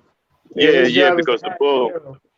Yeah, man, he tried to, but no, well, he didn't have the barrel. He was just running around, and the bull was on his ass. Bull was huge, man. Hooves shaking the ground and shit. Big. I'm like, man, y'all out of y'all damn mind. Man, when you ever seen a bull in person, the white folks are insane. Messing with an animal like that. That's a beast, man. How do they mess with him? They try to ride him? I mean, I never did that sport. Like, you riding a big old bull with those horns gouge. Man, y'all out of y'all damn. Y'all need to be committed, bro. And then they be over there talking about, and then you heard white boys over there telling stories. Yeah, and that bull, man, he punctured me right over here, and the horn came out on this side. Just missed my liver. Wow. Yeah, I heard about stories like that too. Yeah. And you got some over there in wheelchair looking all messed up. What happened to that one? Well, the bull kind of tore him up a little bit, you know. Kind of tore him up. No, I think he did pretty much get him. He put him out for the count if he's in a wheelchair. Yeah. I mean, they crazy as hell. Now I see matadors, man, they nuts too, man. These bulls are huge, heavy beasts. I'll go one better for you. Every year in Spain, they got a bunch of fools running around the streets and let bulls run out. Yeah, I seen that. Yeah. Man, them motherfuckers be the hooves, man. They be clacking, they be shaking the ground like, oh, boom, boom, boom. You're like, oh, man. Oh, man, they got these fools and them big ass horns. Man. At least the matadors got swords. The one that's running those bulls, they ain't got nothing. They running. Like, God. I think I saw a clip where the bull got smart and ran the matador over. He faked like he was going for the red thing, right? And then he kept straight, ran his ass over.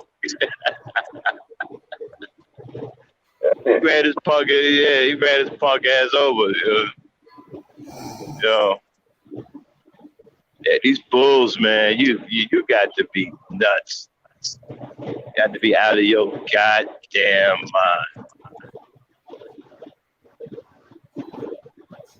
mind. Crazy.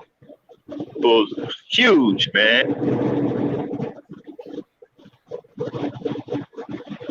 You couldn't pay me enough, but you couldn't pay me to do nothing. There ain't enough money in the world, bro. Yeah, I agree. See, white folks into crazy shit like that, man. I remember somebody, it's like, what would you do? Would you ever bungee jump? Bungee jump? Yeah, but somebody paid you $10,000, would you bungee jump? Hell no. Sorry. No. Nah. I'd be afraid they tamper with the thing and I fall to my death. So Yeah. they don't have to pay me. Yeah, I ain't doing none of that daredevil shit, man. You know what? I'm still trying to figure out how Evel Knievel survived. I saw that crack. Okay, any of y'all remember Evel Knievel? Oh, yeah, I remember Evel Knievel. I was watching it. I was watching that shit live when he broke every bone in his body, just about. Yeah, I think I remember that. Yeah, man, when he tried to jump that I forgot what it's called, and he fell down and slid and tore himself up. I remember I saw that live, man. That man should have been dead, but he survived. I never get this. They said he broke his body. Knievel. Yeah, but you stupid anyway, man. What are you doing trying to jump? Didn't that fool try to jump the Grand Canyon? Yeah, he did. He tried to jump the Grand Canyon. Yeah. Stupid, man. Like, does stuff like that. Stupid stuff. How are you jumping the Grand Canyon for? That's when you're bored with life and you need some kind of some kind of adrenaline rush. Yeah, speaking of that, I was looking at there was an article about a girl who's a dirt biker. She killed her girlfriend. She was the first murder. She committed the first murder in 2021.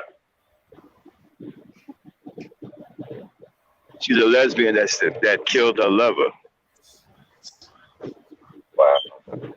Wow. What an honor. I'm the first one. No, I don't. Okay, here's the thing I don't understand, right? They get into them gay relationships, act like heterosexuals. One is dominant, another one is feminine. So one is playing the role of the man, another one is playing. I mean, I don't get it. Yeah. I think it's funny, man, because I had a couple of dykes one time try to run down. I remember I was at a club back when I was in the military. I was talking to this girl, and her girlfriend came over. Yo, man, get out of my girl's face.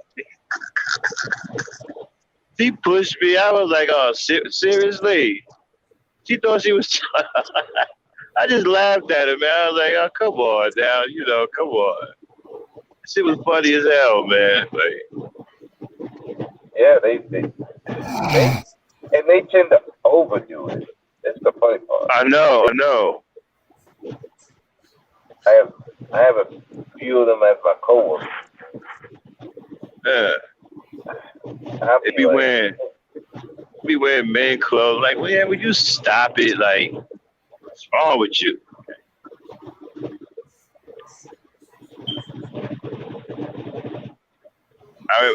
Was it the DSM?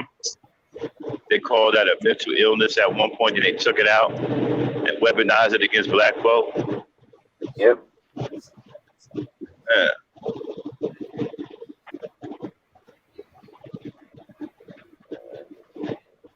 But man, it's insane. Those,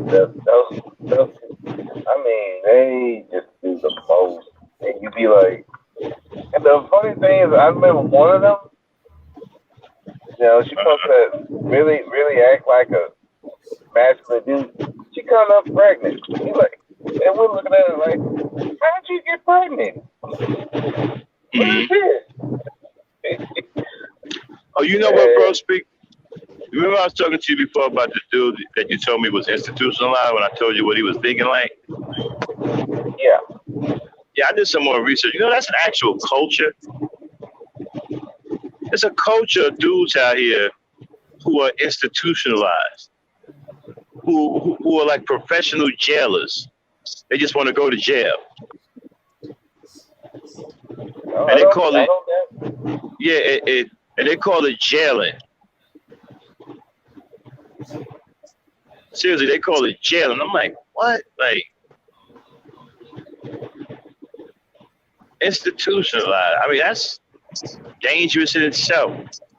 Got to do a show on that too, man. How do you become institutionalized?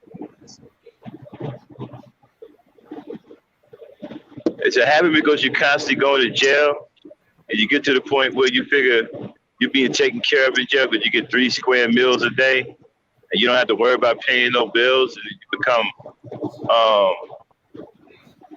you like that lifestyle or something like that. But it's a whole culture of that shit, man. That's somebody who just broken, man. That's somebody who just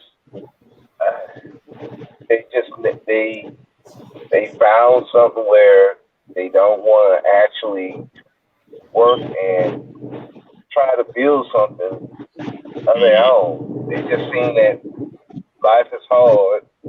It ain't getting no better, so let me go to jail. At least they have to provide that. It ain't the best, but but to a person, it's like you giving a drowning a person that's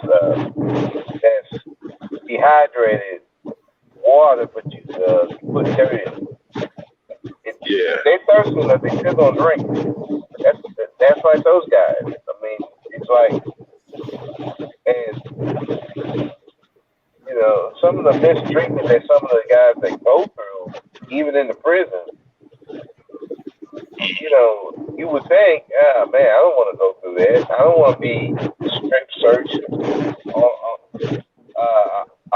A male can actually strip search you at any time. If they feel like you have something on you, they can tell you to get out your clothes and you have to do it. Or they'll force you to get out your clothes. Wow.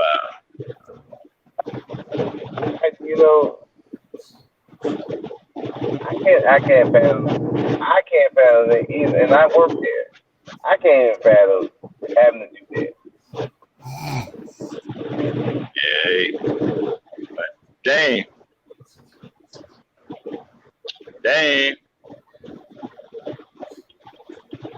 Dang, wake up. Dang,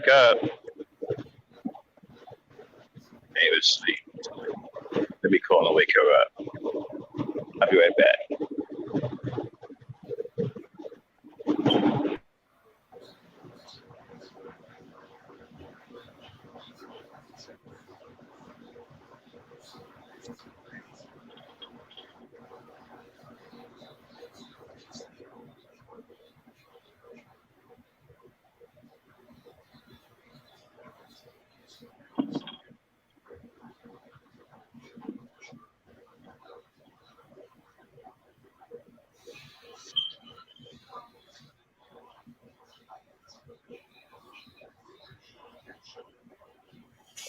Yeah, that.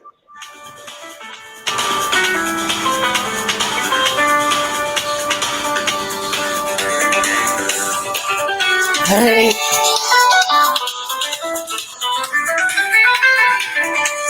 Hold on a second, y'all.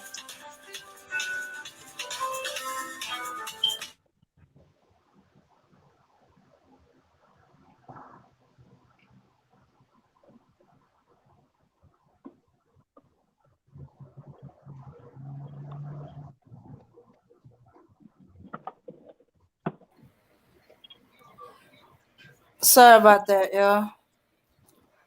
Oh, we still here? Oh, yeah. Yeah, we know you took a nap.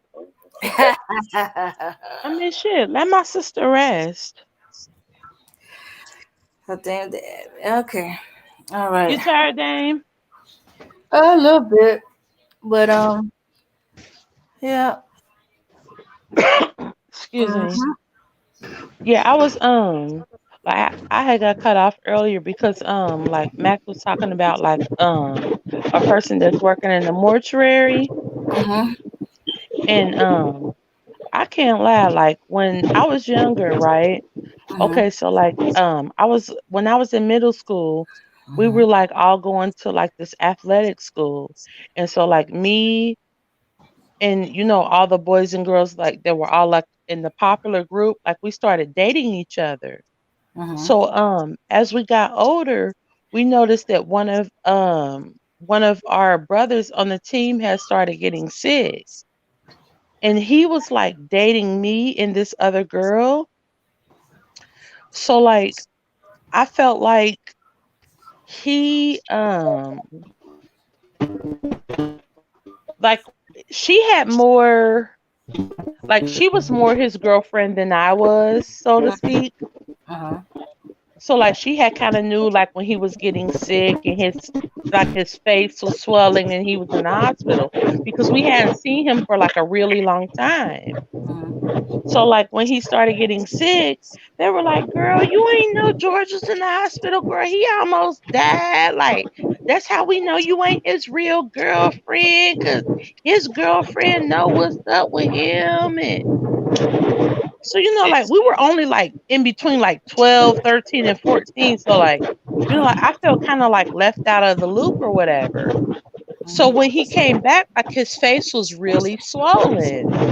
And like the school had did like a big ass parade for him. And they were like, "Yay, George is back. Like he's not sick anymore. Like he got a liver transplant and yay." Like so that like there were all these balloons and stuff. And like his real girlfriend was like up at the podium to like present him with his balloons and stuff because he had survived and he was doing better. But when he had walked off the stage, it was crazy because like people were clapping for him, but he ended up walking off with me. And it was so weird because like I'm not used to getting attention from people. So like when he had walked off with me, like everybody was clapping and like people were surprised and stuff like that. So we ended up being like the school, like it person or whatever. Like the it couple or whatever. Like like the Jay-Z and Beyonce, like of the 90s or whatever.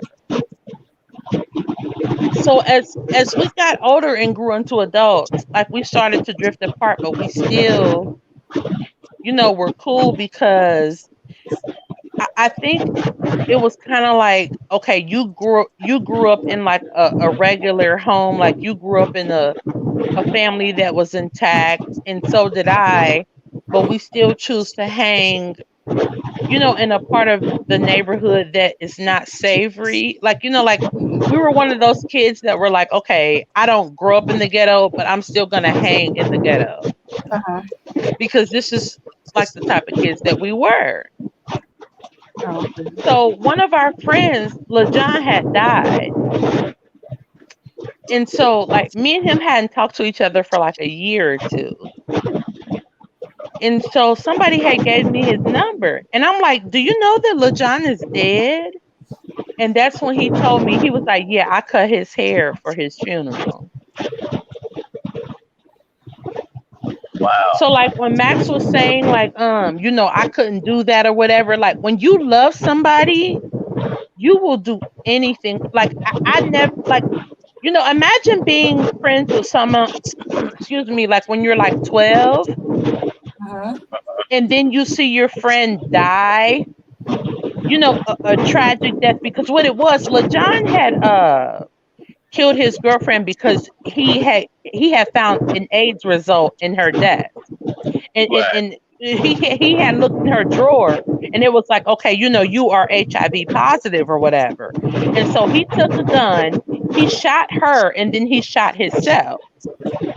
So, the whole neighborhood is like, "Oh my God, how could this happen?" or whatever. So, I'm calling around to people like, "Oh my God, do you guys know that LaJohn is dead?" And they're like, "Yeah, like, that bitch gave him AIDS and this and the third." So, I was, this is by the time I had graduated from phlebotomy school.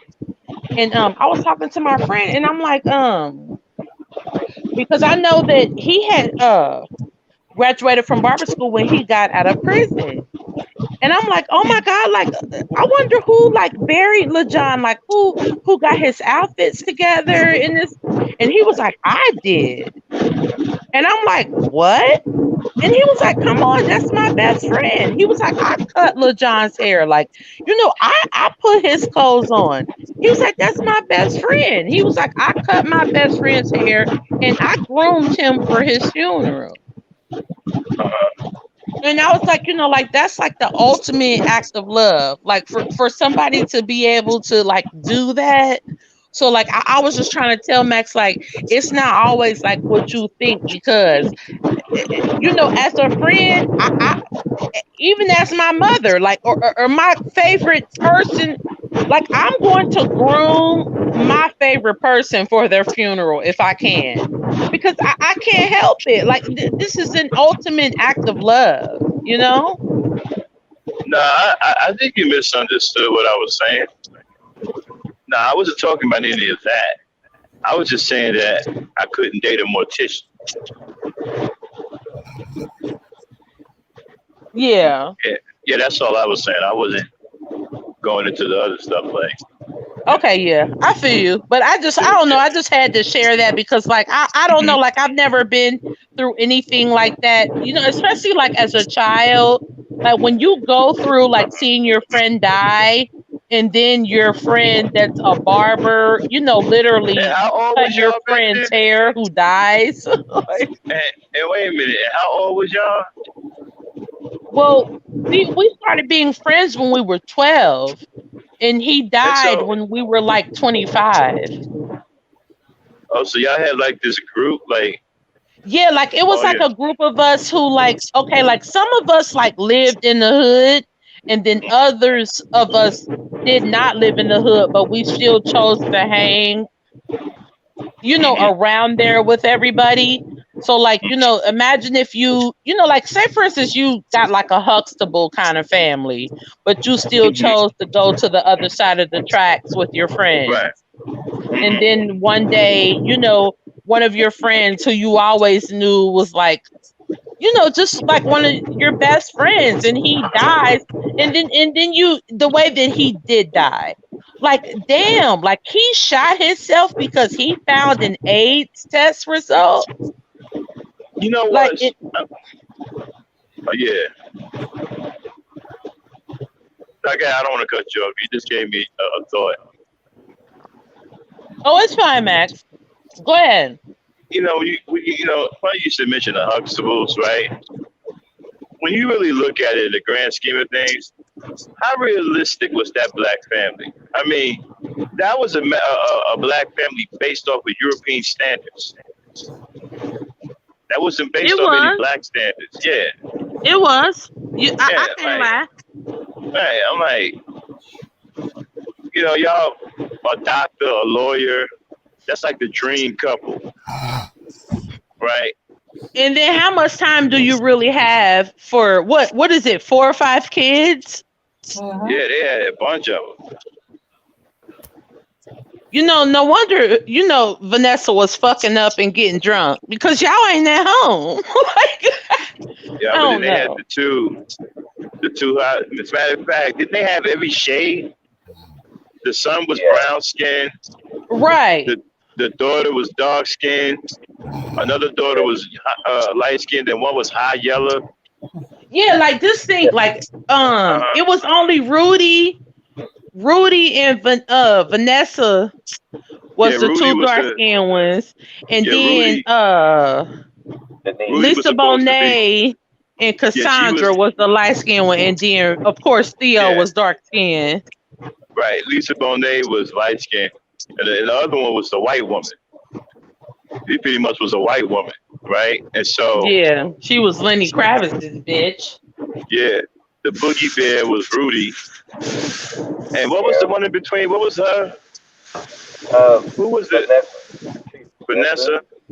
Yeah. Okay. Like they had every shade of black. Wow. They had dark skin, brown skin. But can't we say that that's unrealistic though? Yeah, it is. It's not, Max, because my children are all by the same man, and they're different colors, but they all look like. I don't mean that. No. I don't mean that. I'm talking about the family makeup. Period. You got like a doctor and a lawyer together. I mean, that wasn't like. That's not any reality of black neighborhoods I know. I knew. No, it's not. You know what I'm saying? That was more of a. Yeah, that was more of a. like in the black community I grew up in, you had like a lot of construction workers married to sisters who had degrees. You know what I'm saying? There was a lot of master's degrees going around. A lot of black women had master's degrees back then in the 70s, right? And so they was paired up with like electricians, plumbers, um, welders, construction workers, warehousemen, with no doctors. I didn't see any doctors or lawyers in the hood.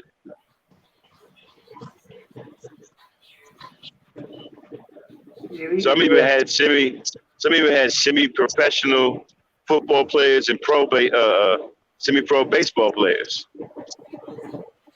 You know, or minor league baseball players. But I've never seen any doctors. I think one time I did see the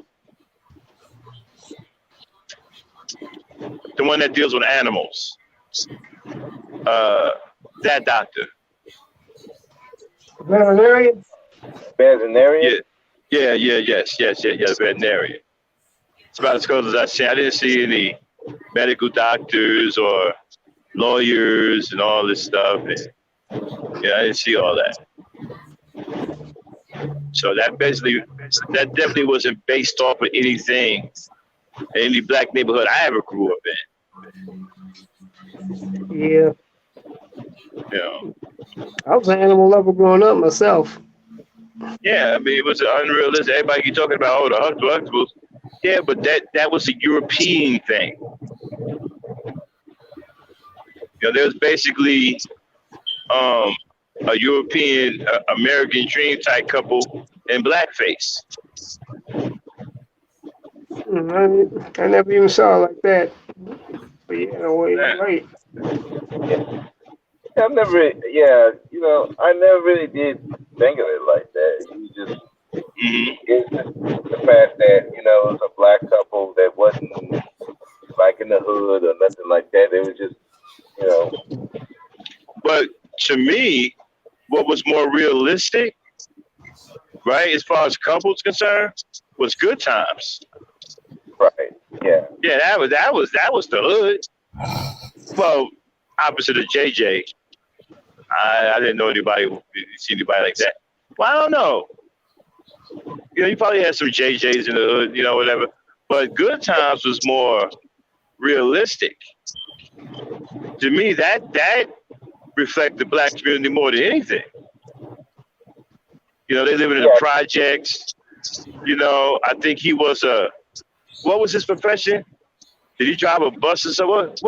What did James do?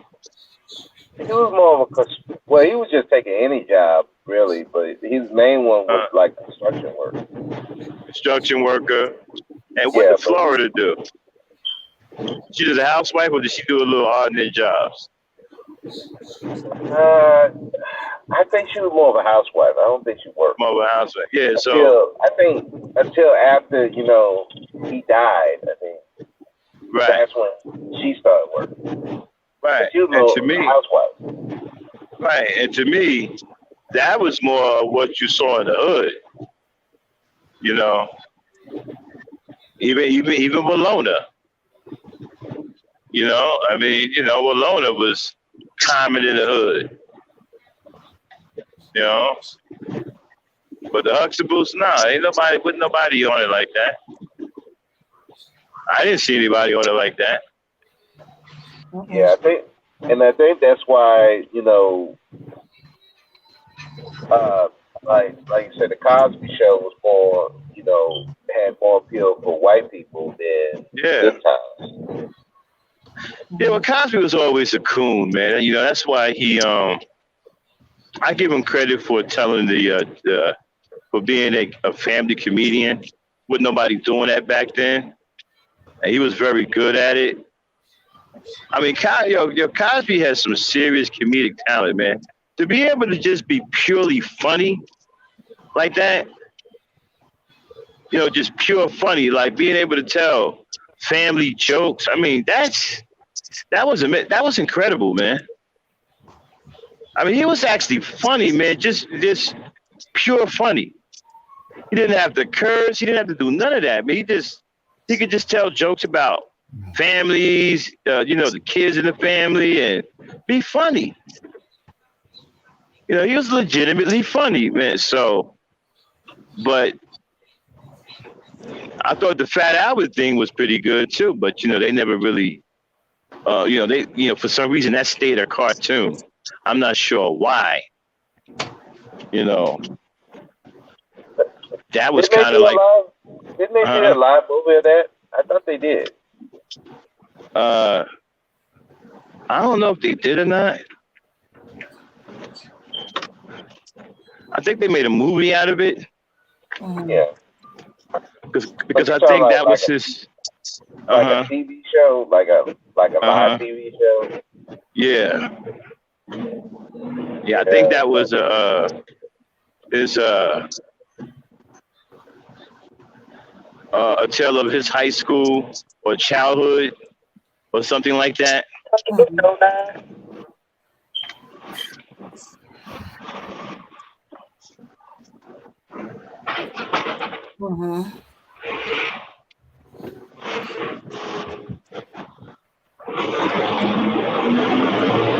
Okay. All right, y'all. With that being said, let's go on and shut it down. Then you got the music queued up? All right, all right, everybody. Thanks for coming up. Helping us do this gent culture. Always having fun talking to you guys. And thanks, everybody. Yeah. Hey, Aaron, you got to come on this gent culture. You and Bro Speak, man. We need more teachers. Help teaching these young brothers to get their act together and young sisters. We're going to set it straight for both sides. Right. You know what I'm saying? So, I need more teachers up here. This is a teaching show for young brothers and sisters. Yeah, I'm glad I could be of service. Yeah, no doubt, man. And I appreciate Bro Speak coming up and adding some 2 cents in, teaching. And this is what we got to do, man, to try to help save our people, man. We got to start teaching again. We got to try to put these teachings back into these young kids. Yeah. So I really appreciate y'all coming up. Yeah, no problem, man. I don't mind coming up. Do what I can. Yeah, man, I appreciate you coming up, man. Bro Speak jumped in there, man. Added a few things. That's what we need. We need brothers teaching. You know what I'm saying? And we need it on both sides. We need the women coming up here teaching, the brothers teaching, boys and girls. We got to get to both of them. All right, y'all, we're going to shut it down. Thanks, everybody, for showing up. Thank you for that music. We appreciate it. Peace, power, unity, gent culture. Yeah.